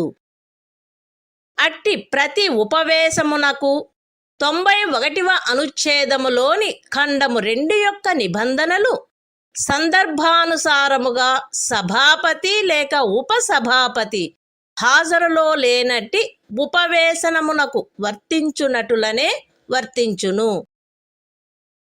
ఉపరాష్ట్రపతిని పదవి నుండి తొలగించుటకు తీర్మానమేదైనను రాజ్యసభలో పర్యాలోచనలోనున్నప్పుడు ఆ సభలో మాట్లాడుటకును అన్యథా దాని కార్యకలాపములలో పాల్గొనుటకును సభాపతి హక్కు కలిగియుండును. కాని 100వ అనుచ్ఛేదములో ఏమి ఉన్నప్పటికీ అట్టి తీర్మానముపై గాని ఆ కార్యకలాపములలో ఏదేని ఇతర విషయముపై గాని ఓటు చేయుటకు ఆయనకు బొత్తిగా హక్కు ఉండదు. The Constitution of India, Part 5, The Union. Chapter 2, Parliament. Officers of Parliament. Article 92. The Chairman or the Deputy Chairman, not to preside, while a resolution for his removal from office is under consideration. 1. At any sitting of the Council of States, while any resolution for the removal of the Vice President from his office is under consideration, the Chairman, or while any resolution for the removal of the Deputy Chairman from his office is under consideration, the Deputy Chairman shall not, though he is present, preside. And, the provisions of Clause 2 of Article 91 shall apply in relation to every such sitting, as they apply in relation to a sitting from which the Chairman, or, as the case may be, the Deputy Chairman, is absent. 2. The Chairman shall have the right to speak in, and, otherwise to take part in the proceedings of, the Council of States, while any resolution for the removal of the Vice President from his office is under consideration in the Council, but, notwithstanding anything in Article 100, shall not be entitled to vote at all on such resolution, or on any other matter during such proceedings.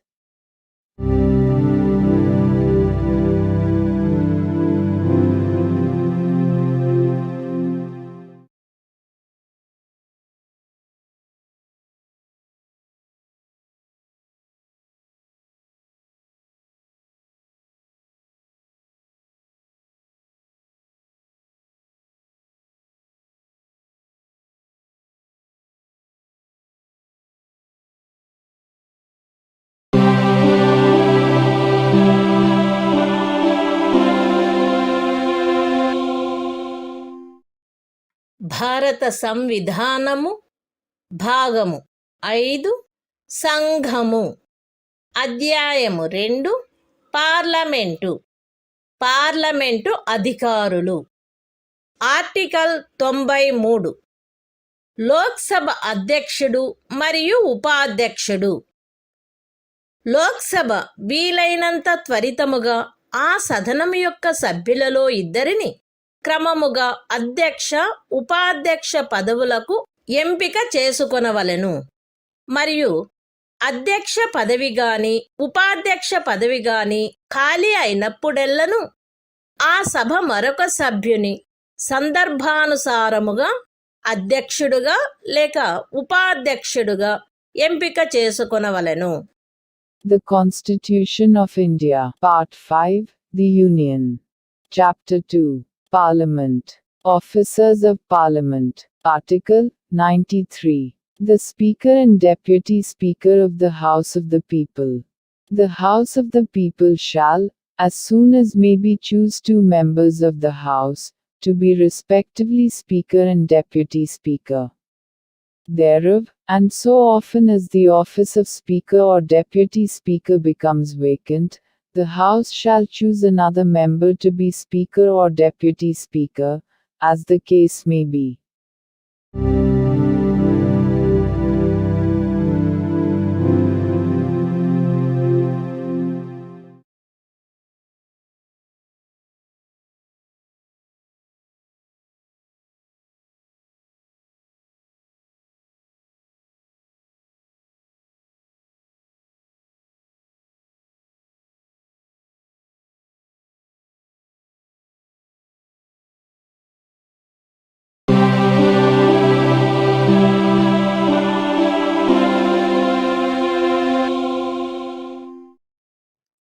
భారత సంవిధానము భాగము 5 సంఘము అధ్యాయము 2 parliament అధికారులు article 94 అధ్యక్ష లేక ఉపాధ్యక్ష పదవిని ఖాళీ చేయుట, ఆ పదవికి రాజీనామా ఇచ్చుట మరియు ఆ పదవి నుండి తొలగింపబడుట. లోక్సభ యొక్క అధ్యక్ష లేక ఉపాధ్యక్ష పదవి యందున్న సభ్యుడు లోక్సభలో సభ్యత్వమును కోల్పోయినచో తన పదవిని ఖాళీ చేయవలెను. అట్టి సభ్యుడు అధ్యక్షుడైనచో ఉపాధ్యక్షునికి, ఉపాధ్యక్షుడైనచో అధ్యక్షునికి తన చేవ్రాలుతో లేఖ వ్రాయుట ద్వారా ఎప్పుడైనను తన పదవికి రాజీనామా ఇవ్వవచ్చును. మరియు లోక్సభలో అప్పుడు సభ్యులుగానున్న వారందరిలో అధిక సంఖ్యాకులచే పాస్ చేయబడిన ఆ సభ యొక్క తీర్మానము ద్వారా పదవి నుండి తొలగించబడవచ్చును. అయితే ఖండము సి నిమిత్తము తీర్మానమేదియు దానిని ప్రస్తావించవలెనను ఉద్దేశము కలదని నోటీసు ఇచ్చి కనీసము 14 దినములు గడిచిననే తప్ప ప్రస్తావించబడరాదు. అంతేగాక లోక్సభ విఘటన జరిగినప్పుడెల్లను అట్టి విఘటన అనంతరము జరుగు లోక్సభ మొదటి సమావేశమునకు అవ్యవహిత పూర్వము వరకు అధ్యక్షుడు తన పదవిని ఖాళీ చేయరాదు. The Constitution of India, Part 5, The Union. Chapter 2, Parliament. Officers of Parliament. Article 94. Vacation and resignation of, and removal from, the offices of Speaker and Deputy Speaker. A member holding office as Speaker, or Deputy Speaker of the House of the People, shall vacate his office if he ceases to be a member of the House of the People. B. May at any time, by writing under his hand addressed, if such member is the Speaker, to the Deputy Speaker, and, if such member is the Deputy Speaker, to the Speaker, resign his office, and, C. May be removed from his office by a resolution of the House of the People, passed by a majority of all the then members of the House, provided that no resolution for the purpose of Clause C shall be moved, unless at least 14 days' notice has been given of the intention to move the resolution. Provided further that, whenever the House of the People is dissolved, the Speaker shall not vacate his office until immediately before the first meeting of the House of the People, after the dissolution.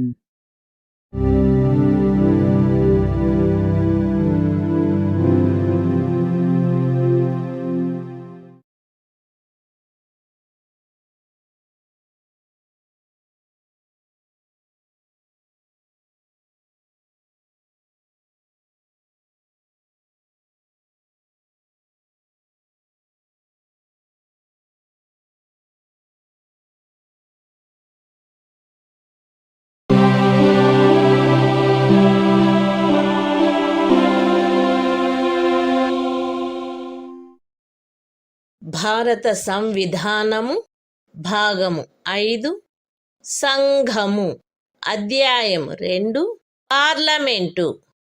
Parliament అధికారులు article 95 అధ్యక్ష పదవికి చెందిన కర్తవ్యములను నిర్వహించుటకు గాని అధ్యక్షుడుగా వ్యవహరించుటకు గాని ఉపాధ్యక్షునికి లేక ఇతర వ్యక్తికి గల అధికారము.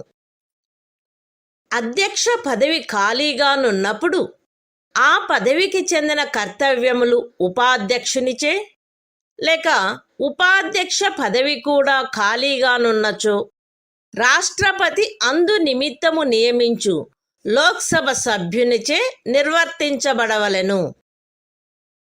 లోక్సభ యొక్క ఏదేని ఉపవేశమునందు అధ్యక్షుడు హాజరులో లేనప్పుడు ఉపాధ్యక్షుడు లేక ఉపాధ్యక్షుడు కూడా హాజరులో లేనప్పుడు లోక్సభ యొక్క ప్రక్రియా నియమావళిచే నిర్ధారణ చేయబడు వ్యక్తి లేక అట్టి ఏ వ్యక్తియు హాజరులో లేనప్పుడు లోక్సభచే నిర్ధారణ చేయబడు ఎవరేని ఇతర వ్యక్తి అధ్యక్షుడుగా వ్యవహరించవలెను. The Constitution of India, Part 5, The Union. Chapter 2, Parliament. Officers of Parliament. Article 95. Power of the Deputy Speaker, or other person, to perform the duties of the office of, or to act as, Speaker. 1. While the office of Speaker is vacant, the duties of the office shall be performed by the Deputy Speaker. Or, if the office of Deputy Speaker is also vacant, by such member of the House of the People as the President may appoint for the purpose. 2. During the absence of the Speaker from any sitting of the House of the People, the Deputy Speaker, or, if he is also absent, such person, as may be determined by the rules of procedure of the House, or, if no such person is present, such other person, as may be determined by the House, shall act as Speaker.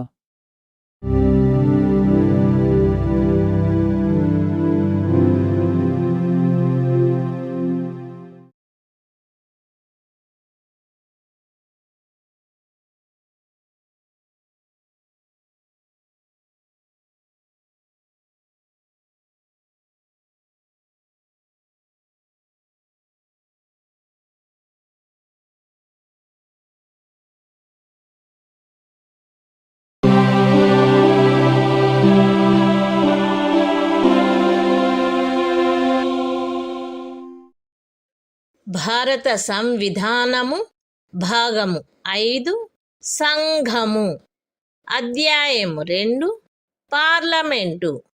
Parliament అధికారులు article 96 అధ్యక్షుని లేక ఉపాధ్యక్షుని పదవి నుండి తొలగించుటకు తీర్మానము పర్యాలోచించబడుచున్నప్పుడు ఆయన అధ్యక్షత వహించకుండుట. అధ్యక్షుని పదవి నుండి తొలగించుటకు తీర్మానమేదైనను పర్యాలోచనలోనున్నప్పుడు అధ్యక్షుడు, లేక ఉపాధ్యక్షుని పదవి నుండి తొలగించుటకు తీర్మానమేదైనను పర్యాలోచనలో ఉన్నప్పుడు ఉపాధ్యక్షుడు, లోక్సభ యొక్క ఏదేని ఉపవేశనమునందు ఆయన హాజరయ్యున్నప్పటికీ అధ్యక్షత వహించరాదు. అట్టి ప్రతి ఉపవేశనమునకు 95వ అనుచ్ఛేదములోని ఖండము 2 యొక్క నిబంధనలు సందర్భానుసారముగా అధ్యక్షుడు లేక ఉపాధ్యక్షుడు హాజరులో లేనట్టి ఉపవేశనమునకు వర్తించునటులనే వర్తించును. అధ్యక్షుని పదవి నుండి తొలగించుటకు తీర్మానమేదైనను లోక్సభలో పర్యాలోచనలోనున్నప్పుడు ఆ సభలో మాట్లాడుటకును అన్యథా దాని కార్యకలాపములో పాల్గొనుటకును అధ్యక్షుడు హక్కు కలిగియుండును. 100వ అనుచ్ఛేదములో ఏమి ఉన్నప్పటికీ అట్టి తీర్మానముపై గాని అట్టి ఆ కార్యకలాపములో ఏదేని ఇతర విషయంపై గాని మొదటిసారి మాత్రమే ఓటు చేయుటకు ఆయన హక్కు కలిగియుండును. కాని ఓట్లు సమానమై ఉండినెడల ఓటు చేయుటకు ఆయనకు హక్కు ఉండదు. The Constitution of India, Part 5, The Union. Chapter 2, Parliament. Officers of Parliament. Article 96. The Speaker or the Deputy Speaker, not to preside, while a resolution for his removal from office is under consideration. 1. At any sitting of the House of the People, while any resolution for the removal of the Speaker from his office is under consideration, the Speaker, or while any resolution for the removal of the Deputy Speaker from his office is under consideration, the Deputy Speaker shall not, though he is present, preside. And the provisions of Clause 2 of Article 95 shall apply in relation to every such sitting, as they apply in relation to a sitting from which the Speaker, or, as the case may be, the Deputy Speaker, is absent. 2. The Speaker shall have the right to speak in, and otherwise to take part in, the proceedings of the House of the People, while any resolution for his removal from office is under consideration in the House, and shall, notwithstanding anything in Article 100, be entitled to vote, only in the first instance, on such resolution or on any other matter during such proceedings, but not, in the case of an equality of votes.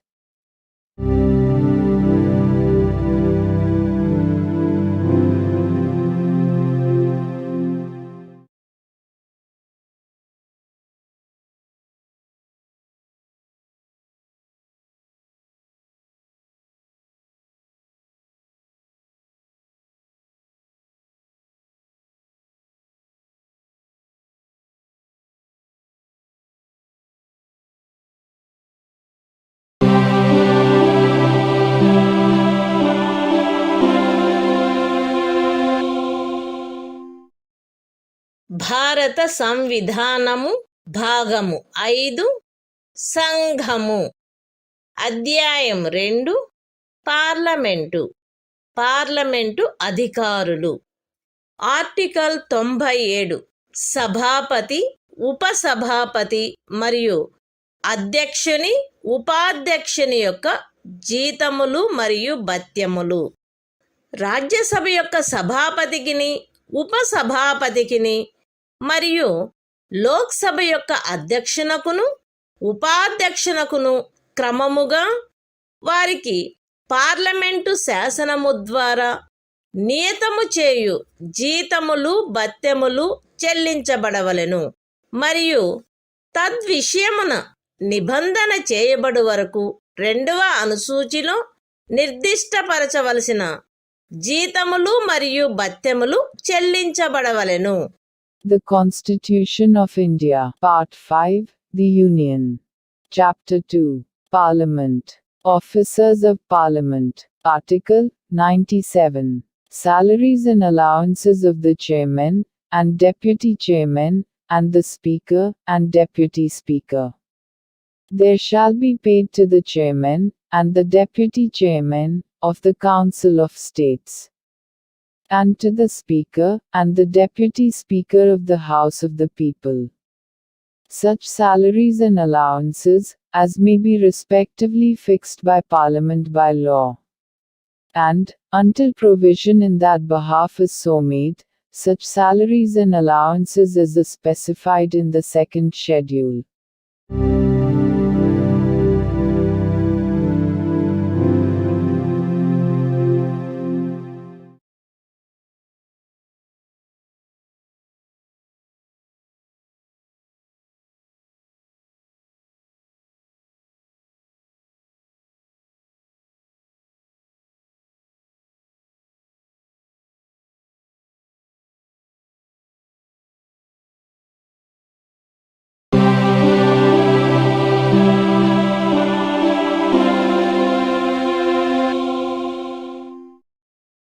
భారత సంవిధానము భాగము 5 సంఘము. అధ్యాయము 2 parliament. Parliament అధికారులు.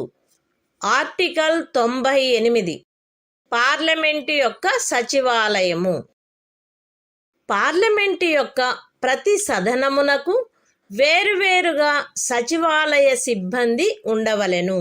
అయితే ఈ ఖండములోనున్నదేదియు parliament యొక్క ఉభయ సదనములకు చెందు ఉమ్మడి పదవులు సృష్టించుటను నివారించునదిగా అన్వయించబడరాదు. పార్లమెంటు యొక్క ఉభయ సదనముల సచివాలయ సిబ్బంది యొక్క భర్తీని మరియు ఆ సిబ్బందిలో నియమించబడిన వ్యక్తుల సేవా షరతులను పార్లమెంటు శాసనము ద్వారా క్రమబద్ధము చేయవచ్చును. ఖండము 2 క్రింద పార్లమెంటుచే నిబంధన చేయబడు వరకు రాష్ట్రపతి సందర్భానుసారముగా లోక్సభ యొక్క అధ్యక్షునితో లేక రాజ్యసభ యొక్క సభాపతితో సంప్రదించి లోక్సభకు లేక రాజ్యసభకు చెందిన సచివాలయ సిబ్బంది యొక్క భర్తీని మరియు ఆ సిబ్బందిలో నియమించబడిన వ్యక్తుల సేవా షరతులను క్రమబద్ధము చేయు నియమావళిని చేయవచ్చును. మరియు అట్లు చేయబడిన నియమావళి సదరు ఖండము క్రింద చేయబడు ఏదేని శాసనము యొక్క నిబంధనలకు అత్యధీనమై ప్రభావము కలిగి ఉండవలెను. The Constitution of India, Part 5, The Union. Chapter 2, Parliament. Officers of Parliament. Article 98. Secretariat of Parliament. 1. Each House of Parliament shall have a separate secretarial staff, provided that nothing in this clause shall be construed as preventing the creation of posts common to both Houses of Parliament. 2. Parliament may by law regulate the recruitment and the conditions of service of persons appointed to the secretarial staff of either House of Parliament. 3. Until provision is made by Parliament under Clause 2. The President may, after consultation with the Speaker of the House of the People, or the Chairman of the Council of States, as the case may be, make rules regulating the recruitment and the conditions of service of persons appointed to the secretarial staff of the House of the People or the Council of States. And any rules so made shall have effect, subject to the provisions of any law made under the said clause.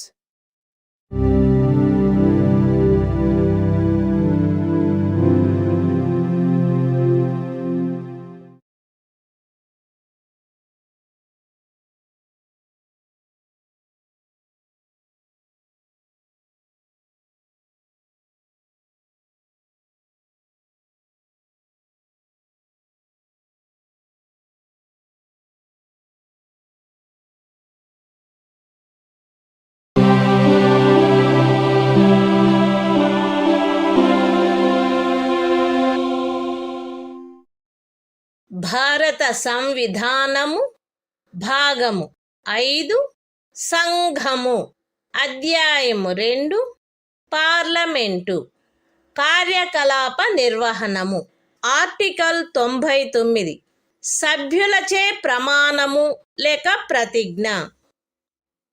Parliament ఉభయ సదనములలోని ప్రతి సభ్యుడు తన స్థానమును స్వీకరించుటకు పూర్వము రాష్ట్రపతి సమక్షమున గాని తద్విషయమున ఆయనచే నియమించబడిన వ్యక్తి సమక్షమున గాని 3వ అనుసూచిలో అందు నిమిత్తము పొందుపరచబడిన ప్రరూపమును అనుసరించి ప్రమాణము లేక ప్రతిజ్ఞ చేసి దానిపై చేవ్రాలు చేయవలెను. The Constitution of India, Part 5, The Union. Chapter 2, Parliament. Conduct of Business. Article 99. Oath or affirmation by members. Every member of either House of Parliament shall, before taking his seat, make and subscribe before the President, or some person appointed in that behalf by him, an oath or affirmation according to the form set out for the purpose in the 3rd schedule.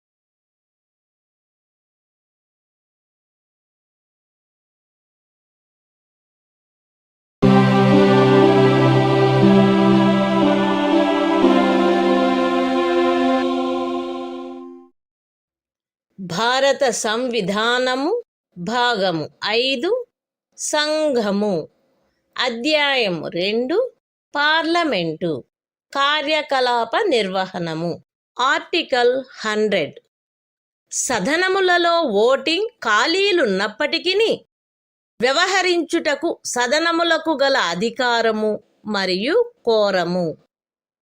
ఈ సంవిధానములో అన్యదా నిబంధించబడినట్లు తప్ప ఉభయ సదనములలో దేని ఉపవేశనములో గాని సదనముల సంయుక్త ఉపవేశనములో గాని అన్ని ప్రశ్నలు అధ్యక్షుడు లేక సభాపతి మినహా లేక సభాపతిగా గాని అధ్యక్షుడుగా గాని వ్యవహరించుచున్న వ్యక్తి మినహా హాజరయ్యుండి ఓటు చేయు సభ్యులలో అధిక సంఖ్యాకుల ఓట్లచే నిర్ధారణ చేయబడవలెను.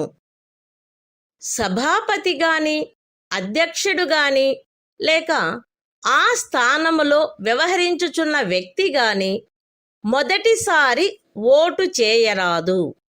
కాని ఓట్లు సమానమై యుండెనెడల ఆయన నిర్ణాయక ఓటును కలిగియుండవలెను మరియు అట్టి ఓటును వేయవలెను. పార్లమెంటు యొక్క ఏ సదనమునందైనను సభ్యత్వ స్థానములలో ఖాళీ ఏదైనా ఉన్నప్పటికీ ఆ సదనము వ్యవహరించు అధికారమును కలిగియుండును మరియు పార్లమెంటు యొక్క ఏవేని కార్యకలాపములలో ఉపవిష్ణుడగుటకు లేక ఓటు చేయుటకు లేక అన్యదా పాల్గొనుటకు హక్కు కలిగియుండని ఎవరేని వ్యక్తి ఆ కార్యకలాపములలో ఉపవిష్ణుడయ్యనని గాని ఓటు వేసెనని గాని అన్యదా పాల్గొనెనని గాని ఆ తరువాత కనుగొనబడినప్పటికిని ఆ కార్యక్రమములు మాన్యత కలిగినవై ఉండును. పార్లమెంటు శాసనము ద్వారా అన్యదా నిబంధించునంత వరకు పార్లమెంటు ఉభయ సదనములలో దేని సమావేశమునకైనను కావలసిన కోరము ఆ సదనము యొక్క మొత్తము సభ్యుల సంఖ్యలో 10వ భాగమై ఉండవలెను. ఒక సదనము యొక్క సమావేశమునందెప్పుడైనను కోరము లేనిచో కోరము సమకూరు వరకు ఆ సమావేశమును స్థగితమునర్చుట లేక సమావేశమును సస్పెండ్ చేయుట సభాపతి అధ్యక్షుని లేక అట్లు ఆ స్థానమున వ్యవహరించు వ్యక్తి యొక్క కర్తవ్యమై ఉండవలెను. The Constitution of India, Part 5, The Union. Chapter 2, Parliament. Conduct of Business. Article 100. Voting, in Houses, power of Houses to act, notwithstanding vacancies and quorum. 1. Save as otherwise provided in this Constitution, all questions at any sitting of either House, or joint sitting of the Houses, shall be determined by a majority of votes, of the members present and voting, other than the Speaker or person acting as Chairman or Speaker. The Chairman or Speaker, or person acting as such, shall not vote in the first instance, but shall have an exercise a casting vote, in the case of an equality of votes. 2. Either House of Parliament shall have power to act, notwithstanding any vacancy in the membership thereof, and any proceedings in Parliament shall be valid, notwithstanding that it is discovered subsequently, that some person who was not entitled so to do, sat or voted, or otherwise took part in the proceedings. 3. Until Parliament by law otherwise provides, the quorum to constitute a meeting, of either House of Parliament shall be 1/10 of the total number of members of the House. 4. If at any time during a meeting of a House there is no quorum, it shall be the duty of the Chairman or Speaker, or person acting as such, either to adjourn the House or to suspend the meeting until there is a quorum.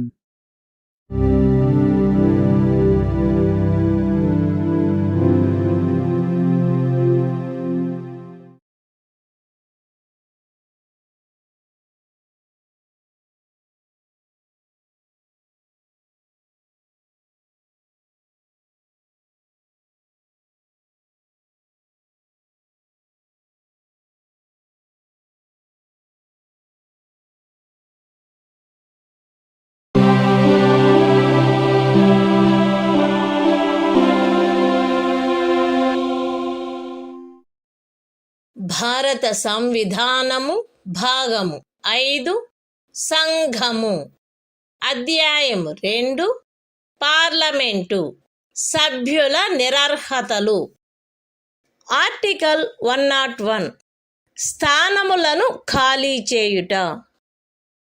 ఒకే వ్యక్తి parliament యొక్క ఉభయ సదనములలోనూ సభ్యుడై ఉండరాదు.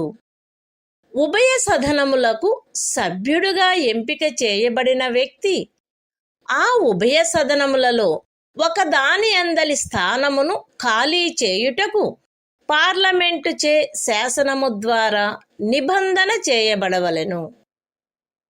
ఒకే వ్యక్తి పార్లమెంటులోనూ ఏదేని రాజ్య శాసన మండలి యొక్క ఒక సదనములోనూ సభ్యుడై ఉండరాదు. మరియు ఏ వ్యక్తి అయినను పార్లమెంటుకును రాజ్య శాసన మండలి యొక్క ఒక సదనమునకును సభ్యుడిగా ఎంపిక చేయబడినచో ఆ రాజ్య శాసన మండలిలోని తన స్థానమునకు అంతకు ముందు రాజీనామా ఇచ్చి ఉండిననే తప్ప పార్లమెంటులో ఆ వ్యక్తి యొక్క స్థానము రాష్ట్రపతిచే చేయబడిన నియమావళి యందు నిర్దిష్టపరచబడు కాలావధి ముగియగనే ఖాళీ అగును.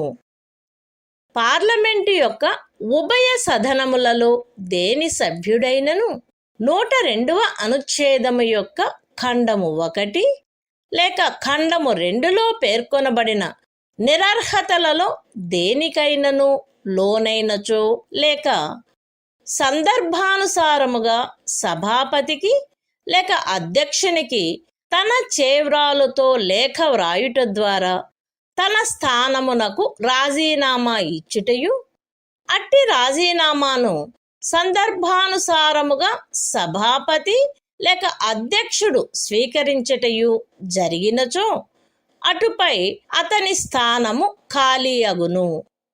అయితే ఉపఖండము బిలో నిర్దేశించబడిన ఏదేని రాజీనామా విషయంలో సందర్భానుసారముగా సభాపతి లేక అధ్యక్షుడు తనకు అందిన సమాచారమును బట్టి గాని అన్యదా కాని మరియు తాను సబబని తలచు పరిశీలన జరిపిన పిమ్మట ఆ రాజీనామా స్వచ్ఛందముగా చేసినది కాదని లేక నిజమైనది కాదని అభిప్రాయపడినచో ఆయన ఆ రాజీనామాను స్వీకరించరాదు. పార్లమెంటు యొక్క ఉభయ సదనములలో దేని సభ్యుడైనను ఆ సదనము యొక్క అనుజ్ఞ లేకుండా దాని సమావేశములన్నిటికీ 60 దినముల కాలావధి వరకు హాజరు కానిచో ఆయన స్థానము ఖాళీ అయినట్లు ఆ సదనము ప్రఖ్యానించవచ్చును. అయితే సదరు 60 దినముల కాలావధిని పరిగణ చేయుటలో ఆ సదనము అధివేశనావసానము చేయబడియున్నా లేక వరుసగా 4 దినములకు మించి స్థగితమునర్చబడియున్న ఏదేని కాలావధిని లెక్కింపరాదు. The Constitution of India, Part 5, The Union. Chapter 2, Parliament. Disqualifications of members. Article 101. Vacation of seats. 1. No person shall be a member of both houses of Parliament. And provision shall be made by Parliament, by law, for the vacation by a person who is chosen a member of both houses of his seat, in one house or the other. 2. No person shall be a member both of Parliament and of a house of the legislature of a state. And, if a person is chosen a member both of Parliament and of a house of the legislature of a state, then, at the expiration of such period as may be specified in rules made by the President, that person's seat in Parliament shall become vacant, unless he has previously resigned his seat in the legislature of the state. 3. If a member of either House of Parliament becomes subject to any of the disqualifications mentioned in Clause 1 or Clause 2 of Article 102, or resigns his seat, by writing under his hand addressed to the chairman or the speaker, as the case may be, and his resignation is accepted by the chairman or the speaker, as the case may be, his seat shall thereupon become vacant. Provided that, in the case of any resignation referred to in sub-clause B, if, from information received or otherwise, and, after making such inquiry, as he thinks fit, the chairman or the speaker, as the case may be, is satisfied that such resignation is not voluntary or genuine, he shall not accept such resignation. 4. If for a period of 60 days, a member, of either House of Parliament, is, without permission of the House, absent from all meetings thereof, the House may declare his seat vacant. Provided that, in computing the said period of 60 days, no account shall be taken of any period during which the House is prorogued or is adjourned for more than 4 consecutive days.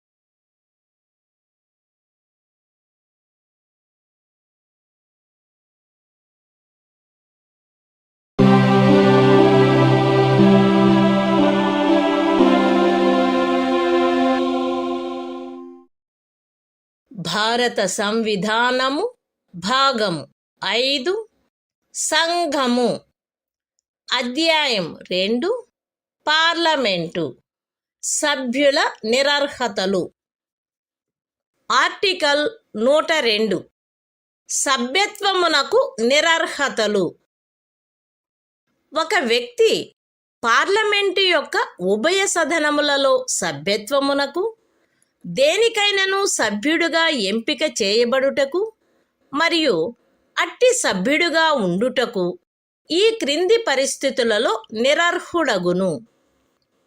భారత ప్రభుత్వం క్రింద గాని ఏదేని రాజ్య ప్రభుత్వం క్రింద గాని లాభాయుతమైన ఏ పదవి యందున్న వ్యక్తికి నిరర్హత కలుగదని పార్లమెంటుచే శాసనము ద్వారా ప్రఖ్యానించబడినచో ఆ పదవి మినహా అన్యమైన ఏదేని లాభాయుత పదవి యందు అతడున్నచో అతడు అస్వస్థ చిత్తుడయ్యుండి అట్లని సమర్థ న్యాయస్థానముచే ప్రఖ్యానించబడినచో అతడు విముక్తి కాని దివాలాదారైనచో అతడు భారతదేశ పౌరుడు కానిచో లేక విదేశీ రాజ్యము యొక్క పౌరసత్వమును తనంత తాను ఆర్జించి ఉన్నచో లేక ఏదేని విదేశీ రాజ్యము పట్ల నిష్టను లేక అనుశక్తిని కలిగియుండుటకు ఒప్పుకొని ఉన్నచో పార్లమెంటుచే చేయబడిన ఏదేని శాసనము ద్వారా గాని దాని క్రింద గాని అతడు అట్లు నిరర్హుడుగా చేయబడినచో. విశదీకరణ: ఈ ఖండము నిమిత్తము ఒక వ్యక్తి సంఘము యొక్క లేక ఏదేని రాజ్యము యొక్క మంత్రిగానున్న కారణమును బట్టియే భారత ప్రభుత్వము క్రింద లేక ఏదేని అట్టి రాజ్య ప్రభుత్వము క్రింద లాభాయుత పదవి యందున్నట్లు భావింపబడరాదు. 10వ అనుసూచి క్రింద ఒక వ్యక్తి అట్లు నిరర్హుడైనచో అతడు పార్లమెంటు యొక్క ఉభయ సభలలో దేనిలోనైనను సభ్యునిగా ఉండుటకు నిరర్హుడగును. The Constitution of India, Part 5, The Union. Chapter 2, Parliament. Disqualifications of members. Article 102. Disqualifications for membership. 1. A person shall be disqualified for being chosen as, and for being, a member of either House of Parliament, a. If he holds any office of profit under the Government of India, or the Government of any state, other than an office declared by Parliament by law, not to disqualify its holder. b. If he is of unsound mind, and stands so declared by a competent court.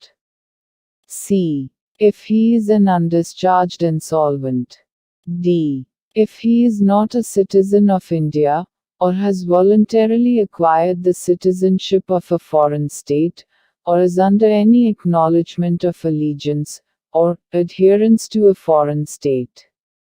a. If he is so disqualified, by or under any law made by Parliament. Explanation. For the purposes of this clause, a person shall not be deemed to hold an office of profit under the Government of India or the Government of any state, by reason only that he is a minister either for the Union, or for such state. 2. A person shall be disqualified for being a member of either House of Parliament, if he is so disqualified under the 10th schedule.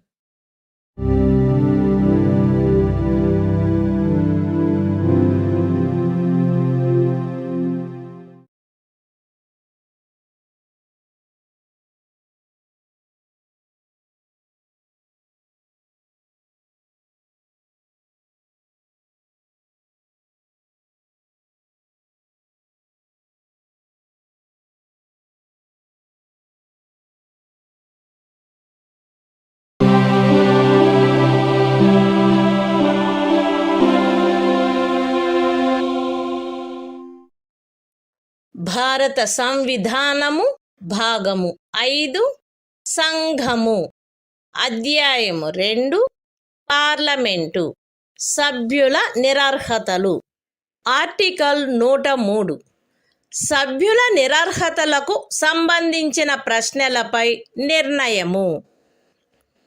Parliament యొక్క ఉభయ సదనములలో దేని సభ్యుడైనను 102వ అనుచ్ఛేదపు ఖండము 1లో పేర్కొనబడిన నిరర్హతలలో దేనికైనను లోనైనాడా అను ప్రశ్న ఏదైనా ఉత్పన్నమైనచో ఆ ప్రశ్న రాష్ట్రపతి నిర్ణయమునకై నిర్దేశింపబడవలెను మరియు రాష్ట్రపతి యొక్క నిర్ణయము అంతిమమైనదై ఉండును. అట్టి ఏదేని ప్రశ్నపై ఏదేని నిర్ణయమును చేయుటకు పూర్వము రాష్ట్రపతి ఎన్నికల కమిషన్ యొక్క అభిప్రాయమును గైకొని అట్టి అభిప్రాయానుసారము వ్యవహరించవలెను. The Constitution of India, Part 5, The Union. Chapter 2, Parliament. Disqualifications of members. Article 103. Decision on questions as to disqualifications of members. 1. If any question arises as to whether a member of either House of Parliament has become subject to any of the disqualifications mentioned in Clause 1 of Article 102, the question shall be referred for the decision of the President and his decision shall be final. 2. Before giving any decision on any such question, the President shall obtain the opinion of the Election Commission, and shall act according to such opinion.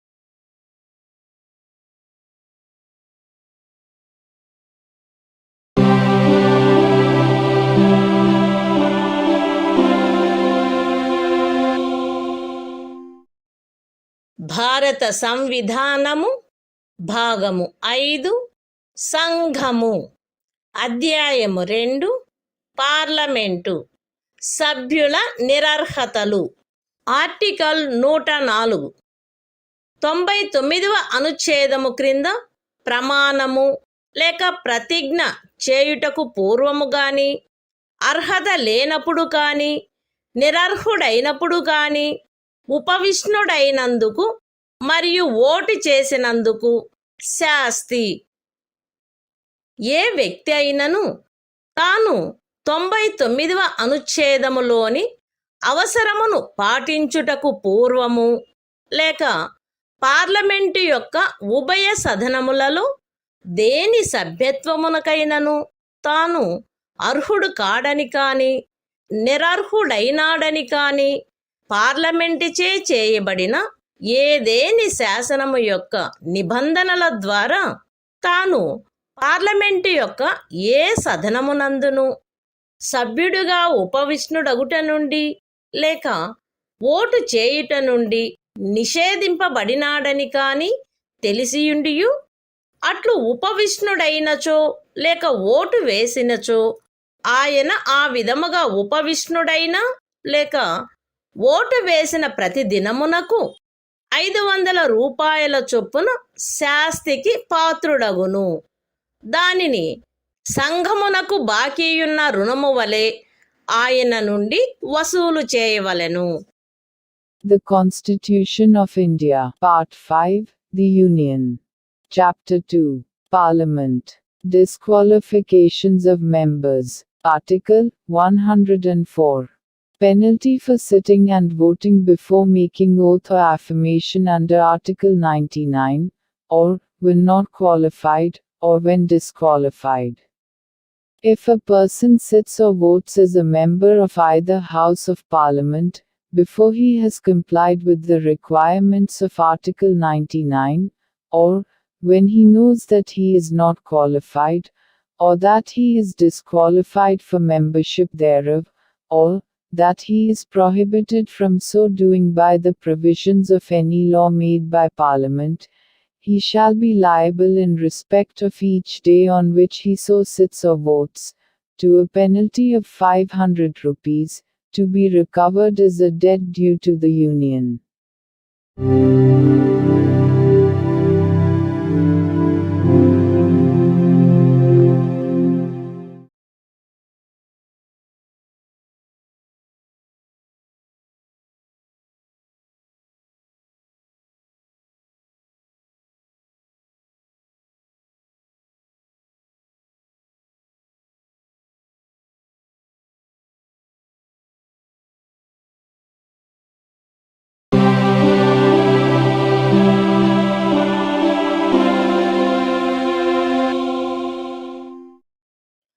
భారత సంవిధానము భాగము 5 సంఘము అధ్యాయము 2 parliament. Parliament మరియు దాని సభ్యులకు గల అధికారములు, విశేషాధికారములు మరియు ఉన్ముక్తతలు. Article 105. Parliament సదనములకు, దాని సభ్యులకు, కమిటీలకు గల అధికారములు, విశేషాధికారములు మున్నగునవి. ఈ సంవిధాన నిబంధనలకును, పార్లమెంటు యొక్క ప్రక్రియను క్రమబద్ధము చేయు నియమములకును, స్థాయి ఉత్తర్వులకును అత్యధీనమై పార్లమెంటులో వాక్ స్వాతంత్ర్యము ఉండవలెను. పార్లమెంటు సభ్యుడెవరైనను పార్లమెంటులో లేక దానికి చెందిన ఏదేని కమిటీలో తాను చెప్పిన ఏ విషయమును గూర్చి గాని, తాను ఇచ్చిన ఏ ఓటును గూర్చి గాని, ఏ న్యాయస్థానమునందును ఎట్టి చర్యలకును పాత్రుడు కారాదు. పార్లమెంటు యొక్క ఉభయ సదనములలో దేని ప్రాధికారము చేగాని, ప్రాధికారము క్రింది గాని ఏదేని రిపోర్టు పత్రము, ఓట్లు లేక కార్యకలాపముల యొక్క ప్రచురణ విషయమున ఏ వ్యక్తియు అట్లు పాత్రుడు కారాదు. ఇతర విషయములలో పార్లమెంటులోని ప్రతి సదనము యొక్కయు, ప్రతి కమిటీల యొక్కయు, సదనమునందలి సభ్యుల యొక్కయు అధికారములు, విశేషాధికారములు మరియు ఉన్ముక్తతలు ఆయా సమయములందు పార్లమెంటు చే శాసనము ద్వారా నిర్వచింపబడునట్లు ఉండవలెను. మరియు అట్లు నిర్వచింపబడు వరకు అవి సంవిధాన చట్టము 1978 యొక్క 15వ పరిచ్ఛేదము అమలులోకి వచ్చుటకు అవ్యవహిత పూర్వము ఆ సదనమునకును, దాని సభ్యులకును మరియు కమిటీలకును ఏవియుండునో అవే అయి ఉండవలెను. ఖండములు 1, 2 మరియు 3లలోని నిబంధనలు పార్లమెంటు యొక్క సభ్యులకు వర్తించునట్లనే ఈ సంవిధానమును పురస్కరించుకొని పార్లమెంటు యొక్క ఏదేని సదనములో గాని, దానికి చెందిన ఏదేని కమిటీలో గాని మాట్లాడుటకును, అన్యదా దాని కార్యకలాపములలో పాల్గొనుటకు హక్కు గల వ్యక్తుల విషయమున కూడా వర్తించవలెను. The Constitution of India, Part 5, The Union. Chapter 2, Parliament. Powers, Privileges and Immunities of Parliament, and its Members. Article 105. Powers, privileges, etc., of the Houses of Parliament, and of the members and committees thereof. 1. Subject to the provisions of this Constitution, and to the rules and standing orders regulating the procedure of Parliament, there shall be freedom of speech in Parliament. 2. No member of Parliament shall be liable to any proceedings in any court, in respect of anything said, or any vote given by him in Parliament, or any committee thereof, and no person shall be so liable in respect of the publication, by or under, the authority of either House of Parliament of any report, paper, votes, or proceedings.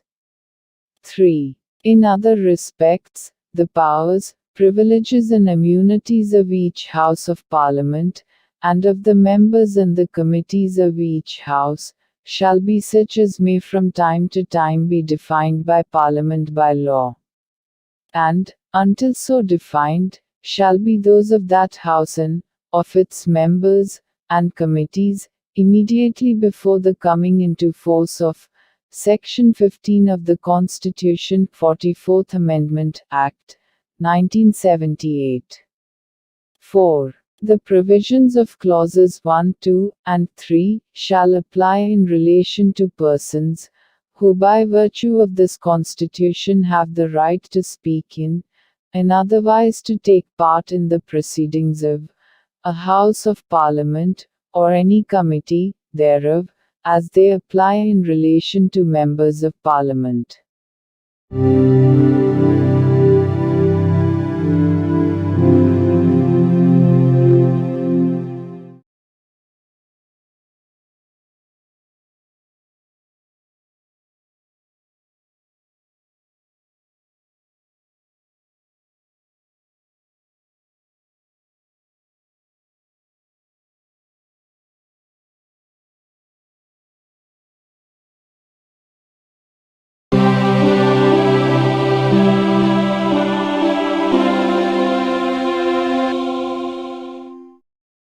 భారత సంవిధానము భాగము 5 సంఘము అధ్యాయము 2 parliament article 106 సభ్యుల జీతములు భత్యములు.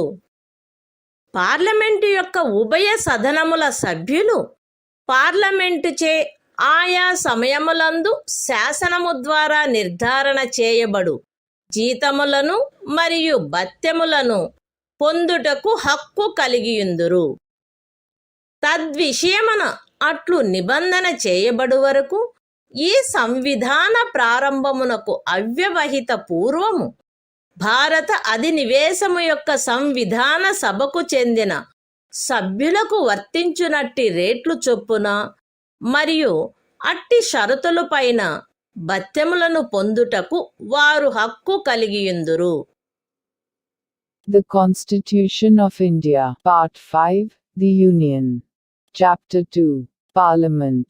Powers, Privileges and Immunities of Parliament, and its Members. Article 106.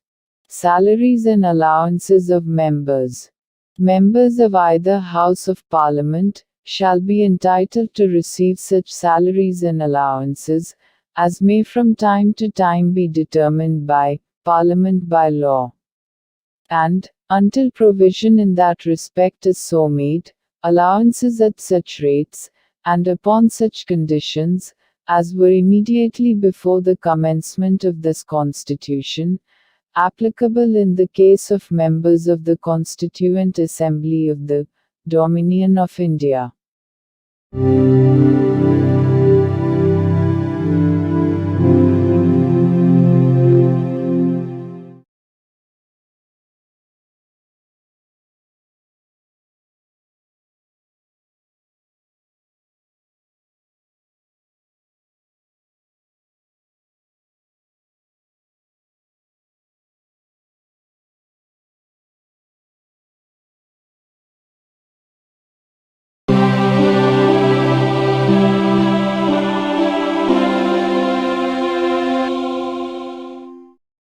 భారత సంవిధానము భాగము 5 సంఘము అధ్యాయం 2 parliament శాసన నిర్మాణ ప్రక్రియ ఆర్టికల్ 107 బిల్లులను ప్రవేశపెట్టుటకును పాస్ చేయుటకును నిబంధనలు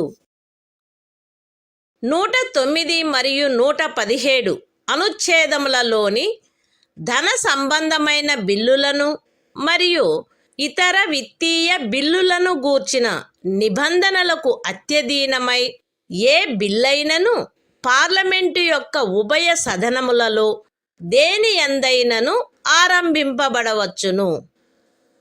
108 మరియు 109 అనుచ్ఛేదములలోని నిబంధనలకు అత్యధీనమై ఏ బిల్లైనను సవరణ లేకుండా గాని పార్లమెంటు యొక్క ఉభయ సదనములచే అంగీకరించబడిన సవరణలతో మాత్రమే గాని ఆ ఉభయ సదనములచే అంగీకరించబడిననే తప్ప పార్లమెంటు యొక్క ఉభయ సదనములచే పాస్ చేయబడినట్లు భావింపబడరాదు. పార్లమెంటులో పెండింగులోనున్న బిల్లు పార్లమెంటు సదనముల అధివేశనావసాన కారణమును బట్టి వ్యపగతము కారాదు. లోక్సభచే పాస్ చేయబడక రాజ్యసభలో పెండింగులోనున్న బిల్లు లోక్సభ విఘటన చేయబడినను వ్యపగతము కారాదు. లోక్సభలో పెండింగులోనున్న లేక లోక్సభచే పాస్ చేయబడి రాజ్యసభలో పెండింగులోనున్న బిల్లు 108వ అనుచ్ఛేదము యొక్క నిబంధనలకు అత్యధీనమై లోక్సభ విఘటన చేయబడినప్పుడు వ్యపగతము కావలెను. The Constitution of India, Part 5, The Union. Chapter 2, Parliament, Legislative Procedure. Article 107. Provisions as to introduction and passing of bills. 1. Subject to the provisions of Articles 109 and 117, with respect to money bills and other financial bills, a bill may originate in either House of Parliament. 2. Subject to the provisions of Articles 108 and 109, a bill shall not be deemed to have been passed by the Houses of Parliament, unless it has been agreed to by both Houses, either without amendment, or, with such amendments, only as agreed to by both Houses. 3. A bill pending in Parliament shall not lapse, by reason of the prorogation of the Houses. 4. A bill pending in the Council of States, which has not been passed by the House of the People, shall not lapse on a dissolution of the House of the People. 5. A bill which is pending in the House of the People, or which having been passed by the House of the People is pending in the Council of States, shall, subject to the provisions of Article 108, lapse on a dissolution of the House of the People.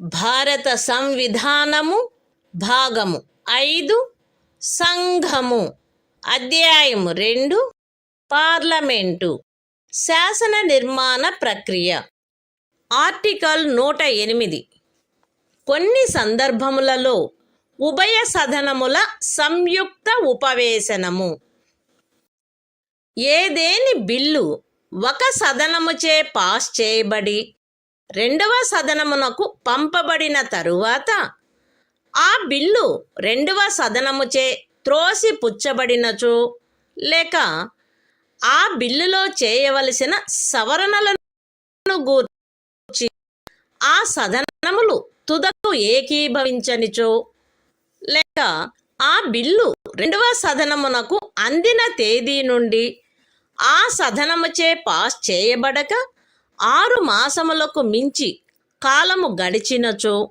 Lok Sabha విఘటన చేయబడిన కారణమును బట్టి ఆ bill వ్యపగతమై ఉండిననే తప్ప ఆ బిల్లును సమాలోచించి దానిపై vote చేయుటకు ఉభయ సదనములను సంయుక్త ఉపవేశనమున సమావేశమగుటకై ఆహ్వానించు తన ఉద్దేశమును రాష్ట్రపతి ఆ సదనములు ఉపవిష్ణమై ఉండినచో వాటికి సందేశము ద్వారాను అవి ఉపవిష్ణమై ఉండనిచో బహిరంగ అధిసూచన ద్వారాను అధిసూచించవచ్చును. అయితే ఈ ఖండములోనున్నదేదియు ధన సంబంధమైన బిల్లుకు వర్తించదు.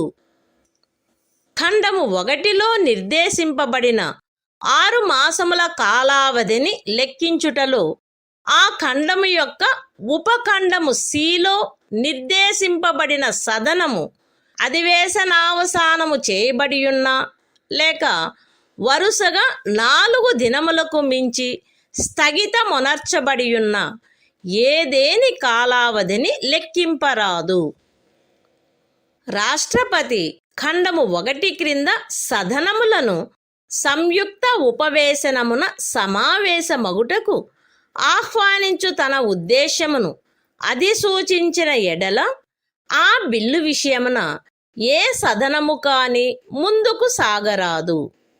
కానీ రాష్ట్రపతి తాను అధిసూచన చేసిన తేదీ తరువాత ఎప్పుడైనను ఆ అధిసూచనలో నిర్దిష్టపరచబడిన ప్రయోజనము కొరకు సంయుక్త ఉపవేశనమున సమావేశమగుటకు ఉభయ సదనములను ఆహ్వానింపవచ్చును. ఆయన అట్లు చేసినచో ఆ సదనములు తదనుసారము సమావేశము కావలెను. ఉభయ సదనములకు చెందిన సభ్యులను ఆ సదనముల సంయుక్త ఉపవేశనములో హాజరయ్యుండి ఓటు చేయు మొత్తము సభ్యులలో అధిక సంఖ్యాకులచే ఆ బిల్లు ఆ సంయుక్త ఉపవేశనములో అంగీకరింపబడిన సవరణలు ఏవైనా ఉన్నచో వాటితో సహా పాస్ చేయబడినచో అది ఈ సంవిధాన నిమిత్తము ఉభయ సదనములచే పాస్ చేయబడినట్లు భావింపబడవలెను. అయితే సంయుక్త ఉపవేశనములో ఆ బిల్లు ఒక సదనముచే పాస్ చేయబడి రెండవ సదనముచే సవరణలతో పాస్ చేయబడక దానిని ఆరంభించిన సదనమునకు త్రిప్పి పంపబడి ఉండినచో అట్లు పంపబడుటలో జరిగిన ఆలస్యము వలన ఆవశ్యకమైన సవరణలు ఏవేని ఉన్నచో అవి తప్ప ఏ ఇతర సవరణను కానీ ఆ బిల్లుకు ప్రతిపాదింపరాదు. ఆ బిల్లు సవరణలతో అట్లు పాస్ చేయబడి త్రిప్పి పంపబడి ఉండినచో పూర్వోక్తమైన సవరణలు మాత్రమే ఆ బిల్లుకు ప్రతిపాదించబడవలెను. మరియు ఏ విషయములను గూర్చి సదనములు ఏకీభవించలేదో వాటి సుసంగతమగు ఇతర సవరణలు ప్రతిపాదించబడవచ్చును. ఈ ఖండము క్రింద ఏ సవరణలు అనుమతించబడునను విషయమును గూర్చి అధ్యక్షత వహించు వ్యక్తి యొక్క నిర్ణయము అంతిమమైయుండును. సంయుక్త ఉపవేశనమున సమావేశమగుటకు సదనములను ఆహ్వానించు ఉద్దేశమును రాష్ట్రపతి అధిసూచించిన తరువాత లోక్సభ యొక్క విఘటన జరిగినప్పటికీ ఈ అనుచ్ఛేదము క్రింద సంయుక్త ఉపవేశనము జరపబడవచ్చును.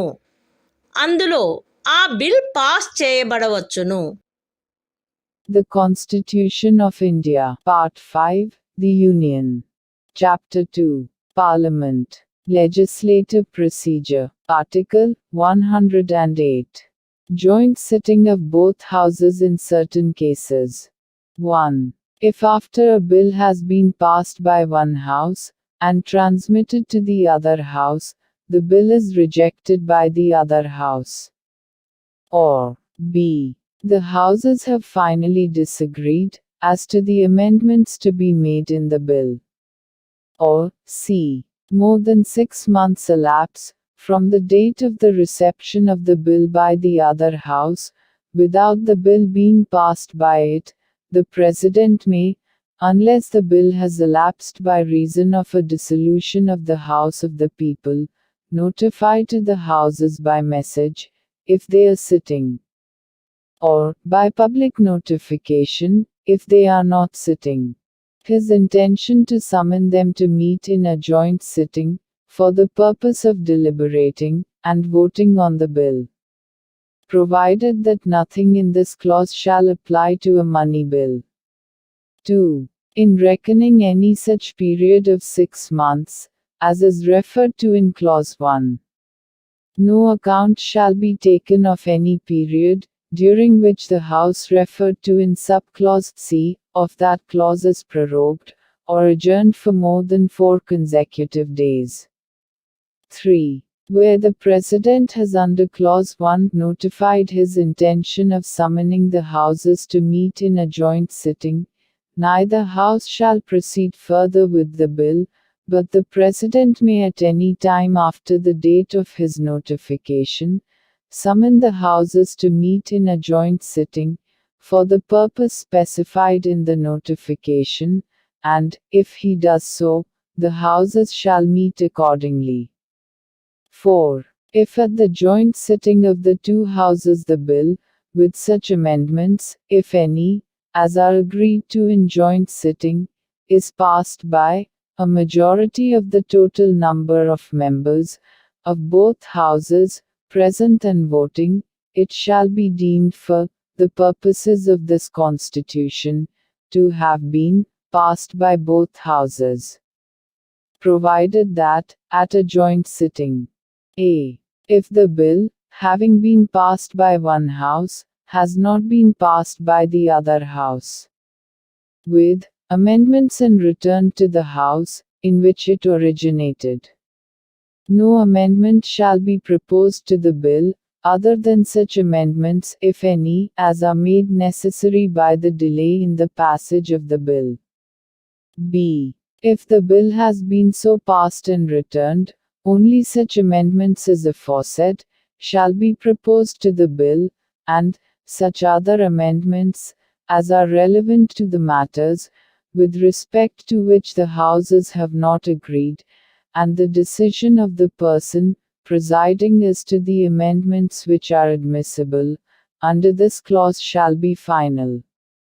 5. A joint sitting may be held under this article and a bill passed thereat, notwithstanding that a dissolution of the House of the People has intervened, since the President notified his intention to summon the Houses to meet therein.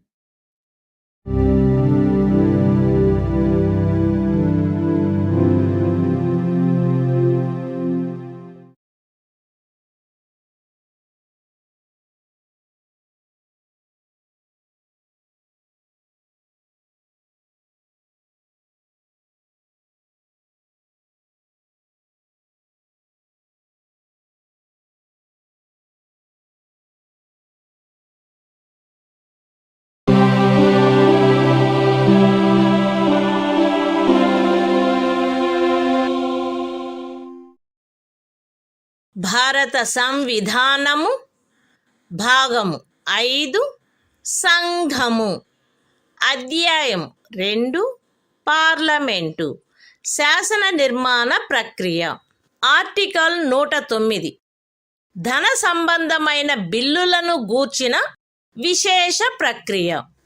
ధన సంబంధమైన bill రాజ్యసభలో ప్రవేశపెట్టబడరాదు.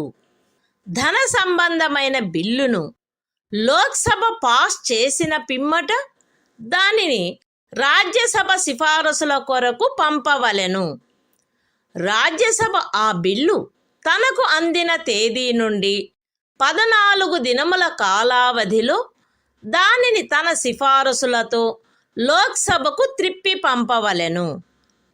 అటుపై రాజ్యసభ చేసిన సిఫారసులను అన్నిటినీ కానీ వాటిలో వేటిని కానీ లోక్సభ స్వీకరించవచ్చును లేక త్రోసిపుచ్చవచ్చును. రాజ్యసభ యొక్క సిఫారసులలో వేటినైనను లోక్సభ స్వీకరించినచో ఆ ధన సంబంధమైన బిల్లు రాజ్యసభచే సిఫారసు చేయబడి లోక్సభచే స్వీకరించబడిన సవరణలతో ఉభయ సదనములచే పాస్ చేయబడినట్లు భావింపబడవలెను. రాజ్యసభ యొక్క సిఫారసులలో వేటిని కూడా లోక్సభ స్వీకరించనిచో ఆ ధన సంబంధమైన బిల్లు లోక్సభ పాస్ చేయబడిన రూపములో రాజ్యసభచే సిఫారసు చేయబడిన సవరణలలో ఏవియూ లేకుండా ఉభయ సదనములచే పాస్ చేయబడినట్లు భావింపబడవలెను. లోక్సభచే పాస్ చేయబడి రాజ్యసభ సిఫారసుల కొరకు పంపబడినచో ధన సంబంధమైన బిల్లు సదరు 14 దినముల కాలావధిలో లోక్సభకు త్రిప్పి పంపబడనిచో ఆ బిల్లు లోక్సభచే పాస్ చేయబడిన రూపములో సదరు కాలావధి ముగియగనే ఉభయ సదనములచే pass చేయబడినట్లు భావింపబడవలెను. The Constitution of India, Part 5, The Union. Chapter 2, Parliament. Legislative Procedure. Article 109. Special procedure in respect of money bills. 1. A money bill shall not be introduced in the Council of States. 2. After a money bill has been passed by the House of the People, it shall be transmitted to the Council of States for its recommendations.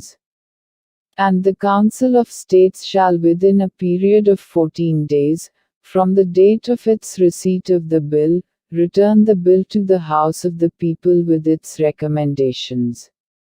And the House of the People may thereupon either accept or reject all or any of the recommendations of the Council of States. 3. If the House of the People accepts any of the recommendations of the Council of States, the money bill shall be deemed to have been passed by both houses, with the amendments recommended by the Council of States, and accepted by the House of the People. 4. If the House of the People does not accept any of the recommendations of the Council of States, the money bill shall be deemed to have been passed by both houses, in the form in which it was passed by the House of the People, without any of the amendments recommended by the Council of States.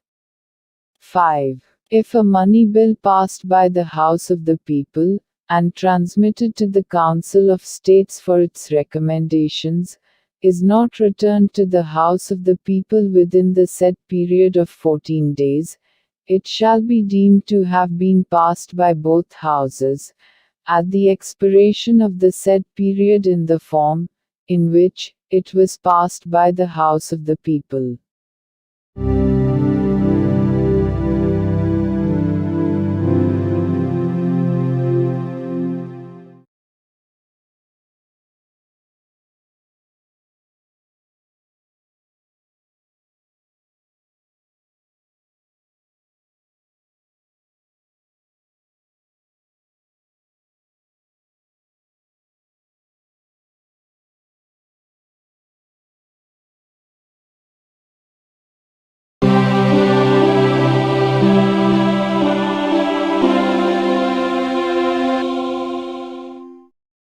భారత సంవిధానము భాగము 5 సంఘము అధ్యాయము 2 parliament శాసన నిర్మాణ ప్రక్రియ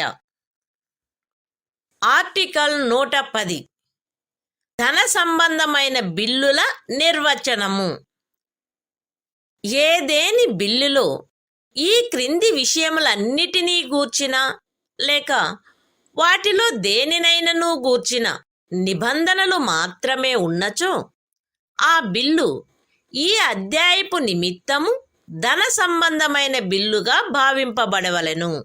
అవి ఏవనగా, ఏదేని పన్ను యొక్క విధింపు, ఉచ్ఛాదన, పరిహరణ, మార్పు లేక క్రమబద్ధీకరణ, భారత ప్రభుత్వముచే అప్పు చేయబడుటను గాని, ఏదేని హామీ ఇవ్వబడుటను గాని క్రమబద్ధము చేయుట, లేక భారత ప్రభుత్వముచే వహింపబడిన లేక వహింపబడగల విత్త సంబంధమైన ఏవేని బాధ్యతలను గూర్చిన శాసనమును సవరించుట,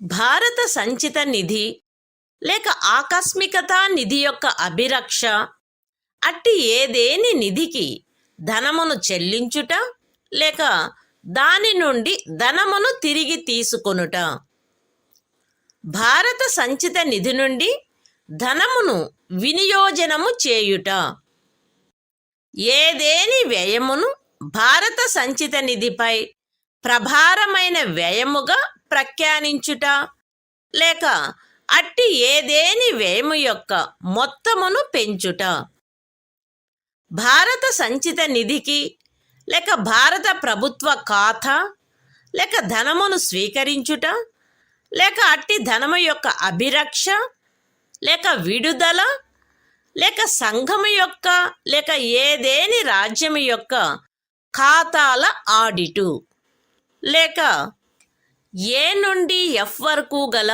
ఉపఖండములలో నిర్దిష్టపరచబడిన విషయములలో దేనికైనను అనుషంగికమైన ఏదేని విషయము, జుర్మానాలను లేక ధన సంబంధమైన ఇతర శాస్తులను విధించుట కొరకు గాని, లైసెన్సు ఫీజు లేక చేసిన సేవకైన ఫీజును అభ్యర్థించుట లేక చెల్లించుట కొరకు గాని నిబంధనలు కలిగి ఉన్నదను కారణమున మాత్రమున, లేక ఎవరేని ప్రాధికారిచే లేక ఏదేని స్థానిక నికాయముచే స్థానిక ప్రయోజనములకు గాను ఏదేని పన్ను విధించబడుట, ఉచ్ఛాదన చేయబడుట, పరిహరించబడుట, మార్చబడుట లేక క్రమబద్ధము చేయబడుట కొరకు నిబంధనలు కలిగి ఉన్నదను కారణమున మాత్రమున ఏదేని బిల్లు ధన సంబంధమైన బిల్లుగా భావింపబడరాదు. ఏదేని బిల్లు ధన సంబంధమైన బిల్లు అగునా కాదా అను ప్రశ్న ఉత్పన్నమైనచో దానిపై లోకసభాధ్యక్షుని నిర్ణయము అంతిమమై ఉండును. ధన సంబంధమైన ప్రతి బిల్లుపై 109వ అనుచ్ఛేదము క్రింద రాజ్యసభకు పంపబడినప్పుడును, 111వ అనుచ్ఛేదము క్రింద రాష్ట్రపతి అనుమతి కొరకు సమర్పించబడినప్పుడు అది ధన సంబంధమైన బిల్లు అని లోకసభాధ్యక్షునిచే సంతకము చేయబడిన ధృవీకరణ పత్రము ఉండవలెను. The Constitution of India, Part 5, The Union. Chapter 2, Parliament. Legislative Procedure. Article 110. Definition of money bills. 1. For the purposes of this chapter, a bill shall be deemed to be a money bill if it contains only provisions dealing with all or any of the following matters, namely: a. The imposition, abolition, remission, alteration or regulation of any tax. b.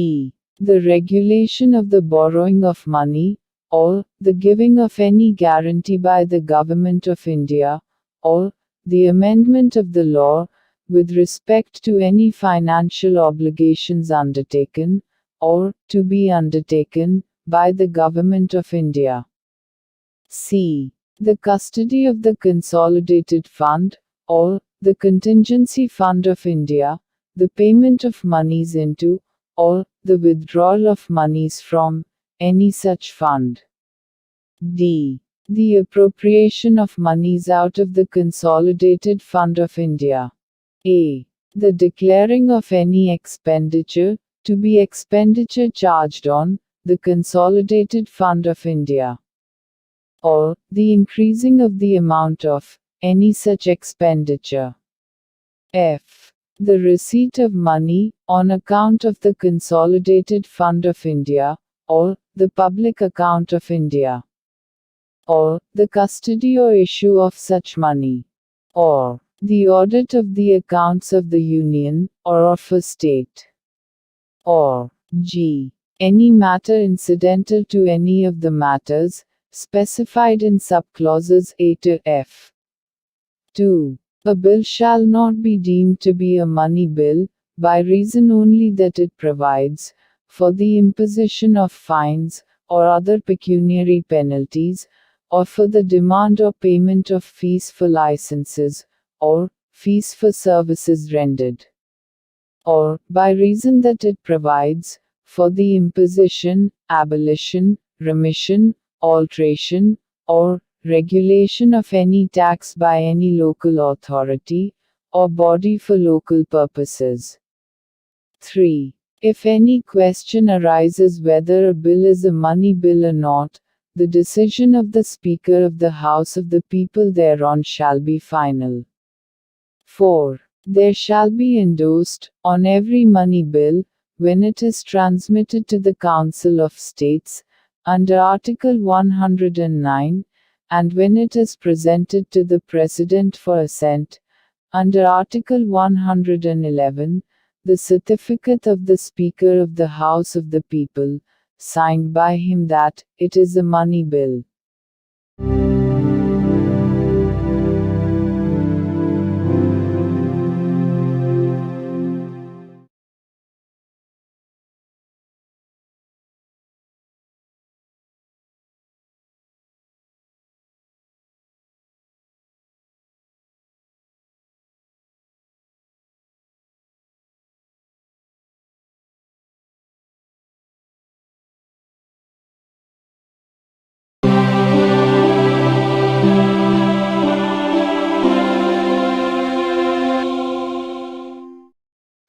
భారత సంవిధానము భాగము 5 సంఘము అధ్యాయం 2 parliament శాసన నిర్మాణ ప్రక్రియ article 111 బిల్లులకు అనుమతి parliament సదనములచే ఏదేని బిల్లు పాస్ చేయబడినప్పుడు అది రాష్ట్రపతికి సమర్పించబడవలెను.